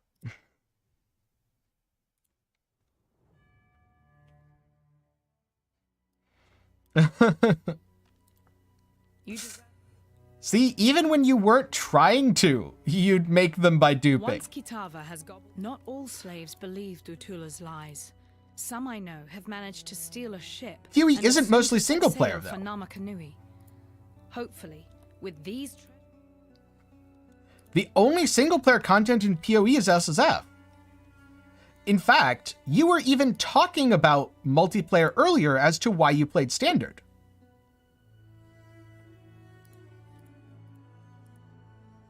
For freedom. Hello. Yes. Of course you should care if someone else cheats. For freedom. Because it impacts the integrity of the game as a whole.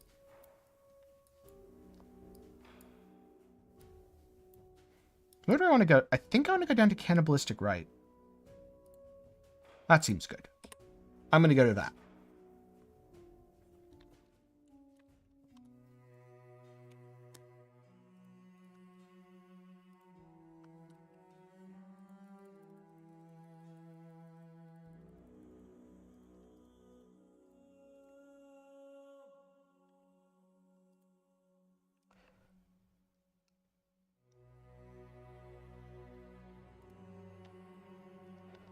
So here's the problem with cheating in Last Epoch. When people cheat in Last Epoch, they do so specifically with the goal of creating content in a deceptive manner.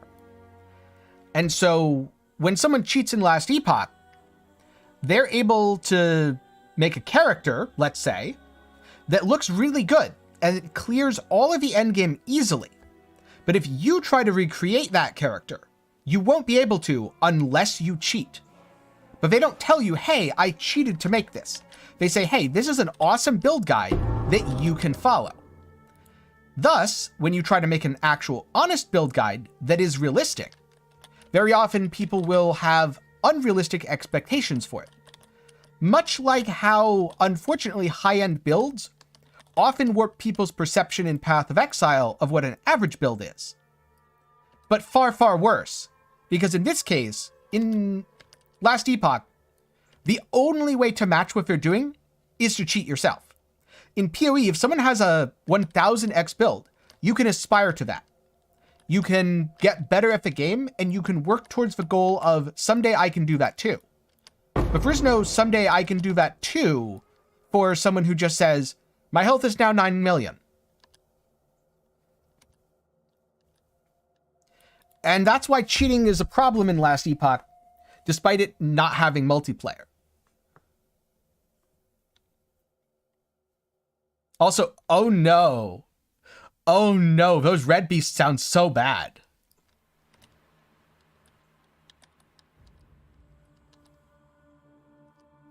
Yeah, it is why I'm very excited for Last Epoch multiplayer to hopefully finally be coming out.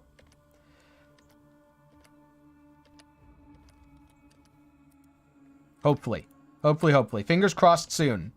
Soon, TM. I wonder, will this empower the...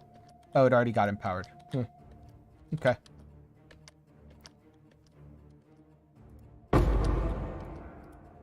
Not bad.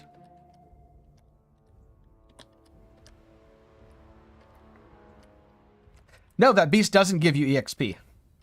They're considered ads. Or, rephrase, the main red beast will, all the little infinitely spawning ads will not. So you can't use that to your advantage.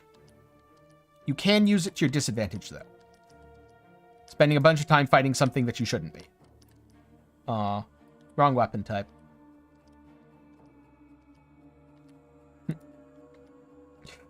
Yeah, everyone... Be nice to Dread. He's a refugee. He usually plays Last Epoch.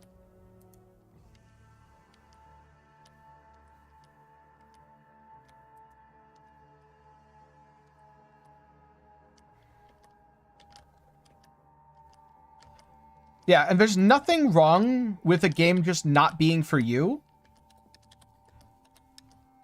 But if the game isn't for you, and let's just say you all of a sudden got to... Wait. Ow? That was not nice. Got to change it. What you'd end up doing is very likely ruining it for the people who do enjoy it. Oh my god, the malediction aura hurts so much now. I feel bad for hardcore players. That hurts so much.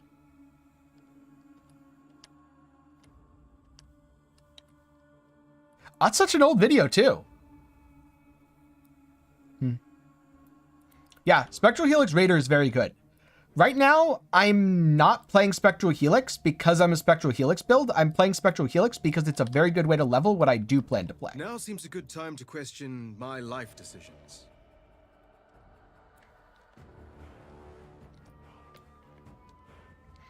I'm a Corrupting Fever build, and it looks like I'm getting 22% cruelty effect, which still isn't bad.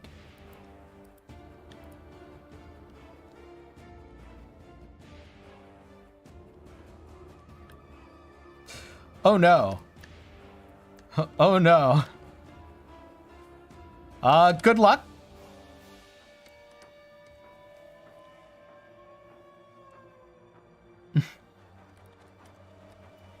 Fair enough. If you look at super rippy mods and you go challenge accepted, that's exactly why hardcore exists. I guess I more feel bad because of the fact that not all of them will be expecting just how rippy something like Malediction's going to be now, since you can't just not do it. But yeah. And I feel like that's something that is sometimes missed about hardcore and solo self-found, where I hear discussions like, oh, well, if hardcore had extra loot, then I'd play it. Or if solo self-found had extra loot, then I'd play it. But that completely ruins it for anyone who enjoys it right now. Because people enjoy hardcore for the limitation. They enjoy solo self-found for the limitation. 2018 was 4 years ago. That's definitely old. The flame of hope may flicker, but it cannot be extinguished. They won't do anything with PoE 1 when PoE 2 releases, because PoE 2 will be PoE 1 at that point. Or I guess PoE 1 will be PoE 2. Is this what losing a It would be a fight feels bloodbath. Imagine if the future boss kill events, instead of being hardcore solo self-found, they're hard mode solo self-found. All right, don't think I unironically think that would be a great decision for the future, because it'll slow down the race. People won't be finishing it day 1, day 2. Now there's a...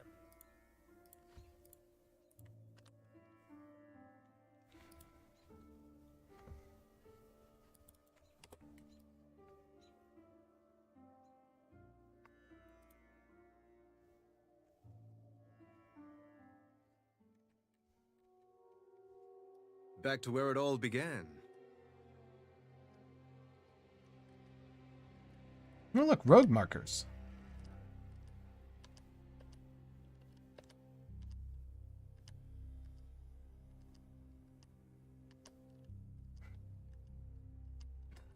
Well, in the case of this, it's not going to be $1 million.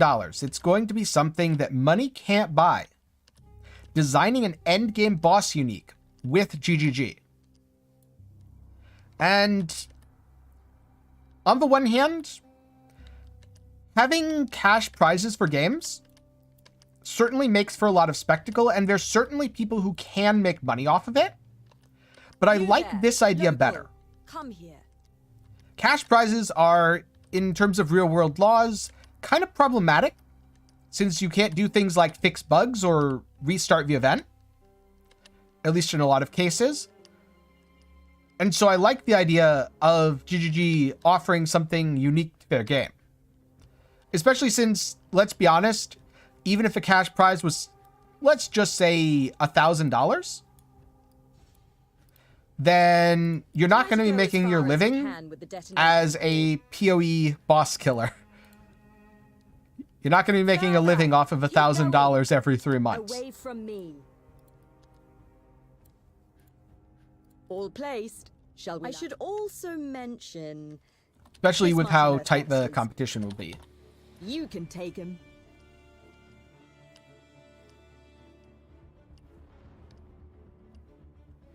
Go get him, local. Okay, I want the Echoist to die. You did it. You did it. Most of the locals I grabbed for this job don't last long.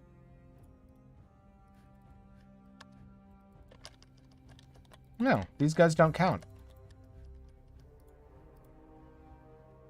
Yeah. It's a really cool prize.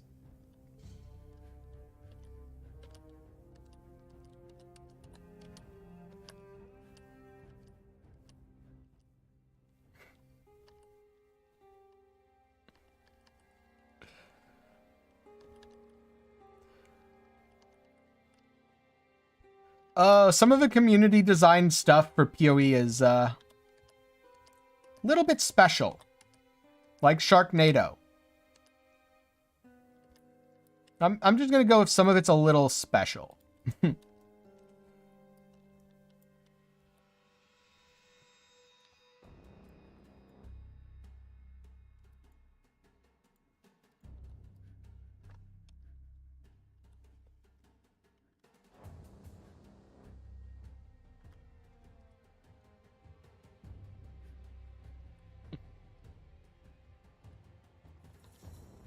Wait. 7 monsters. How did I miss 7 monsters? Oh no.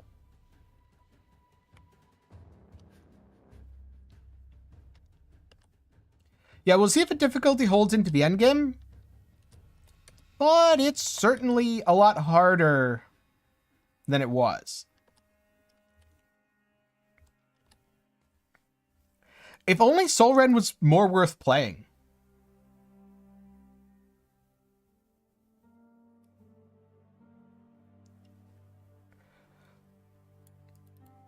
There are quite a lot of words that are banned on YouTube. Farewell. Do I hear the click? Anytime.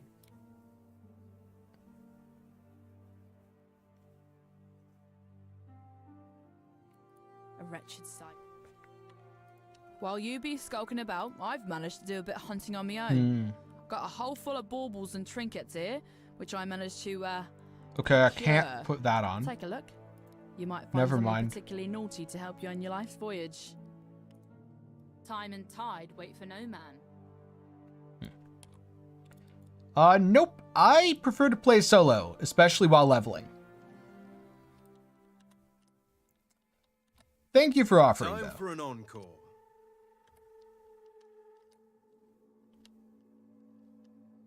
This way is not the way.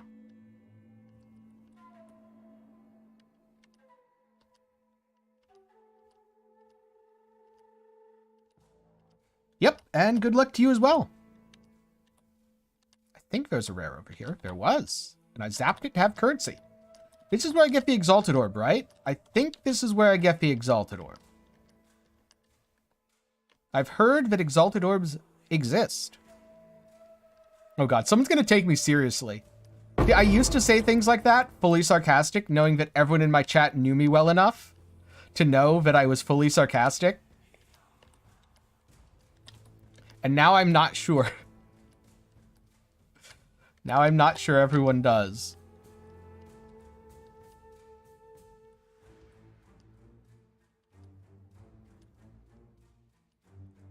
I don't want to stop for Gwenin again. Do I? No. You there, local, come here.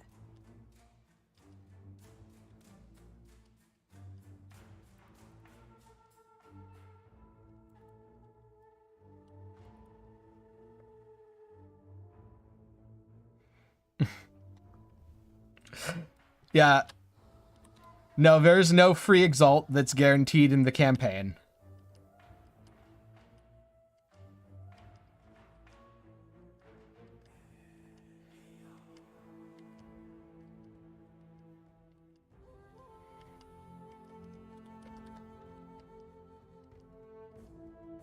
So far, the league mechanic is okay.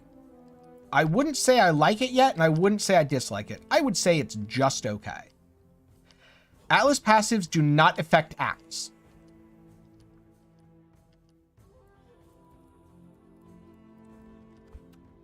You know what? I bet I can do this. This is not a bad idea. I swear, chat.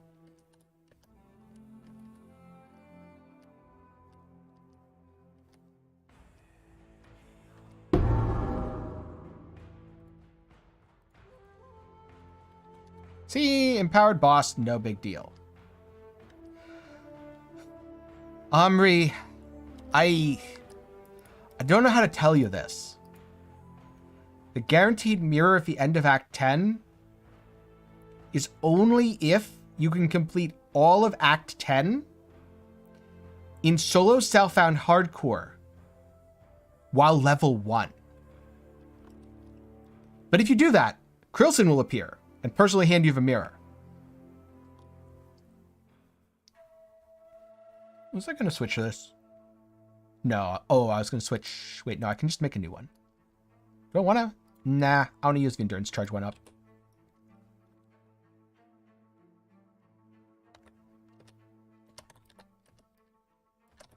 No. Ow. Maybe I shouldn't have done that. I didn't see the ghost.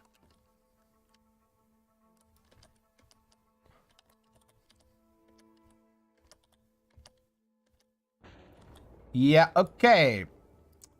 Let's fix this.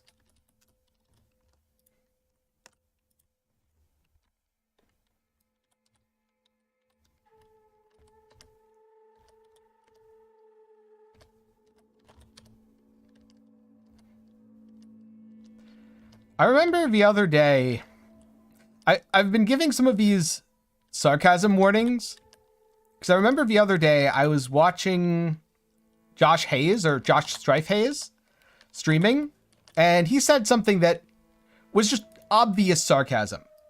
And someone got super mad at him for it because they did not realize that it was sarcasm. And then I remembered that sometimes people don't know what sarcasm is.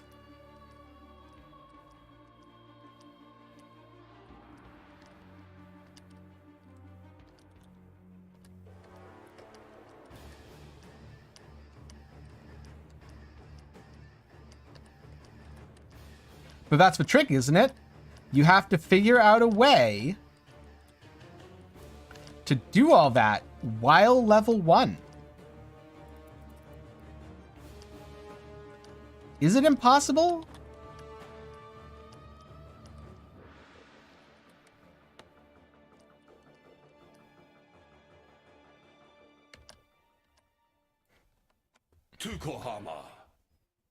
What is it? Good question. Where can you find it? The internet.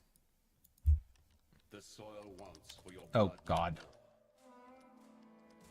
Just stepping out into a firing squad there. Why don't I?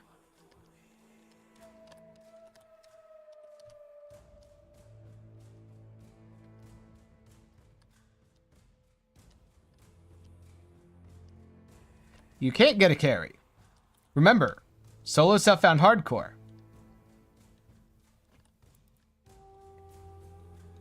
But you're onto something with the de-leveling.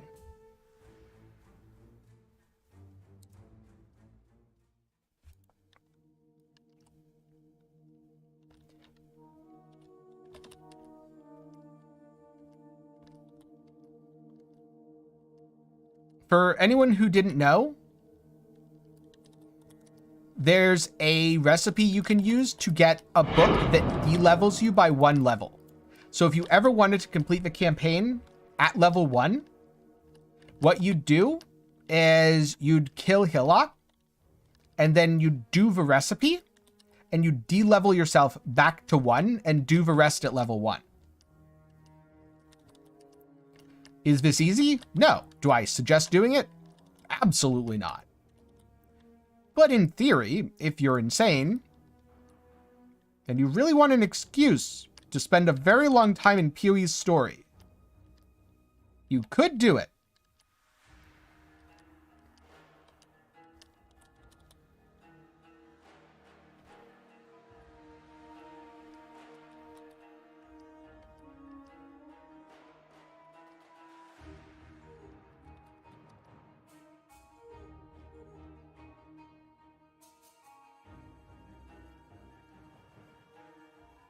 I think I'm just not going to use a Sentinel for a level or 2.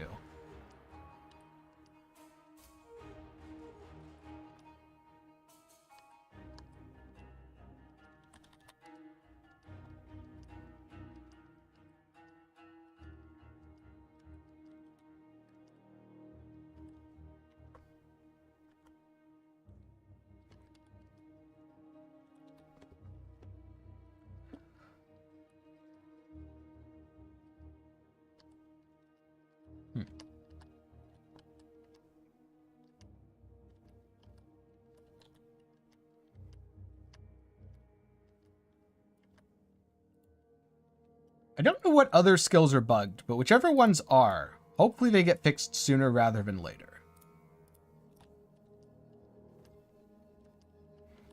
It is very likely that if it's at all possible, which, by the way, it totally is possible, that someone has at the very least attempted it.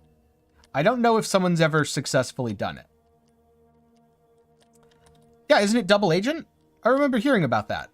I think they're called Double Agent. Also, I'm failing at navigation.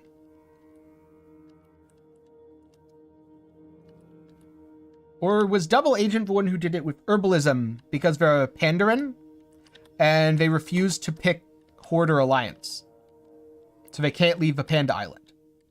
Yes, they did fix that bug. Flame Wall is not the overpowered meta skill that everyone's going to be using. Let's be honest, Uber Elder would be dead already if it was. Yep. I used to play World of Warcraft. I remember that story. It was very funny.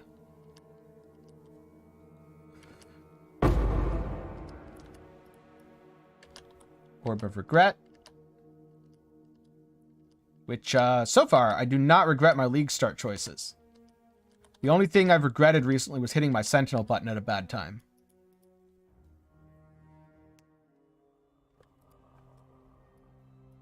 There's a lady in a tower, but this is no fairy tale.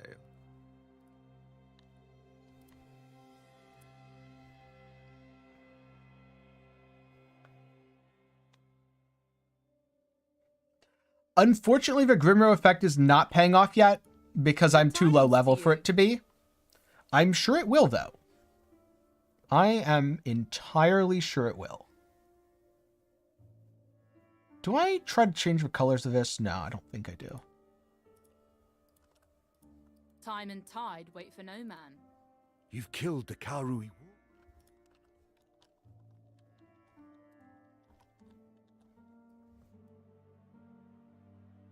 Imagine selling someone defective drones. Who would do that?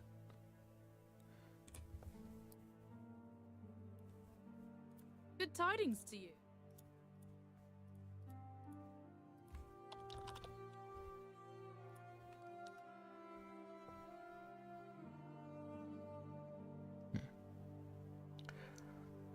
Tenkiei with decent damage. A side of RF.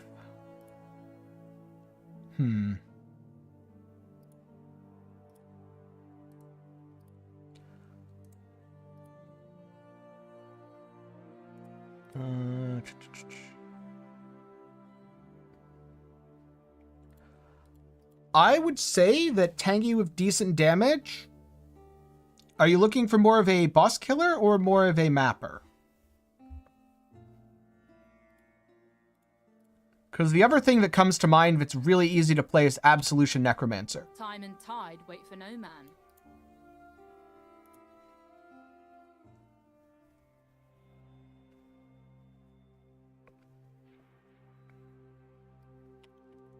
So if someone else was desecrating, the level of the desecrate would be limited by the area still. Oh, that was my dash.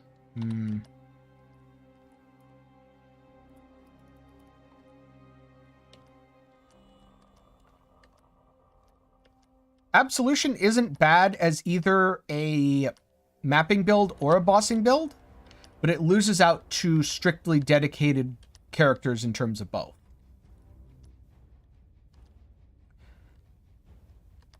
If you're liking RF and you want something that's similarly easy to play, I would definitely say Absolution Necro.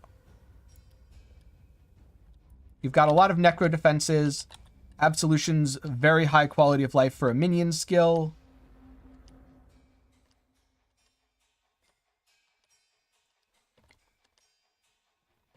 And it can go Skelly Mages later, which is even stronger. You have lost your mind. Casserole Channeling isn't a gem. It's just strictly better if you think about Casserole Channeling as not existing, except as a support for utility skills.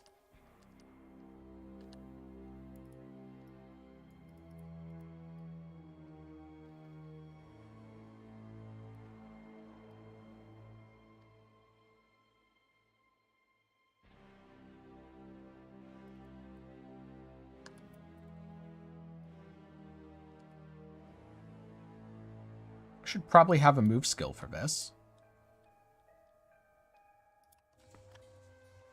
I'm just not sure what I can take out to re-add it.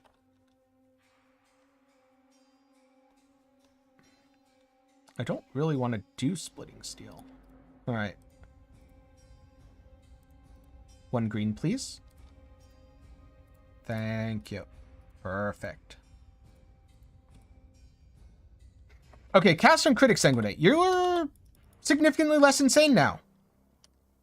Cast on Critic Sanguinate's probably pretty decent. I wouldn't say top tier, but I wouldn't say bad either. Belief is the strongest metal of The reason I wouldn't say top tier is Forbidden Rite is just better. But for a non-Forbidden Rite cast on crit build, I could see it working pretty well.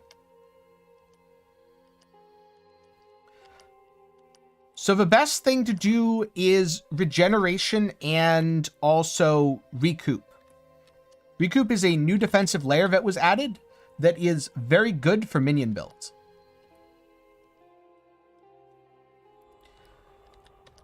Luckily, I don't think anything in PoE can melt my GPU anymore.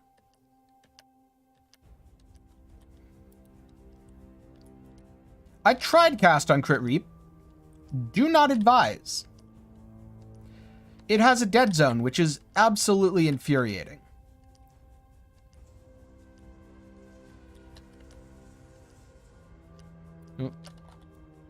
Oh, nice lag. The server lag's starting to hit.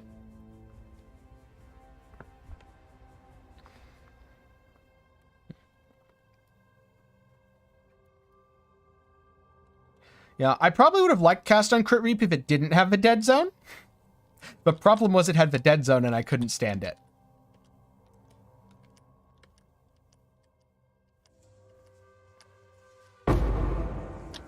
I greatly value quality of life in the skills that I play, and so I tend to detest things with dead zones. That said, Exsanguinate doesn't have a dead zone. Have a good night, and I'm glad I could help you find something to play. From everything you've said, I think you'll have a good time with that. And since it sounds like you don't like trading a ton, it's very solo self-found friendly.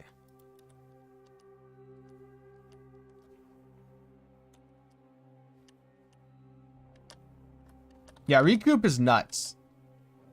It's a very strong defensive. Oh. Yeah, I shouldn't have empowered that.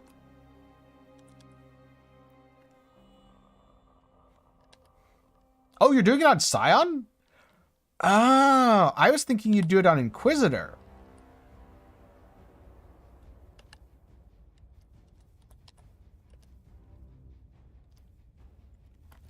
Yeah, it's going to definitely be a rougher league start for you.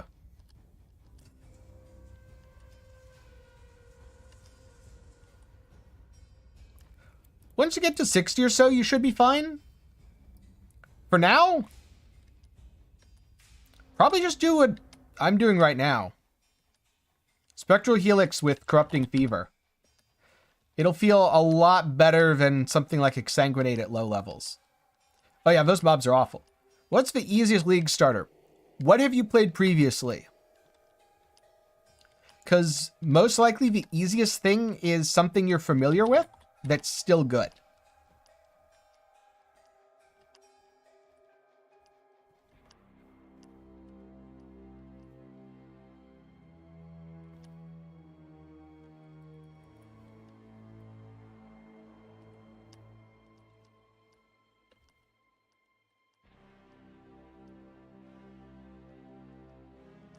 Ow. I shouldn't be standing next to that, but I did.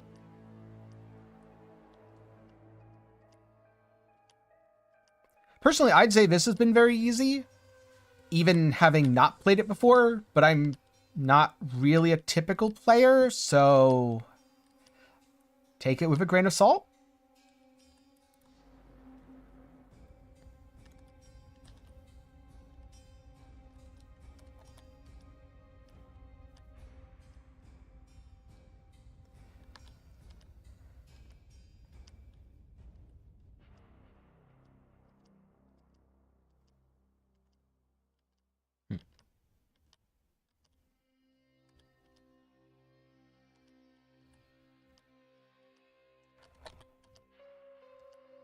Oh, that's a tough one because both are super, super easy and super strong builds. I feel like in the Acts, Poisonous Concoction will be a little easier. But in early maps, Cold Dot will be a little easier.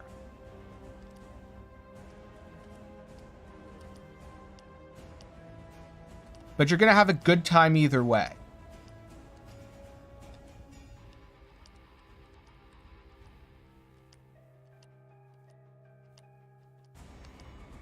A Mathel build. Oh no. The new rares are going to hit you for 5 times your max health. Well,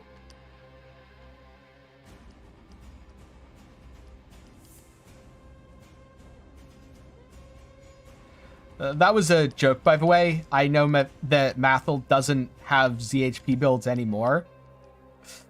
But it's also a long-running joke for a reason. He used to have very ZHP builds.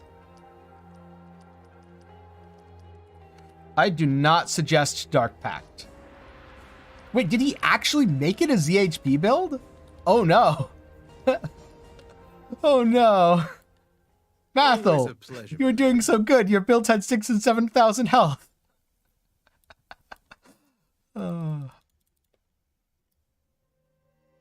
See, the problem is that Mathel's a god gamer and he can dodge everything.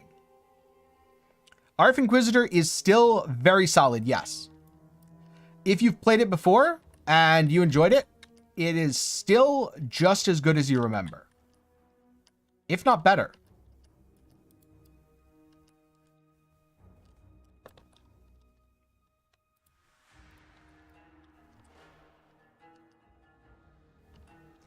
If you want to just get to mapping as soon as possible and switch, then I would go Poisonous Concoction unless you are already very comfortable with Cold Dot.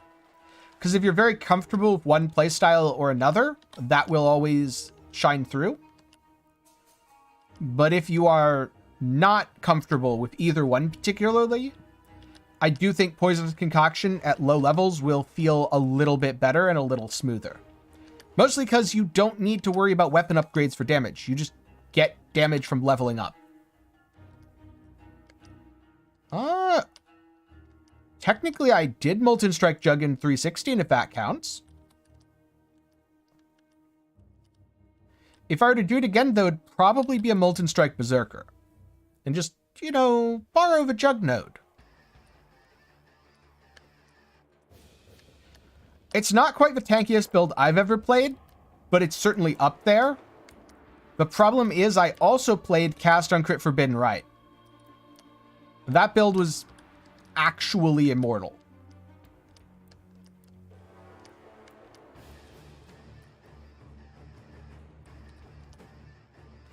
Especially since the version I played, nearly immortal, no Forbidden Flesh, no Forbidden Flame.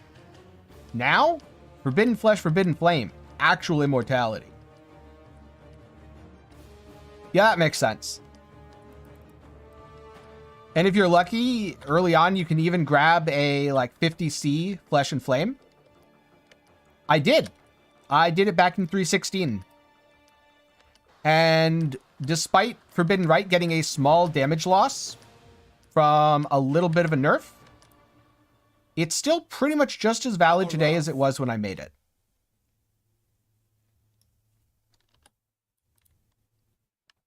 What did I call my RF build? That's a very good question, which I don't remember the answer to.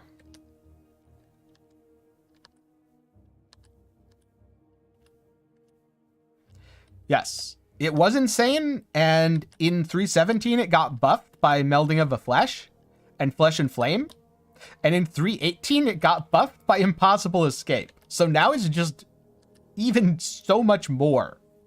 Oh, literally on fire, that's right. Yeah, it was 10 literally on fire.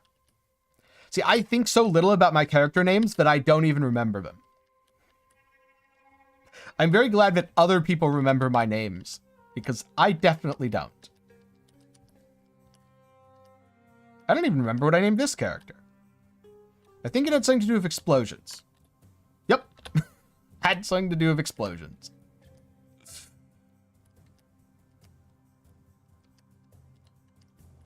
Poor Captain Lance. Being a hipster is a heavy burden.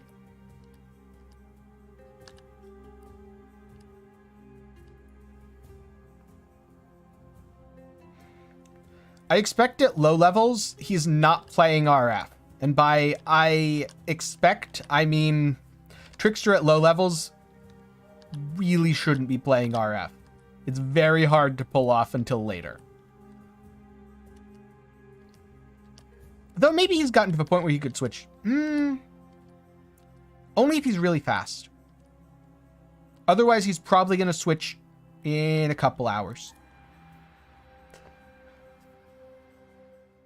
So if I had to guess, I would say he's probably not an RF build yet.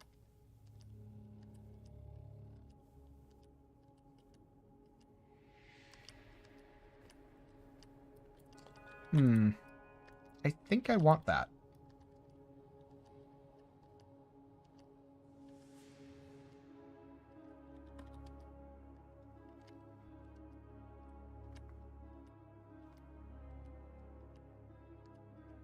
Oh, okay.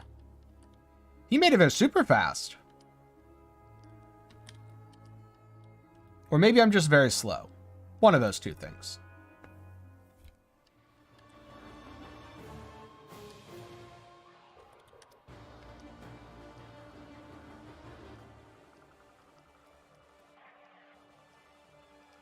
Fighting the degen still. Yeah, that'll happen. Congrats.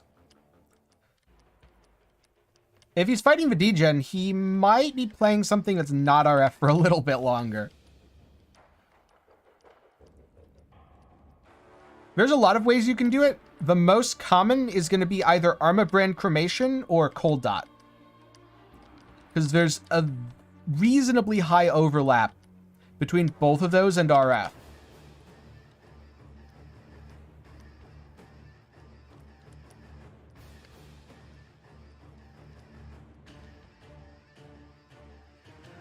Oh, that node's a bait, though, because you need to be able to sustain fully without the node. Are these boots going to be good? Release this land to the will of its... Oh, I don't have another belt.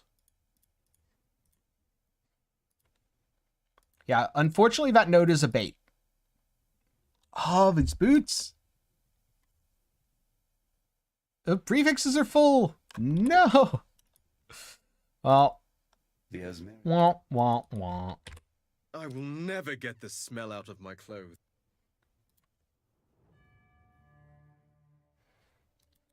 Who'd have thought those old goats turned up? I mean, they changed Malediction. Good tidings to you. It's only a 30% guaranteed death aura instead of a 50% guaranteed death aura now. Yes, magic packs are very, very scary. Good. They are not messing around anymore. With another day. Stay sharp out there. They want you dead. Unambiguously. Good tidings to you. Okay, where do I go next? Here and here. Generic increases to damage. Always nice.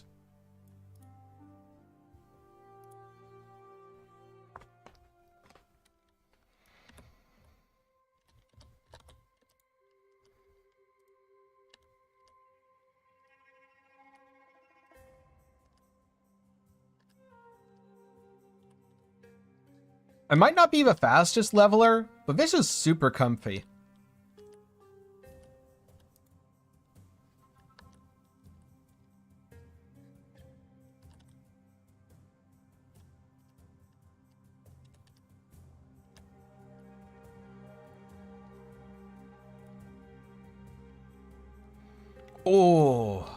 Oh, that's rough. I bet they're yelling, "Who's the monkey now?" Sounds like something monkeys would do. Well, except they wouldn't really be yelling.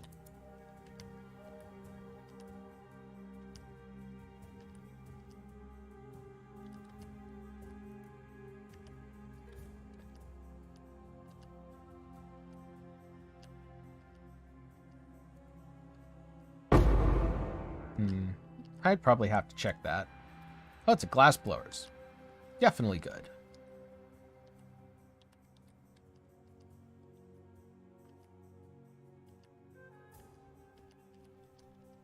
Do I do it?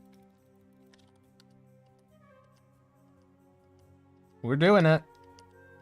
We're getting ourselves some essences. Should be fine. Oh yeah, that was easy.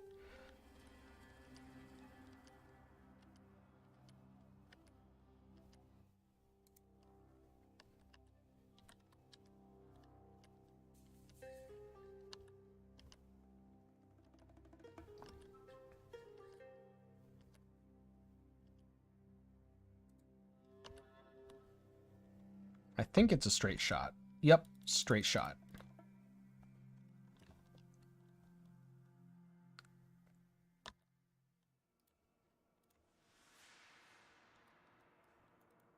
His time has almost come.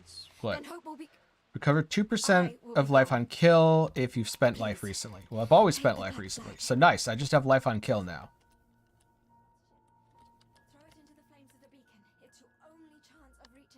My recovery should feel a lot better while clearing.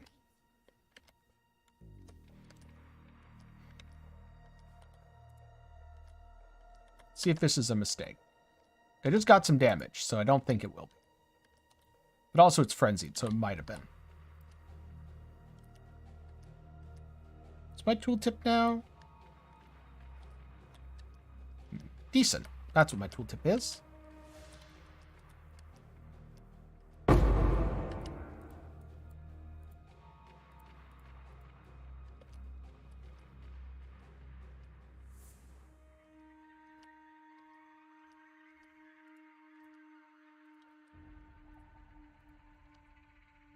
I was going to say, that feels like a dead end. It feels like I should be going over here.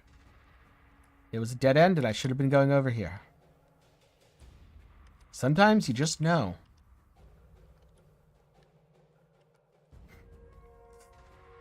Yeah, I am learning that. It's weird to think about, because it used to be that blue packs were the things to look at for, like, easy EXP. Now, blue packs, super, super scary. Super... Oh. Hexer's also super scary, by the way. Fun fact, for anyone who's wondering. Oh, it also has charges. Nice. Overcharged Hexers.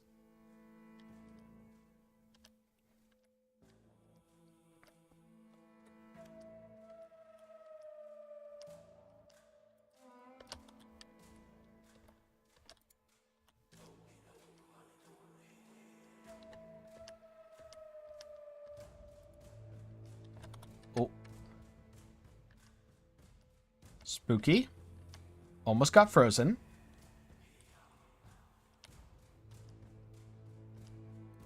The endurance charges do help, though. Oh. I need to make room, because I need to pick that engraved greatsword up. I've not been doing a great job of inventory management. No, someone made it to maps. Yeah, that kind of has double the damage range of my weapons. Oh.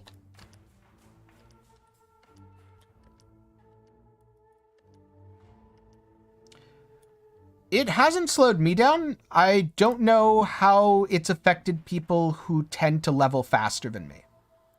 But for me personally, nah, it hasn't really slowed me down. It's not too bad. You certainly notice it sometimes, but it's very manageable.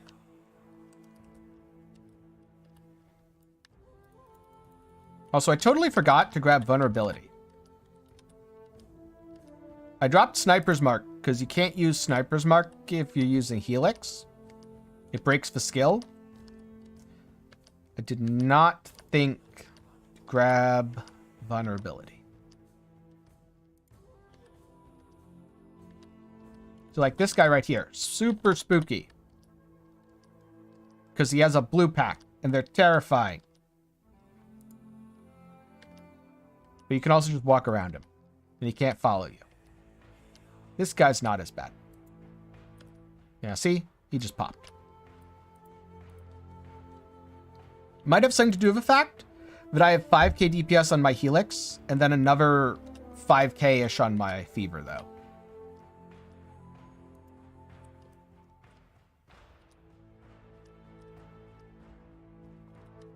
So it stops it from spinning. Instead of spinning, the split causes the projectiles to shoot out.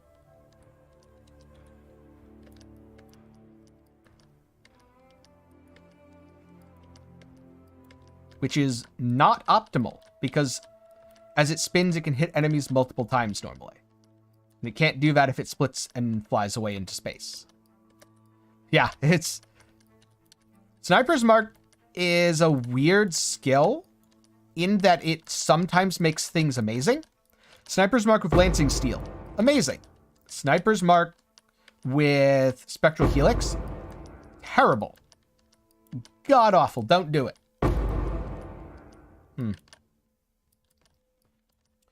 Oh.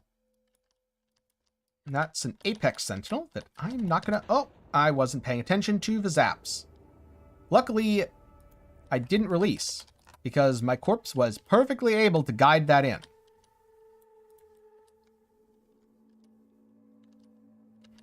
Hey! How's it going? This game is very good, but it is not for everyone. It is only for people who like a challenging game experience. So if you've played something like Diablo 3, and generally speaking, you like how easy Diablo 3 feels, then I would not play Path of Exile. On the other hand, if you like being challenged, then Path of Exile is a great game. It feels super rewarding to overcome those challenges.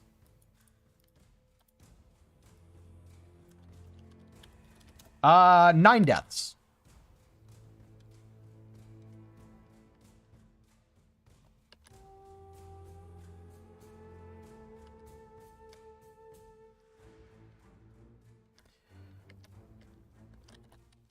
So there really isn't a similarity because Cast on Crit Forbidden Right is CI. Yeah, self-cast Forbidden Right, not a build.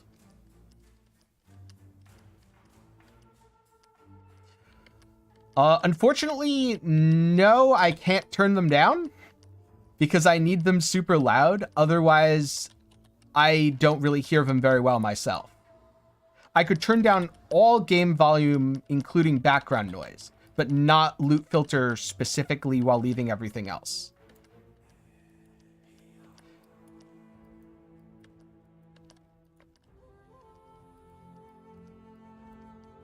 Yes, self-cast Forbidden Right is that bad.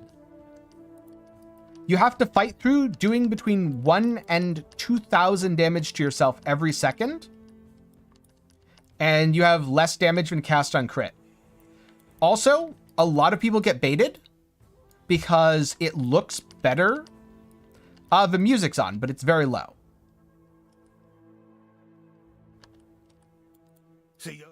The actual sound effects, no. I would be going crazy if the sound effects were on. I tried that last time. Do not advise. Don't think, huh?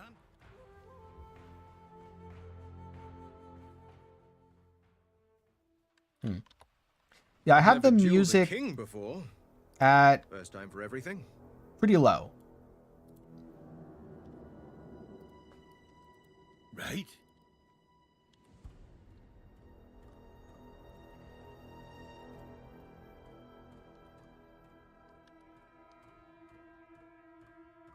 It should be noted, once you have gear, you shouldn't be able to kill yourself with a skill anymore. It is possible. So the reason you don't do CI self-cast Forbidden Right, because I tried that in 3.15,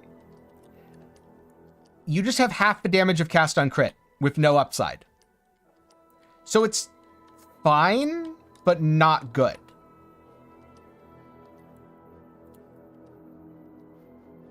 Cast on crit, you give up a little bit of damage per hit, and you gain essentially a massive amount of cast speed.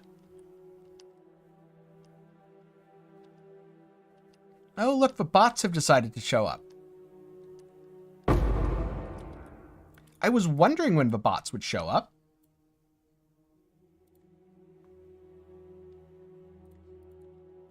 If only a trillion-dollar company could prevent bots from making multiple accounts with the exact same name one after another.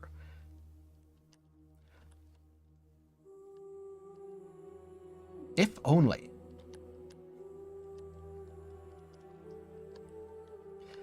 So, totems aren't really the way to play anymore after the nerfs. They used to be, though. So strong. But cast on crit is definitely the way now.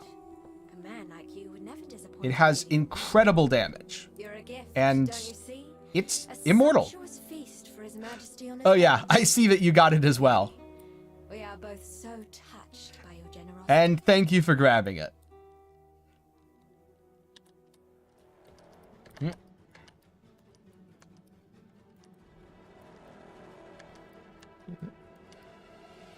I had figured that you were busy leveling, which would be completely understandable right now. A lot of people are busy leveling.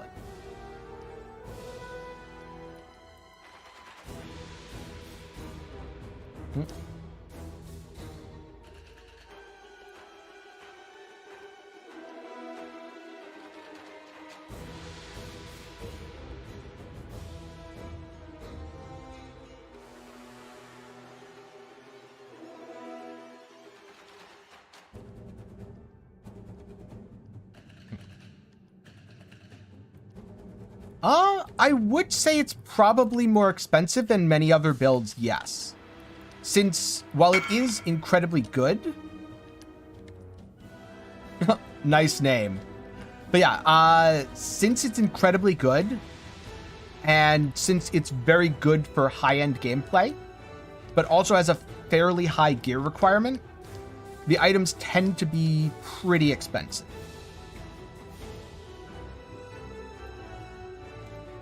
Things like the Grasping Mail. Well, the Grasping Mail is because it's good for just so many builds.